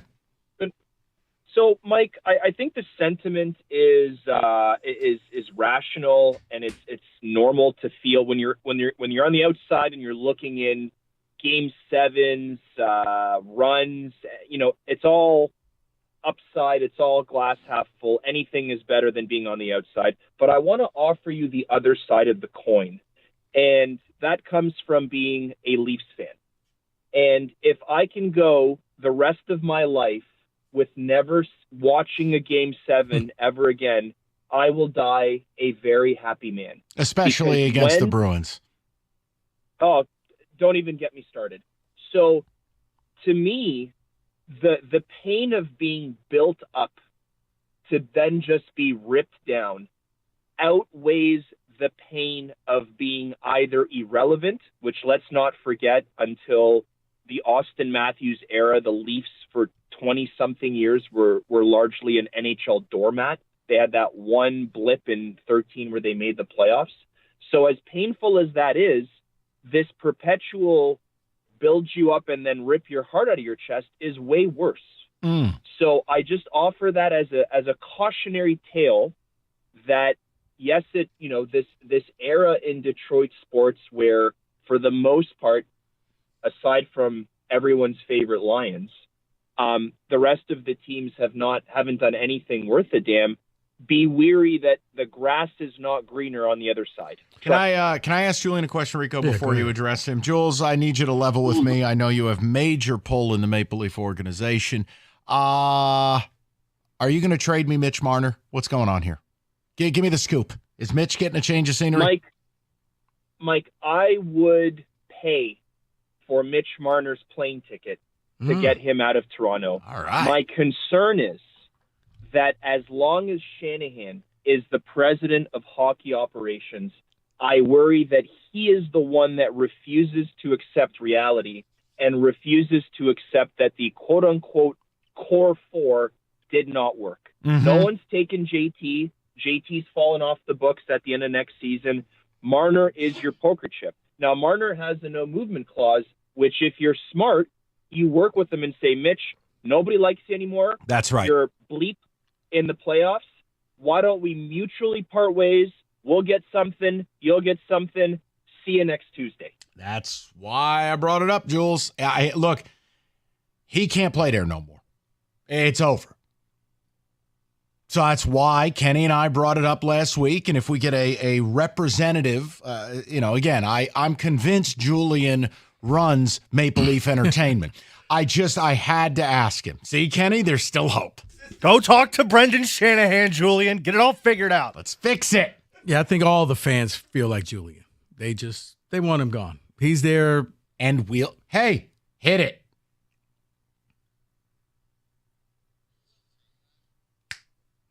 Another man's trash is another man's treasure. Let's go. Randall, 97.1. Randall, what's going on, buddy? How's it going, guys? Good. What's on your mind? Man, I'm not jealous. I'm angry at these Game 7s. I'm looking at, we are so far away. Before, I was against trading cake. I'm all down. Trade the whole team. And it's to the point now where you have a GM who's going to make picks that he's going to only do what he can to save his job, which means we're going to be jacked up for the next few years. And we have no draft capital. We owe the Knicks a pick. I'm angry. Yep. I'm watching these Game 7s. I don't know the direction of the Pistons. Hey, you want to get really upset? Let me help you. The all-rookie teams were released today. So here's the fruits of your labor. First team all-rookie team. Because, obviously the Pistons had another high draft pick, right? Mm-hmm. Wemby, who went number 1. Holmgren, who went number 2. Brandon Miller. Jaime Jaquez. And then the kid they call AirPod. Podziminski or whatever. The kid who was at Illinois and then Santa Clara. Okay. Wow. Second team all-rookie. Hold on. We have a Thompson, just not the one you drafted. Amen, Thompson on the second team. Cason Wallace, Derek Lively, Keontae George, and G.G. Jackson. So yet another year where Troy Weaver selects another player up high who can't play worth a damn. Well, you did have 2 people on the honorable mention. That's because everyone gets mentioned. Yeah. You get a Capri Sun and a certificate. Yeah. We're talking a couple years before they even, I'm thinking, making a plan. Or being at the bottom of the playoffs. We know we're close to competing. No, Randall, the only way you'd have a seismic shift, we always use the phrase, if you want to accomplish things in life that you've never accomplished, you got to do things you've never done. Mm-hmm. This team is going to have to make bold, brazen moves. That means trading players you've never thought about, signing guys, 3-team deals, maneuvering in the draft, maybe trading out of the draft. Can it happen? Can you do what Houston did? It's possible. But once again, I'm still looking at candidates for this job that include the likes of Scott Perry, who may as well ride a tandem bike because he's best boys with Troy Weaver. It's why, a lot of people got angry and a lot of people made fun of me. I'm like, hey, maybe you just bite the bullet. You take Bronny, you hope that LeBron comes. It's a short-term solution, but here's the thing. If LeBron James comes to Detroit, he's going to bring people with him, and you'll be relevant again. It's not Sunday anymore. I'm not watching the Game 7. I can't agree with this anymore. I'm not that desperate anymore. I'm done. David's desperation you know what, David? It's gone. Then you know what, David? You're not hungry enough. That's it. You're not. You need to go pray on it. All right, listen, winter and spring in this state are absolutely lethal to our roofs. It's simple. If you think you have a problem or you want to find out, Victor's Home Solutions will get you those answers and get you squared away. Call today. Get a spring roof inspection and schedule it as they get very, very busy. But whether it's the thunderstorms, the freezing and thawing and refreezing, dude, your roof gets put through hell in this state. Let Victor's get out there and ease your mind as to the condition of it with a 21-point video roof inspection. You'll get great customer service, more 5-star reviews than anybody else, and they are so confident that they offer a 50-year leak-free guarantee on every roof they install. Just call today, 734-773-1100. That's 734-773-1100, or you book an appointment online at victors.com.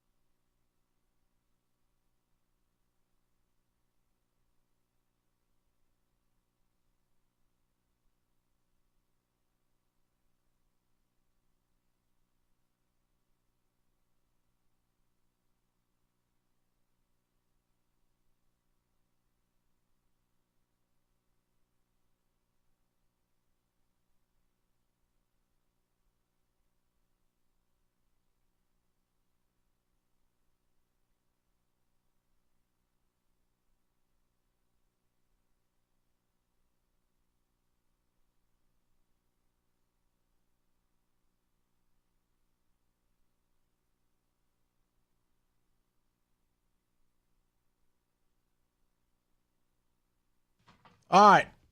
Let's touch the table. A little bit of football here. David, music, please.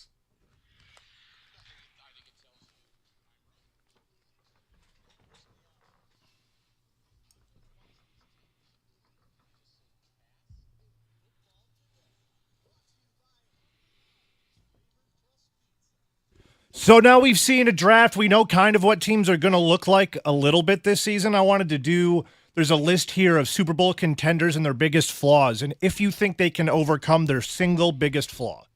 All right, yeah, okay. I'll play, but as long as we're not breaking down OTAs. We're not breaking down OTAs. I found a fun list. I figured that's better than who's there. Fine. Doug and Scott were all over the OTAs. Gator was giving a scouting report on some Canadian Football League guy. I'm going, all right, well, you do you. Let's start in the division. Green Bay, shallow cornerback depth fails to compensate for injuries. I think their defense as a whole is a huge question mark. I don't care how many players you draft high. It never performs. Name the last time the Packer defense came up with a big stop. So, Kenny, it's fair, but I think they have the X factor. They have a burgeoning superstar at quarterback. So you're saying the Packers are going to have to be one of those teams that just, they got to outscore you. Yeah. They're not like the Ravens where it seems like if you can score 21 points, the Ravens win every game. Packers probably going to have to put up at least 29, 30 points. You and your numbers. I don't know, Rico. I can just tell you if Love has the ball last, you're probably losing. 78.6 gigawatts. I don't know. Sorry. You're Mr. Analytics guy. Here's the analytics. They have a superstar quarterback. For me, I think they can overcome that. Yes. Okay, so Dallas, which I don't even know why they're on this list. The answer is no. Not a Super Bowl contender. Not a Super Bowl. So we can't even get to the flaw. They have no ground attack to balance out Dak. Do you agree? Very true to me. Yeah, I mean, they just find ways to lose all the time. And they have an annoying fan base. You know what they are? They're the Knicks playing football. We'll take that. And this one is Houston. Poor short yardage run defense is Achilles' heel in close games. Yeah, I'll disagree. Okay, fine, if that's the weakness, but can they overcome it? Yes. All-world QB, crazy offense. And you know what they do have defensively? Difference makers. And whether that's a Will Anderson, a Christian Harris, they got the freaks. So you're saying they can't stop the run, or they? Yeah. No, I mean, because guys are going to get better. So from year 1 to year 2, yeah, they can overcome. And we touched upon this one a little bit last week, but Philly losing Jason Kelce, how badly that affects their offense. I don't think they can overcome that or the fact that their coach might be hated by everybody. Your microphone is off again. What happens? I think they should be able to overcome that. Now, I'm not going to say it's going to be this easy thing to do, but with the rest of the offensive line there, if they can find just a good center, they can keep this party going. So the next one is Cincinnati being kind of a one-trick pony offensively, resulting in predictable game plans. No, disagree. Loaded across the board, elite level quarterback, just a dead game winner. Okay, you could say, fine, that's the weakness. You ask, can they overcome it? Yes. So you're saying the one-trick pony is they just throw the ball? They're playing 7-on-7? They just beat you in the air, yep. No, they should be able to. They can run the ball. They have to. In that division, the way it gets cold in Cincinnati, you have to be able to run the ball. The next one here, the Bills. Josh Allen self-destructs without a lead wide receiver. Yes, agree with your assessment. And agree that they cannot overcome it. Woo! Who needs a check down? We're in Vegas. Yeah, because they don't know if they need to really invest and go get a wide receiver, or can we do it on the cheap the way Mahomes is doing it? But you're half wet. You got to decide. Okay, we're going to go all in. We're going to bring in this superstar, or we're going to go out and really draft. And they're hoping that Keon Coleman is going to be the next great superstar. That brings up the question, too, are they even a Super Bowl contender right now after losing all they lost in the offseason? I don't know if they belong on this list. They weren't a Super Bowl contender with me last year, and I don't think that they gotten any closer. As a matter of fact, I think that their window is pretty much closed. I'm pretty sure Rico just patted himself on the back. Second time this show. It's impressive. There it is. Self-bell ring. I'm going to go ahead and guess you're going to say that this is not something they can overcome, Lamar's lack of an offensive line. or the fact he sucks. How about that? How about that? It's not the fact that it's a lack of an offensive line. It's the fact of what you saw Kansas City do. Okay, Lamar, beat us. Stand in the pocket, make the throws, and beat us. We're not going to let you run. Essentially, Kenny, look up a famous player named Dexter Manley. He was illiterate. That's Lamar reading a defense. You have Dexter Manley at quarterback. He can't read a defense and make on-time, accurate throws. You could throw a flag, and we've just reviewed it. The play stands as called. Poor Dexter's walking out to his car, just took a stray from nowhere. Rico, the guy was in the NFL. He couldn't read. Mike's in the grassy knoll right now. We had academic questions. I'm saying that Spagnuolo's game plan is the most laughable thing of all if a quarterback's any good. We want you to stand in the pocket all day, read defense, make throws. Help me, I'm poor. Where are all my Lamar haters? All the people who get mad at me about Lamar. How many years I got to be right about this guy? Well, it's funny because we talk about here when it comes to golf, like we want some mobility. For there, it's okay. Lamar, make the big time throw in the fourth quarter. We know you can run, but we're going to limit that. And and I'm not going to say they're going to make it easy for you, but you're going to have opportunities if you have the receivers. You get the ball on time, you could beat teams. He just shows that he hasn't been able to do that lately. Let's go out to the privileged paradise of San Francisco. Offense crumbles due to unreliable depth behind Trent Williams. Privileged paradise. Fantastic. No, I'm going to say that they can overcome that. They drafted some people. They went out and got some folks for the offensive line. They'll be okay offensive line-wise. Michael? I think the only thing they couldn't overcome is if Trent Williams gets hurt. I don't like the rest of the O-line. I think they're just people. They're not terrible. They're not difference makers. If Big Trent gets hurt, that's the difference. Because then that offensive line just becomes below average to average.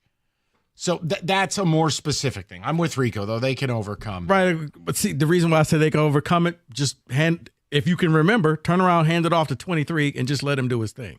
Now, I know they forgot to do that in the Super Bowl, but give the ball to McCaffrey, and he's one of those backs, Kenny, that he just needs a little bit of a crease. And last year we got the Kansas City Chiefs at saying Patrick Mahomes facing too much pocket pressure. They can overcome whatever they want because Patrick Mahomes is not human. Full stop. I quit. I just give up. No, I do wonder how many more times can he pull the rabbit out of the hat? And I don't know, Kenny. I think that I'm not going to say like Buffalo, they can't, but it's getting a little more difficult because people are starting to see, okay, in order to beat the Chiefs, you need this. Now, granted, Mahomes can cover up a lot of things, but the Chiefs didn't look like the Chiefs last year, that dominant team. Yes, they won the Super Bowl, but they didn't look like, man, you have no shot at beating this team. The Lions, if you were wondering, was their intermediate pass defense. They don't have a coverage linebacker that can do the job well, and that's going to be the thing they can't overcome. I think I worry a little bit more as they only have one established corner. Obviously, Carlton Davis has been hurt.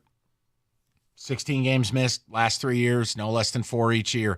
When you lose Carlton Davis, or if you lose him, you are asking rookies to not only play, but not only start, but be CB1. Mm-hmm. I would say that's a bigger fear for me than a coverage line. That's a very niche And see, for me, I'm going to still harp on this because I'm not the big fan of James Houston, but opposite of Aiden, you need somebody on there to contain the quarterback because that's always been the Achilles heel. You let the quarterback break containment, and then he rushes on you.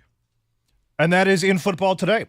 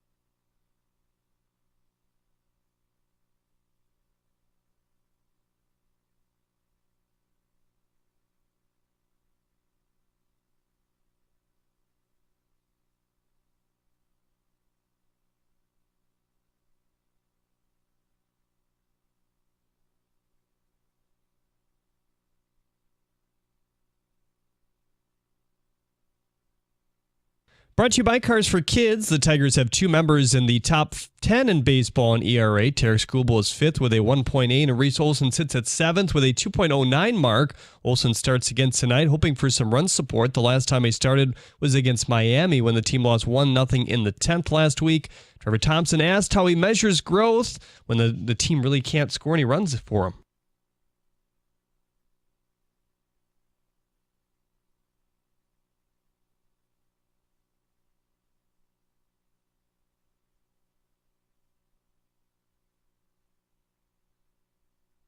Pregame for Tigers and Royals starts tonight at 7:15 here on 97.1 The Ticket. Top prospect Jace Young continues to swing a hot bat in Toledo. He's slugging over 500 on the season with 8 home runs. He was 3 for 7 yesterday with a homer and a pair of runs scored as well. Auburn running back Brian Batty is currently in critical condition after his brother Tommy was killed in a shooting in Sarasota, Florida Saturday. Batty was Auburn's top kick returner last season and also rushed for over 200 yards. At the Corwell Health Sports Desk, I'm Jeremy Otto. For more, go to 97.1 The Ticket or Odyssey.com. All right, 4 o'clock. You missed anything? Odyssey.com rewind. We opened up with some Tiger talk and whether people who root against Javy are bad fans. Doug Karsh chumped all of us. And it wasn't mean in any way, shape, or form. It was a good conversation. If you want that, go get it. Talk some Game 7 stuff. But see, now I'm very excited, Rico. I had a topic on here, and Rico has no idea what it's about. All I put on the show sheet was a reading. And apparently I was talking with Evan. You're like, would you shut up? I just don't want you ruining where we're at. Now, listen, if I'm going to do a reading, I need my spiritual advisor, David Hatchetman Hull, to join me. Now, David, I see a lot of things happening back there. Evan is, is Evan using wet wipes? What is going on back there? He's cleaning up. Okay. David, are you prepared? Because David has helped prep my speech. We're going to do a reading. Okay. Because I saw something happen in the world of sports that, to me, it is the end of days. So naturally, when we think end of days, I know I always refer back to the book of Revelation. And by saying that, I mean I've never read the book of Revelation. And I will tell you, David, in researching, I don't know how anyone reads this. It's barely written in English. Okay. Mike is about to open up some seals. Okay. We're going to have a conversation. No, because I want to tell you, I think I've identified the 8th pile of ish that's about to go wrong. So we're going to add something happened in the world of sports. That's going to be what? The 9th sign of the end of days? You'll have the 8th. What you have is the 8th, yes. Okay. So, Rico, quiz. Can you name the 8 signs of the end of times? Not all 8. Well, how many? I want to test your level of faith before I add to the list. I mean, I'm clearly versed in the book of Revelation. False prophets. That's 1. Wow, you're really terrible at this religion thing. No, I mean, I didn't know what we were talking about today, so I'm hey, we do a sports show from and 2 we to are 6. going to bring it to sports. But I figured if you popped up on Jeopardy, and it was potent potables and a petit déjeuner, and it was Book of Revelations, Rico would be like, boop boop, Book of Revelations, and I thought you'd ace the category. I didn't know you were a fake religious person. Whoa! So here's the deal. Brother, you could question a lot of things about me. That's not one. I am aware.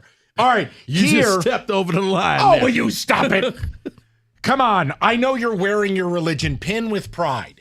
5 stars. Now listen to me. Mm-hmm. Here are the 7 signs of the end of days. Antichrist, wars and rumors of war, natural disasters, persecution, false prophets, depravity, and preaching of the gospel. Now, I saw something in the world of sports that should be on this list. And David has already called Bible.com to update this. It's like Wikipedia, but different. The 8th sign of the apocalypse. We have Wolverines becoming Spartans and Spartans becoming Wolverines. People's pets' heads are falling off. Is there anything right with the world anymore? As we left the air Friday, it's as if Michigan and Michigan State in some sick twisted Book of Revelations plague thing completed this satanic trade. Mangum leaves MSU for Michigan. Well, he's dead to me. And then you get a kid from Michigan going to Michigan State. I don't even want to root for him. Samaj Bridgman. Sure. Not going to work here anymore. So here's the deal. This is the end of days with college football. You cannot have players from these two schools going the other way.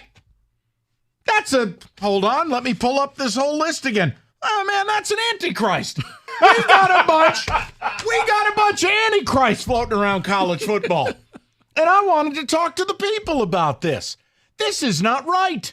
If you're a Michigan fan, you do not want a Spartan. And if you're a Spartan, you do not want a Wolverine. This is, checks notes, these are some false prophets up in here.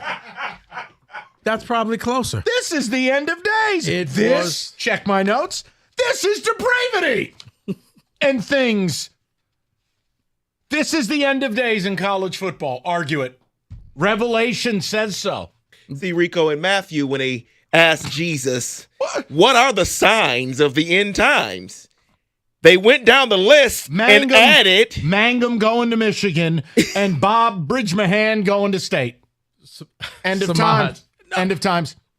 False prophet. No, because when it happened like it happened an hour after the show, I sent you guys a text saying, and the trade has now been completed. Depravity.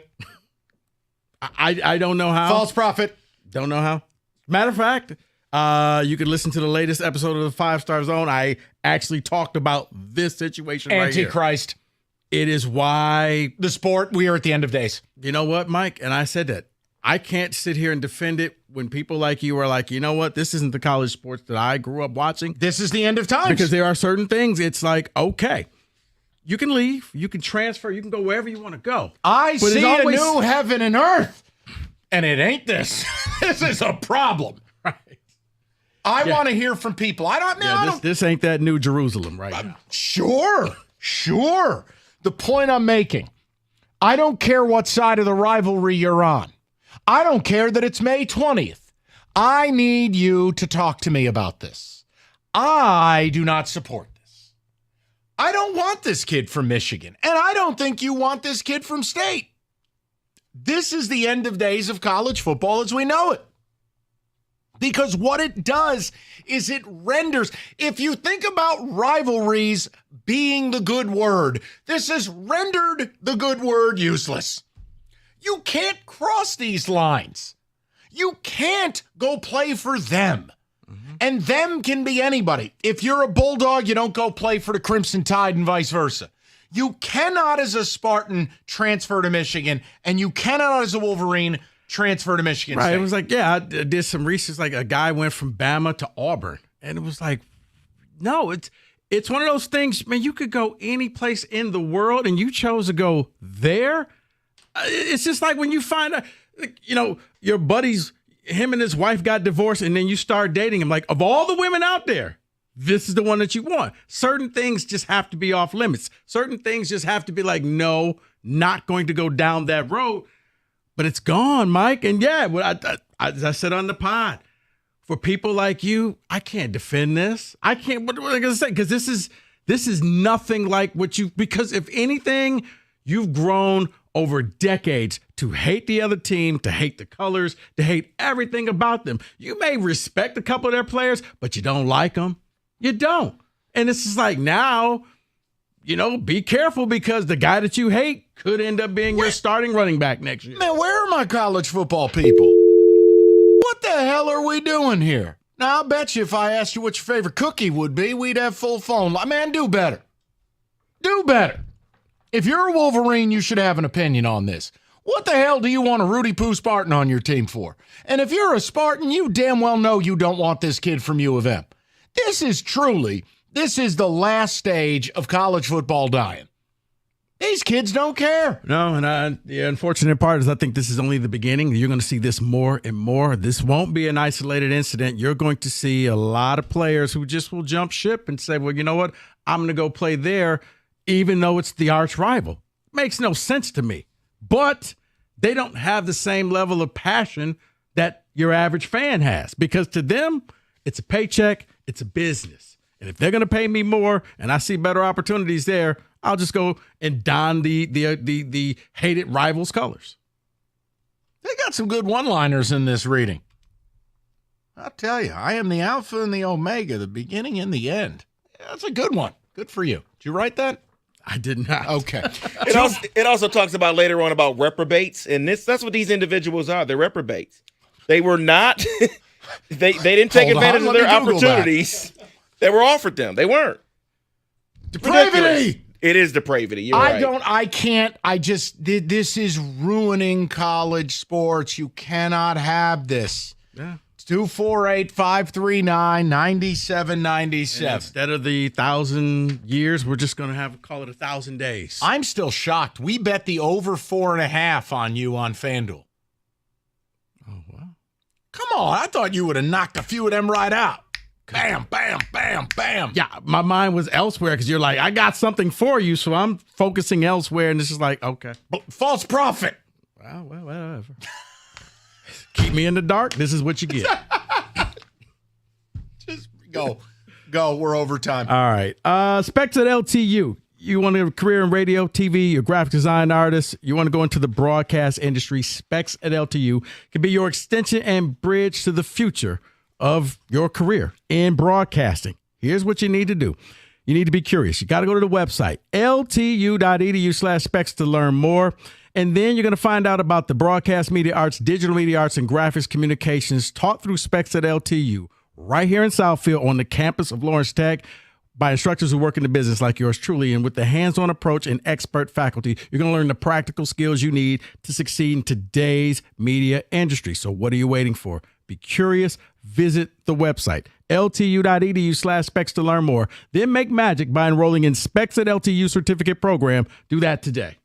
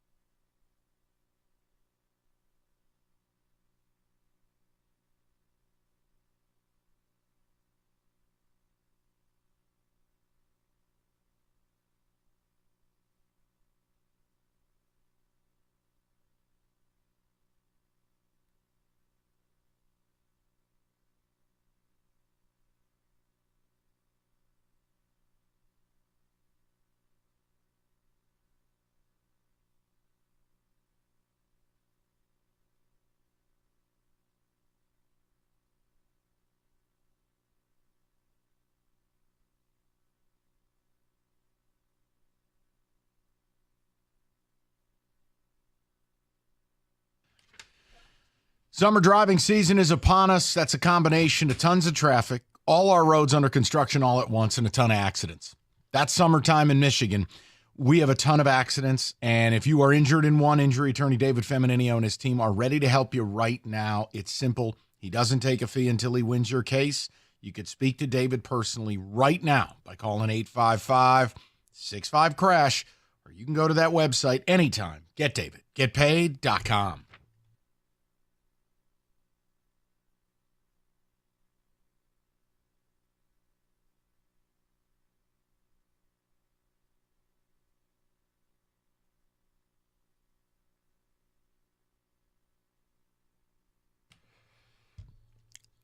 David, I was talking with Rico about something, and we're going to get to the phones, and certainly we've got ticket text to get to, the end of days of college football. David, does the church or who's ever responsible for printing the Bible, do they have a PR firm? I'm not sure about Because that. I'll tell you one thing, I think I could move a lot more product here. They got to do a Bible for dummies. They do. They have all kind of versions. Yeah, let me tell you, the version, impossible to read. How do you expect people to read this thing? It's so many words. I said Revelations is pretty much a major. Like if you were studying, it's like its own course, from the signs to the horsemen to there are horses, the 4 horsemen of the apocalypse. I'm in. That's all you had to say. My point is, you don't want to see those horsemen, but yes. Why can't we just rewrite this thing to make it an easy read? Oh, there's some easier reads. It is. What is that called? Bible for heathens? No, English Standard Version. There's a Message Bible. Yeah, there's all kind of versions out there. Really? That's just a couple. There's a whole... Right, even just almost like each book, like Bibles for dummies. That's what we need. They do. Go to the Children's Bible. You can do that too. It's 4. That's what I need. It's okay to do it. Go ahead, do it. But yes, it's where Notre Dame got the idea of the 4 horsemen from there. I like it.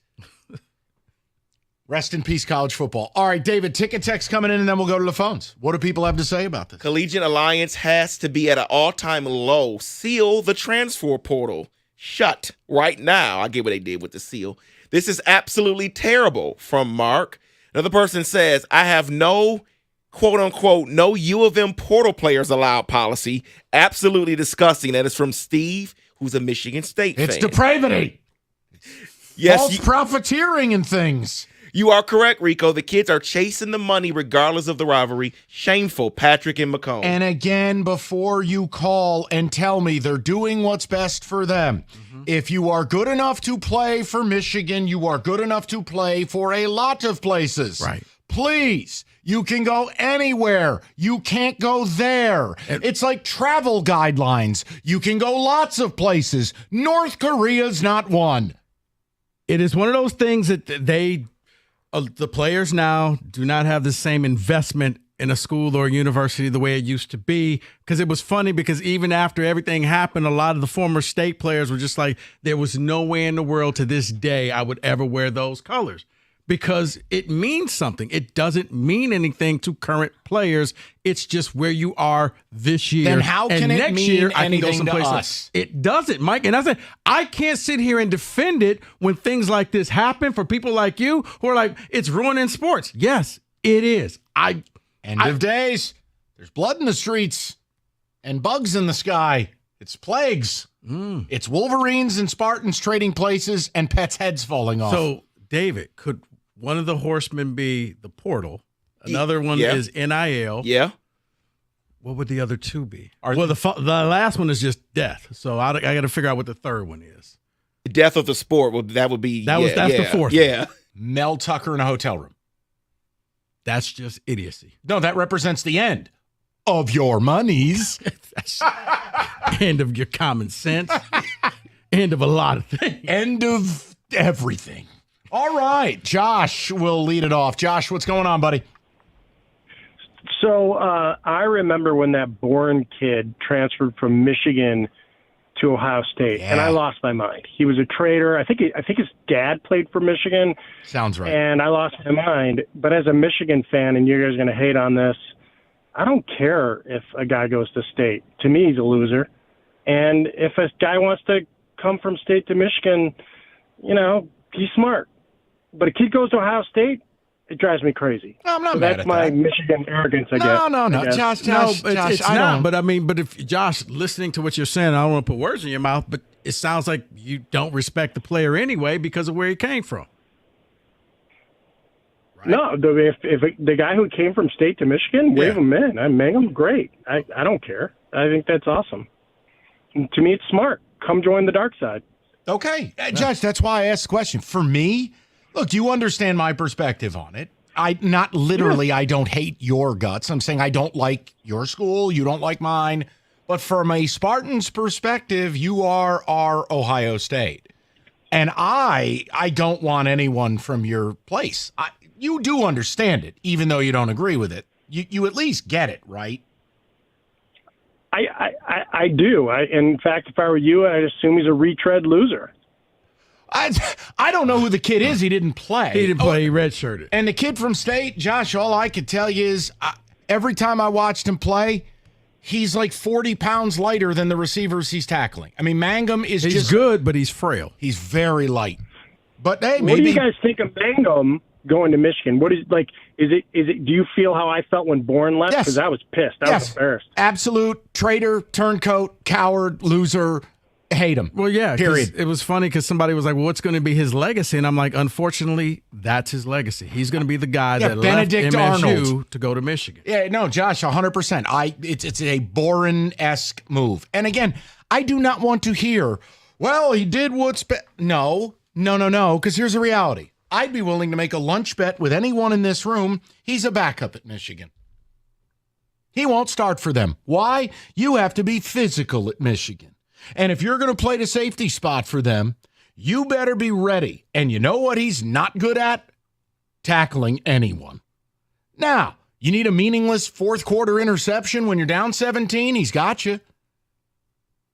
But, the legacy, if you're a Spartan, and he's been getting shredded by Spartan players. He likes to tackle. It's just because he's not the most physical person, he normally ends up getting injured on his tackles. So he'll get it. He'll put his helmet in there. And again, I don't want to hear a defense of this kid. Oh, well, he's just a kid. No. You can go anywhere you want. He took a visit to Ohio State. You go there. You take a visit to I don't care where you go. Visit the moon. You can't go to U of M. And if you're a Wolverine, how of all the places you transfer would it ever be Michigan State? The one time in my life that it happened, it's that one dude had a little brother on the team and he wanted to go play there. Summary. Here's the other thing. He couldn't play. He wasn't good at Michigan and he wasn't good at State. But now we're completing these little devil trades. I don't like it. Juan, 97.1. What's up, Juan? Nothing much, man. I found out about this garbage when I was looking at my Google News to see what's recent, and it was one of them articles where you know how they got them articles where they got all the garbage that's in front of the article where you got to keep scrolling and scrolling. But I was just so pissed that I was scrolling through the blanks and everything. I'm like, man, what?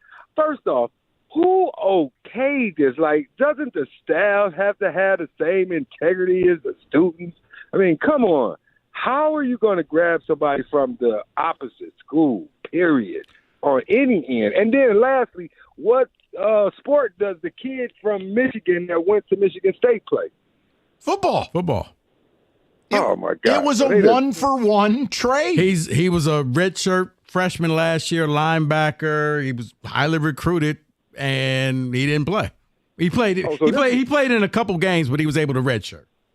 So this was over tea time somewhere in either Lansing or Ann Arbor, and somebody had the bright idea, huh? No, it's just what it speaks to, Juan, is they don't care the way we care.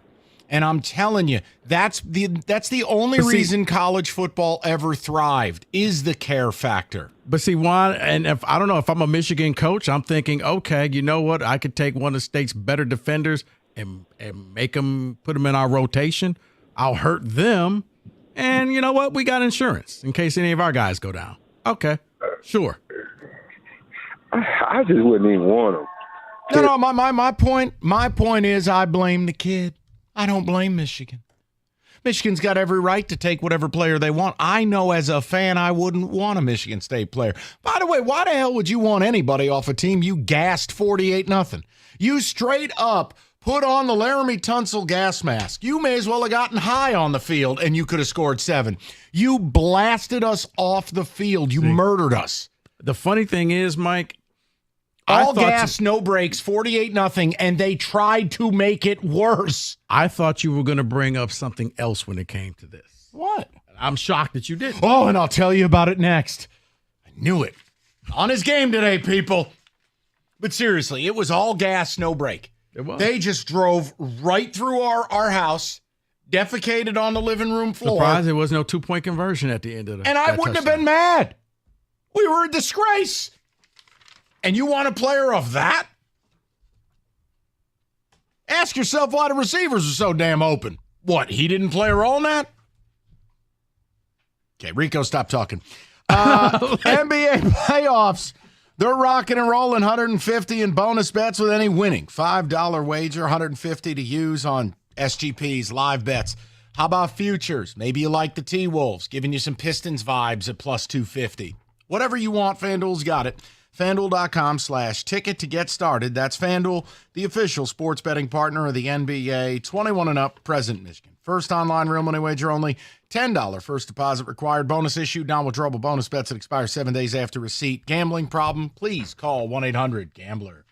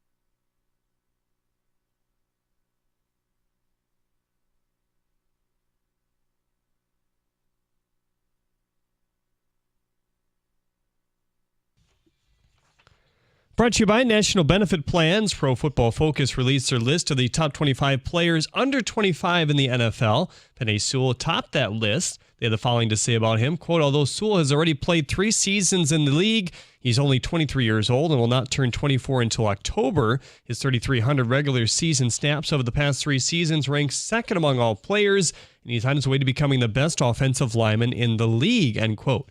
Aiden Hutchinson, Amon-Ra St. Brown, Sam Laporta, and Jahmyr Gibbs were also listed. No other NFC North team had a player on the list. The Lions began OTAs tomorrow, but a lot of teams kicked things off today. Rashee Rice was in attendance today for the Chiefs. He has several legal red flags hanging over him. He was arrested earlier this spring and charged with 1 count of aggravated assault and a single count of collision involving bodily injury. He was allegedly racing a car with top speeds of 119 miles per hour before leading to a crash that involved 6 vehicles. Earlier this month, he also became an assault suspect following a nightclub incident that resulted in a male being injured. The Grand Rapids Griffins are still in the hunt for a title, and it looks like they may get some help. Nate Danielson, the 9th pick in last year's draft, has been assigned to GR. He scored 24 goals and 43 assists in 54 games. It's still up in the air whether he'll be activated for the playoffs yet. The NHL playoffs as a whole continue tonight with Game 7 between Edmonton and Vancouver. Puck drop is scheduled for 9 over on ESPN. At the Corwell Health Update Desk, I'm Jeremy Otto. For more, go to 97.1 The Ticket or Odyssey.com.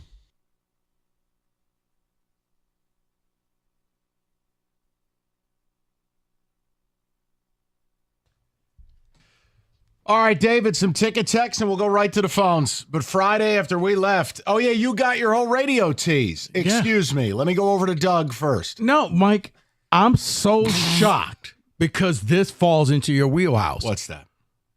But the transfer of going from Michigan to Michigan State and back and forth and Alabama and Auburn and all these, it's what's turning a sport that you love, college sports, into the pros. Because when you have David Montgomery going from the Chicago Bears, who you didn't like, Saquon, and now all of a sudden he's a part of your team and you love him. That's pro sports. College was sacred because you bled for those colors. Whether you sat on the bench or whether you were a star of the team. 30, 40 years later, you still hate this team with the same amount of passion that you did. But now it's pro sports where, guess what? Like you said, Saquon, you can go in the division to a hated rival and no big deal. That's why I said it's the end of days. The sport is dead. If you've arrived at a point where college operates like the NFL, you're dead. Everything that made it great, everything that made it different, it's gone. Right, but I know you've been saying that for a while, and I'm like, man, this is a perfect example. You're right. You're 100% right. This is pro sports again, right here. I have no problem. Players want to get paid. They want to play more. New coaching staff. None of these things are a problem in my world. But when you got players going from Georgia to Alabama or Alabama to Auburn, you got Michigan to Michigan State completing essentially a transfer trade. We're done. You just tell me you don't care. That's really where these kids are at. And if they don't care, why the hell should we? No, you're right. Because here's the thing. When you go to the games, normally you don't, but this year you're probably going to have to buy a program or download a program to see who is that person. You named more of the end of days things and revelations, one, than you're going to be able to name in the starting secondary of Michigan State. Who? Where? How? Yeah. It's ridiculous. And the whole point is they don't know nothing about the rivalry, and they might not be around long enough to learn. Mm-hmm. That's crazy to me. All right, to the people. We've blathered enough. Let's go to Dave, 97.1. Dave, what's going on, buddy? Hey, what's going on, guys? Hi, Dave. I was just thinking. Well, let's say you go to a program. Let's say you go to Michigan State, or let's say you go to Michigan, like this kid, and you the coaching staff, everything, you don't get along with everybody. The staff, maybe it's some player, something goes wrong, you don't get enough playing time, you don't like the coaching staff. You got something against somebody. You should be able to have fully allowed to transfer and try to get back next season, work your ass off and get it and make it in front of everybody during the big game. And prove that they overlooked you or whatever, and get your get back. I agree with everything you're saying. Right. You just can't go to Michigan State. But it makes it even sweeter when it's a rival. Make them feel it even more. The whole point is when you go to U of M, you're told you're special because you're there, and you're told the people you play are human garbage. Michigan State is viewed as lower than human. Then you rolled into that stadium and beat them 50-0. You put the gas pedal down and destroyed them. Then you join those guys? But it makes it even, or maybe they didn't make them feel special. Maybe they said, okay, well, these animals, I'm going to go with them. And you're going to get beat by these people who you don't even think are going to play against. I tried, Rico. It's your turn. No. I mean, I tried. From what I gathered, he was upset because his brother was going to get processed out, for lack of a better term. Who, Mangum? Yeah. Yeah, well, your brother stinks. And they didn't. That's why your brother's on his fourth school in 4 years and has been wholly unremarkable at every single effing one of them. But he found out, not through the coaches, through some of the players, was like, hey, man, sad to see your brother's leaving. What? And he kind of took that personal. Okay. So going to the rival school is... And again, he can leave. Go get the bag. You think you got done wrong by the CEO. Go work for... What you can't do is work for the archenemy. Well, that's why I was at. It sounds to me like he's doing it to take a shot at Michigan State. Yeah, what, as a backup? That's, well...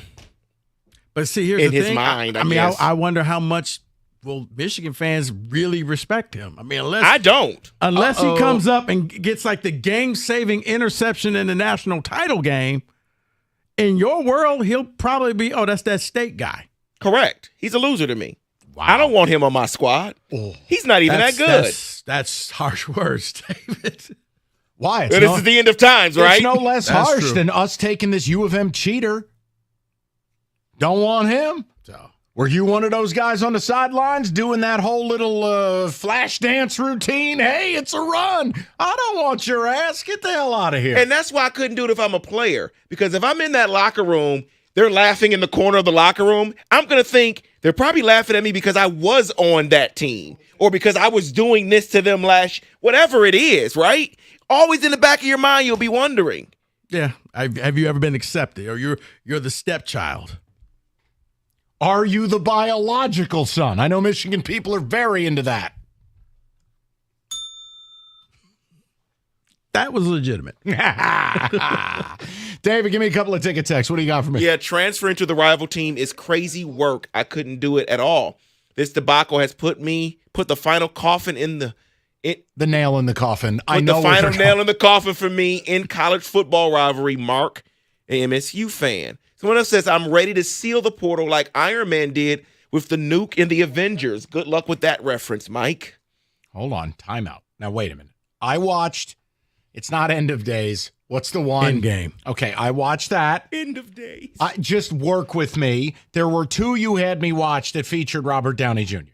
I do not remember the sealing of a nuke. It was the first Avengers movie. You didn't see that one. The very first one. I think I had that on the list.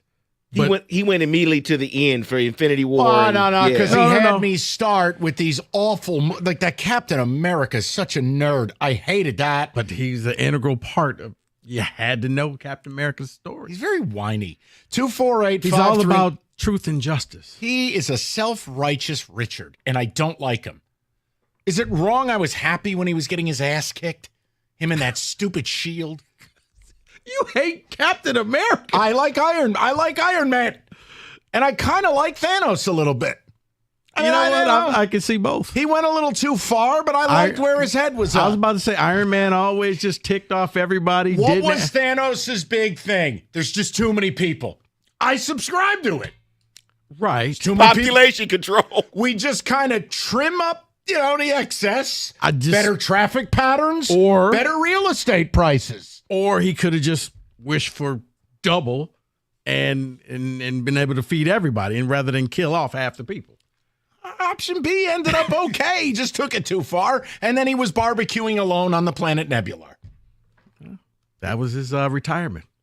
He had succeeded. Let me read this one for you, Rico. The Four Horsemen. 1, NIL. 2, Portal. 3, Conference Realignment. Oh. Yeah. 4 would be streaming games. From Drew. And we got a topic on the streaming of the games later in the week. I like that. It's a good one. Well done. And Rico's at fault for 3 of those. 248-539-9797. Northville Lumber, oldest company in the state, largest Trex decking outlet in the country. Nobody stocks more, nobody sells more Trex than Northville. Last year, contractors, homeowners, they bought enough Trex from Northville to cover 26 football fields. Guys, it's simple. They move the product because they have the product. They can offer you the pricing because they deal in massive volume. All you need to do, even if you need a Trex certified pro to build the deck, you go to Northville Lumber. Stop in or just go to northvillelumber.com. That's northvillelumber.com.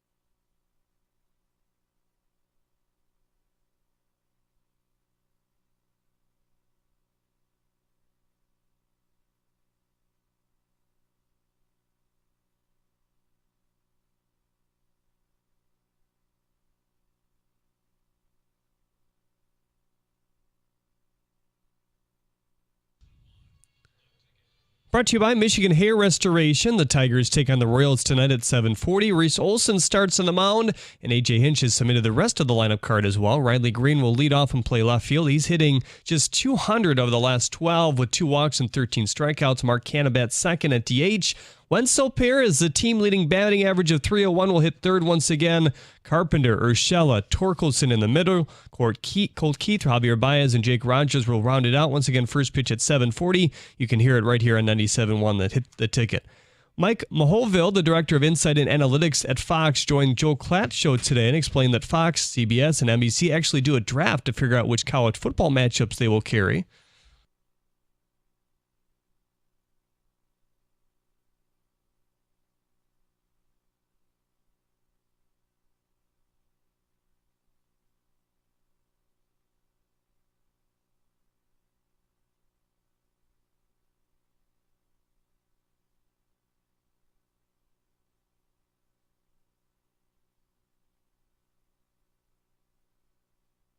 No NBA playoff games today. That'll resume tomorrow. At the Corwell Health Update Desk, I'm Jeremy Otto. For more, go to 97.1 The Ticket or Odyssey.com.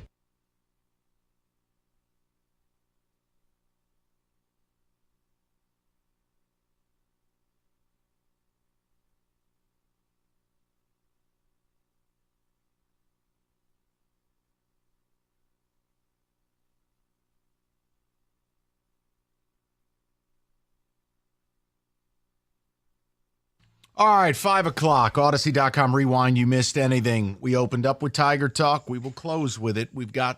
I think it's an interesting way of looking at it, and credit Doug for bringing it up in his champ and chump thing.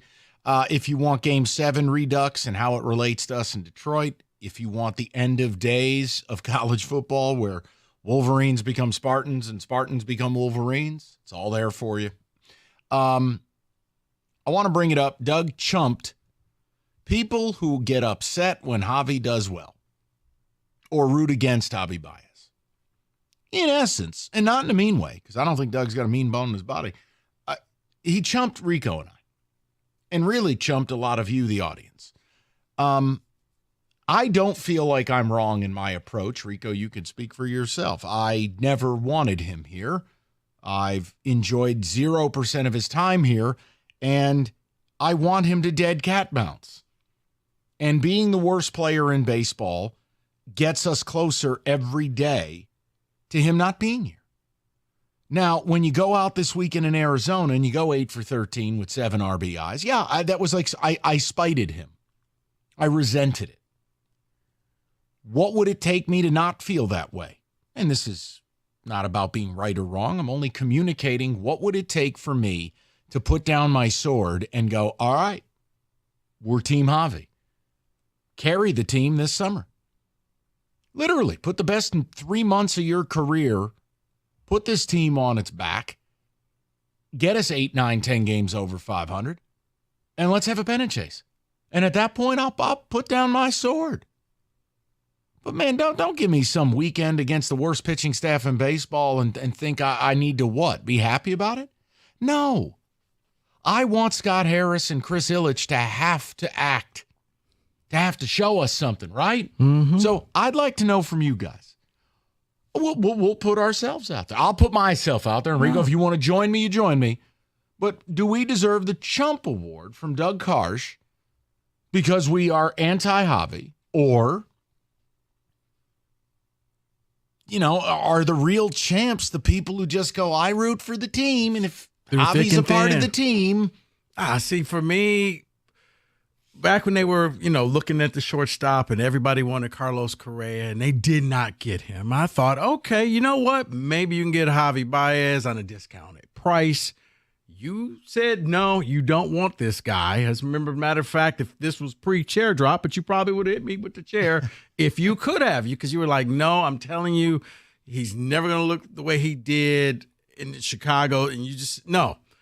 So, yeah, I'm thinking, okay, at any moment, it's going to all click. He's going to get better. And then it just gets to the point now where he is what he is. Right. Like the younger players, you could say, okay, maybe you just need a little more seasoning, a little more time. Javy, this is just him. And then he just ticks you off because he'll have 4 straight games where he is just on fire. He's knocking the cover off the ball. Looks like he's out there playing softball.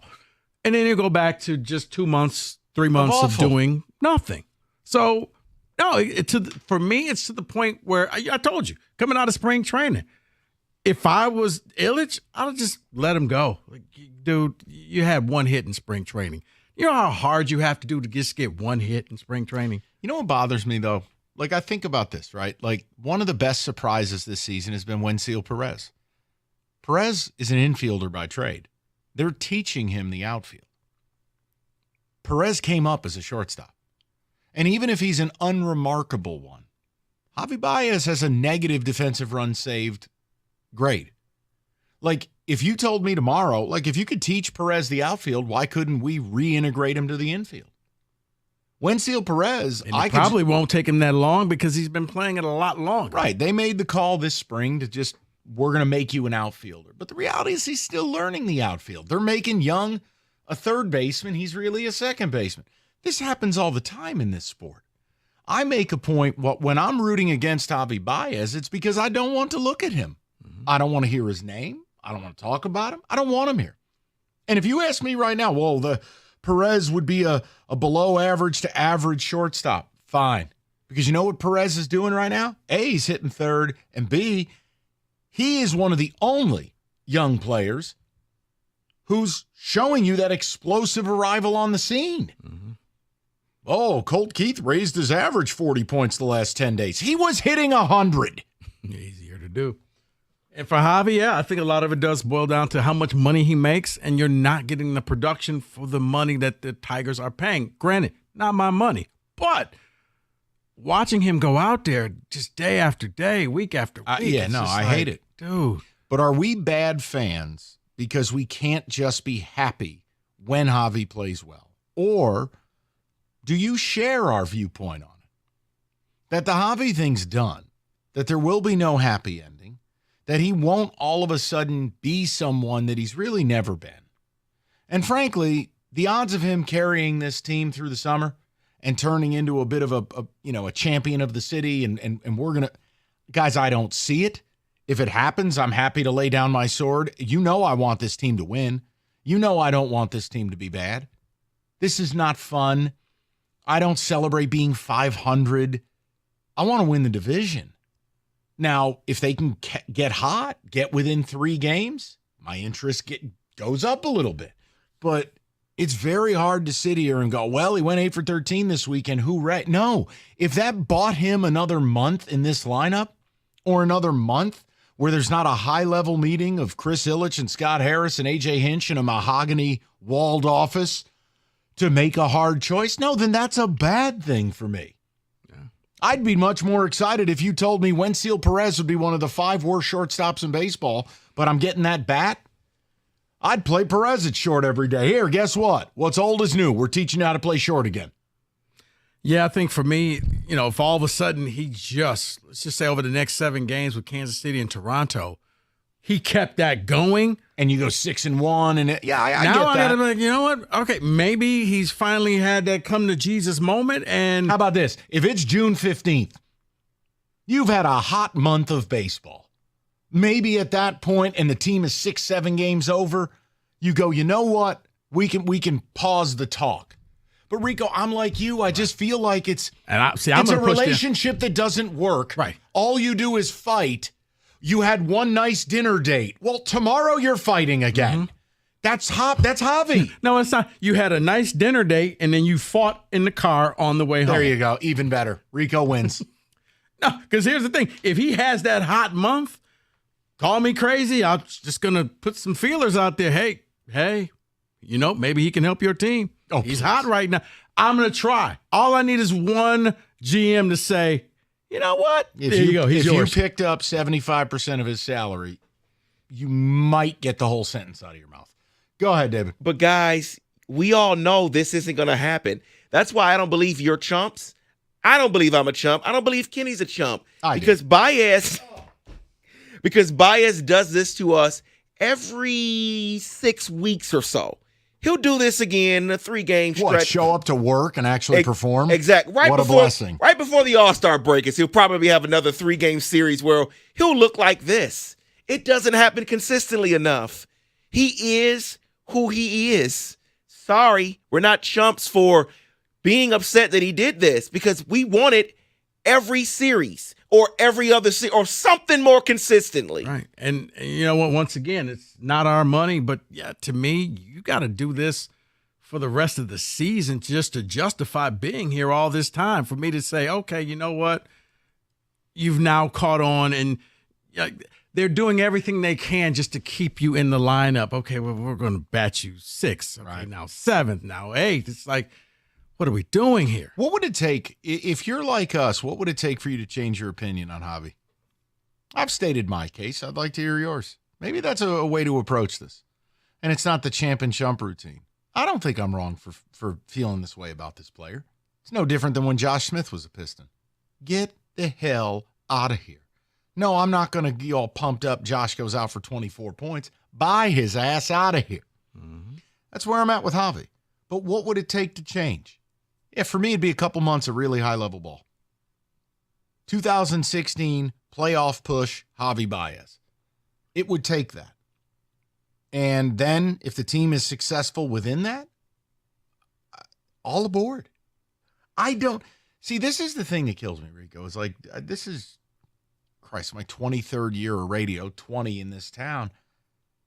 I don't care about being right. It's the biggest misconception I think listeners take for people sitting here and doing this job. I don't care about being right or wrong. I get paid either way. I want to win. If me being wrong means that we win and we have a pennant chase in August, sign me up. Mm-hmm. I don't want to lose. I'm tired of losing. It's the longest playoff drought in the sport. So if Javy performing gets me where I want to go, fine, but I'm not going to celebrate it short term. Mm-mm. Now, after 2-3 weeks, I could find happiness in it because it would almost assuredly. What was your let me get an amen stat of the week? Oh, the team when they score, five or more runs, I think they're 16-3. And when they score 4 or less, they're 7-19. 7-19. They're the best in baseball, and then the worst in baseball. So if Javy were playing at any MVP level, a high-level all-star level, I'd like to think he could greatly impact what we just talked about. But I'm not going to celebrate that with some garbage can performance in Arizona against some of the worst pitching you'll ever see, not named Zach Gallen. I don't care. I just feel like it's the Prince Fielder, I got kids, man moment. There's no coming back from it. It's Bill Buckner in Boston. You just get to a point you sour on someone, and it's just over. Can I say this, though, Mike? You said against the worst pitching. I'll take whatever from him at this point. Mm-hmm. So the weekend is the weekend, and I'll just be happy with it, and then you can keep doing it, fine. Okay, fair. If he just becomes reliable, if he becomes a person that other teams should actually fear when he's up to bat and get some clutch hits late in the game when you're down and you're like, you know what, Javy's coming up. Let's just get a man on base and see what Javy can do. That's what I want to be.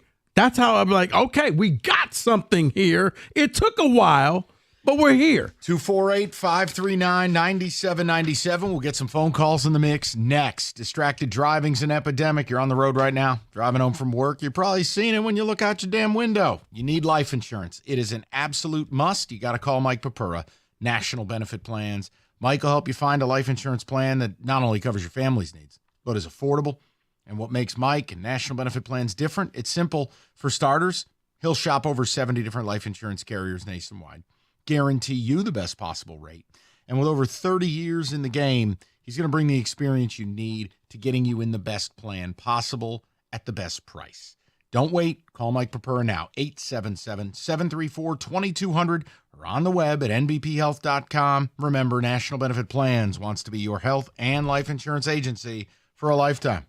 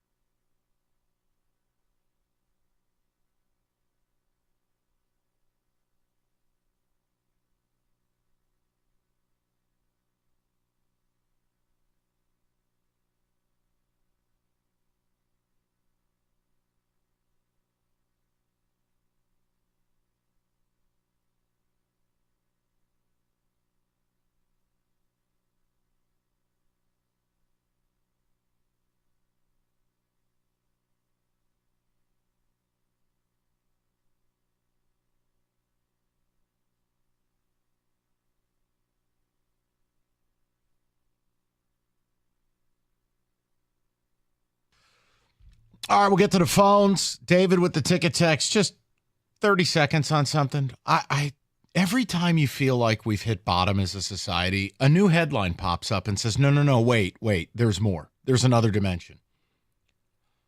A carjacker in L.A. Okay, I'm numb to that. That's a thing. They carjacked a police cruiser with the cop inside it and crashed it into a telephone pole. Of all the cars you could attempt to steal, an LAPD cruiser is what you chose. What is this, Grand Theft Auto? Not even an This like is a not an undercover cop, No. and you didn't realize. No. An off-duty cop. And then they drag the cop along the way. This is not a rehearsal, people. The only Scotty Scheffler? David, really? No, it's not. You know what? Forget The only thing missing from that headline is person recorded themselves on Instagram doing Well, it. I read a piece in the New York papers today of some online like SoundCloud rapper who accidentally killed himself on live stream this weekend, pointing a gun at his own head. I guess he didn't realize it was loaded. Well, here's your update. It was.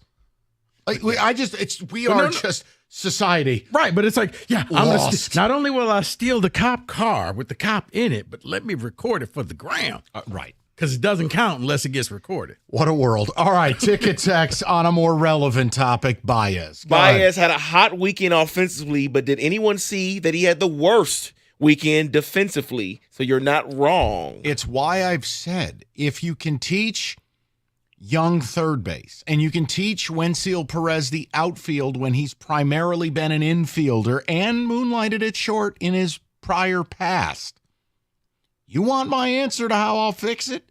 If Perez keeps hitting, teach him short again, because it's not like Javy's that good of a shortstop anymore. Who cares if Perez is below average? They made a decision in spring. We'll teach Perez the outfield. He's still learning out there. What the hell's the difference? I don't need Javy here.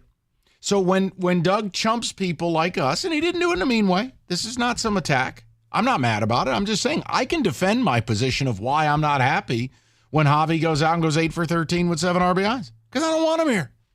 And anything that keeps him here longer hurts me. Now, if by him doing well, the team gets hot and he carries this thing, and as Rico put it, there are moments I can look at each week where I'm going, wow, Javy's really the straw stirring the drink right now. Like what Juan Soto's doing with the Yankees. I can trace that. What Gunnar Henderson's doing with the Orioles. I can identify, man, last year what Acuna did for you guys. Dude, that's different. I can lay the sword down. Walk-offs. Right. But, man, unless it's going to be that and then this team is 7, 8, 10 games over 500, no. I do. I operate Latte Larry's. From Ryan, he says, I was the same way with Javy. All I can think was, quote, where has this guy been and how long will it be here? I wanted him to continue being so atrocious that he would get launched out of a T-shirt cannon. I like that. Another person says, it's a catch-22. I want him to be garbage so they are forced to get rid of him. However, if they are not willing or close to getting rid of him, then I need him to be an average player. Okay, and you know what? Very well-reasoned, and I lack some of that reason sometimes. I get very myopic on how I feel. I don't want to look at his face. Well, because I don't want him here. No, he's polarizing because you know this past weekend shows you what he can do. You're just not going to get that but 2-3 times a year. Go to Jim 97.1. What's up, Jimmy? Hello, gentlemen. How are you, sir? I'm good. How are you? Excellent. I just wanted to state that I don't hate him personally, but I hate Javy Baez, and I'll never root for him because in my mind, it's just Chris Ilitch's half-hearted attempt to kind of casually support this team. He's casual, half-hearted. I don't like it. I want to see him fail, and I want to see him have to trade him or get rid of him or outright release him because it's just representative of the poor support Chris Ilitch is doing for this team. And the shame of it is we got a great pitching staff. You do. That's a really good staff, good young staff. And it's too bad. And it breaks my heart but I can't root for him. Yeah. That's it. No, and like Jim, I think there's a good number of us. And look, it made for good radio. Doug didn't do anything wrong. Let me say it again. Not mad. It's not a cheap shot. We're good. I think a lot of people have very legitimate reasons. Now, if it gets to a point that Javy playing well means the team is playing well, there you will see a seed change. You will. Mm-hmm. I will be a part of that. I do not care about, I was right. No one cares. Right. We want playoff games. We want a pennant chase. You realize the Tigers have the longest postseason drought in the sport? I want that to end. I don't give a F about, I was right about Baez. Who cares? No, I'm with you. Nobody even remembers when I'm right about stuff. They don't care. They don't even remember when you're wrong. Exactamundo. Let's go to Bill, 97.1. Billy, what's going on, buddy? Hey, how you doing, fellas? Good, Bill. Hey, so I just want to give my input on the Javy conversation. First of all, I agree with Mike 100% per usual. I don't like the guy. I don't want to look at him. I don't want to hear his name. I never understood the signing from the beginning. We're giving 25 or 27 million, whatever it is, a year to a guy that's never hit 300. I mean, I think he had 30 dingers maybe once. I don't like him. And the fact he goes 8 for 13 or whatever, in Arizona against one of the worst pitching staffs in baseball, I'm supposed to pop champagne? I don't understand it. Oh, but he's hitting over 200. That's what we're celebrating? I mean, guys, come on. I don't understand it. And like Rieger was saying the other day, he just doesn't care.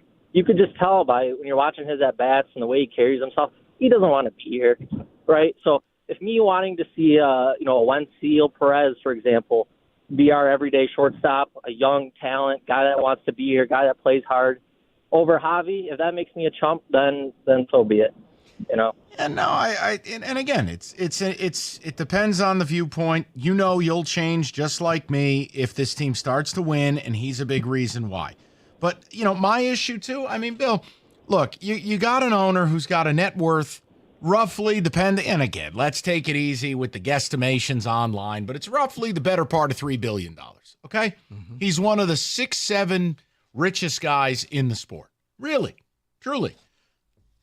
If I have to hear somebody else talk to me about, well, it's a lot of money, he could find the money in his toilet. You have to understand that the net worth of these people, it goes up and up and up. He could pay for Baez tomorrow. It wouldn't mean anything. It doesn't matter. It's like Tom Gore's paying Monty Williams $70 to go away. Right. It doesn't mean anything. It's billionaire scale. Well, I always love it, but he didn't become a billionaire just throwing away money. Such a stupid line of thinking. Yeah, you know what? If he gets rid of him and brings in more people who care about this team more, and think of it as an investment, reinvesting in your team. Yeah, I'm going to let him go. I'm going to pay him the money, but now I'll replace him.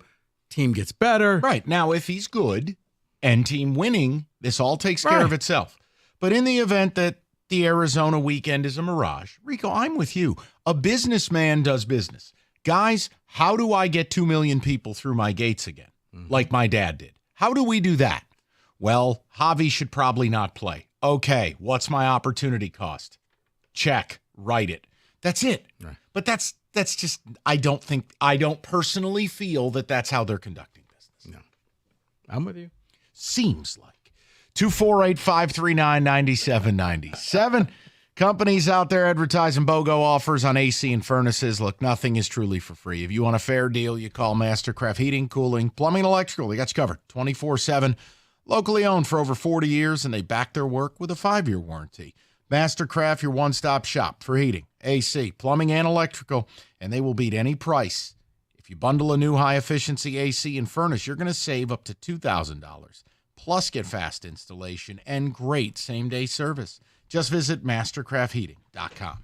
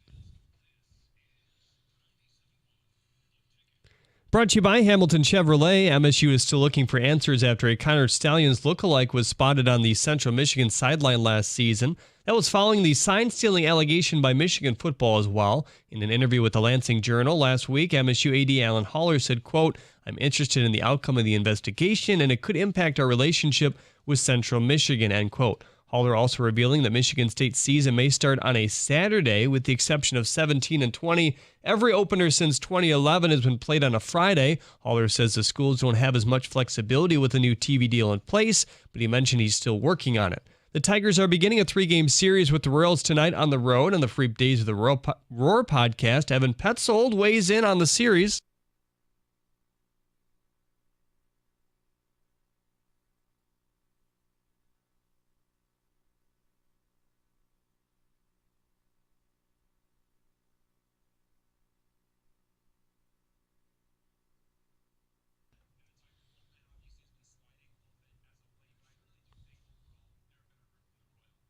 Golfer Scotty Scheffler's arraignment has been delayed until June 3rd. It was originally scheduled for tomorrow, but his attorney had a conflict. That's significant because Scheffler is not required to attend himself.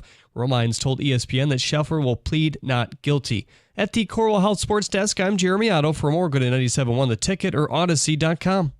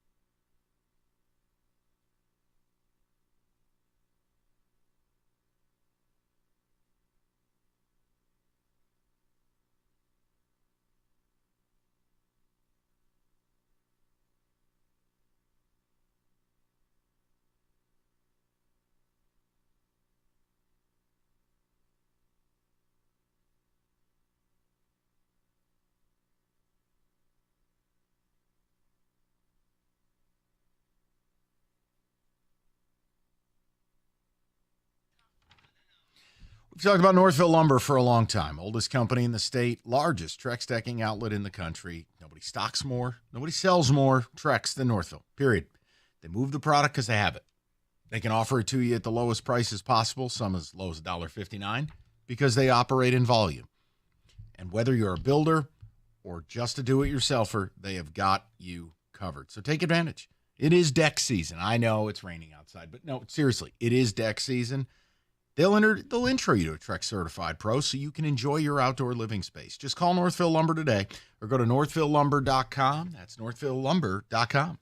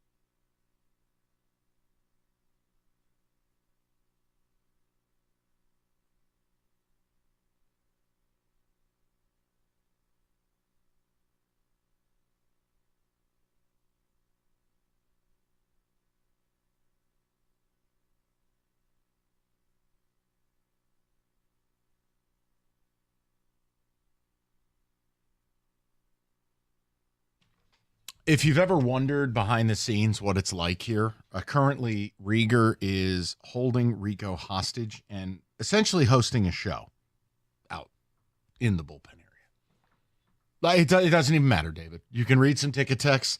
They'll eventually figure out the light is on. Okay, here it is. And again, I give Rico zero grief. He was held hostage there because this man hosts a show before his show. The vortex that is Rieger. Oh. It's not your fault you were late. Oh. You were held captive. David, ticket text while Rieger eventually plugs in. We have someone. I'm not with Mike and Rico. I'm all about Javy getting it done like he's been doing. That is my boy. Can't wait for this to happen for another month. Ooh, okay. I just challenge if that's a real human being. So I'll just move on. That's not real.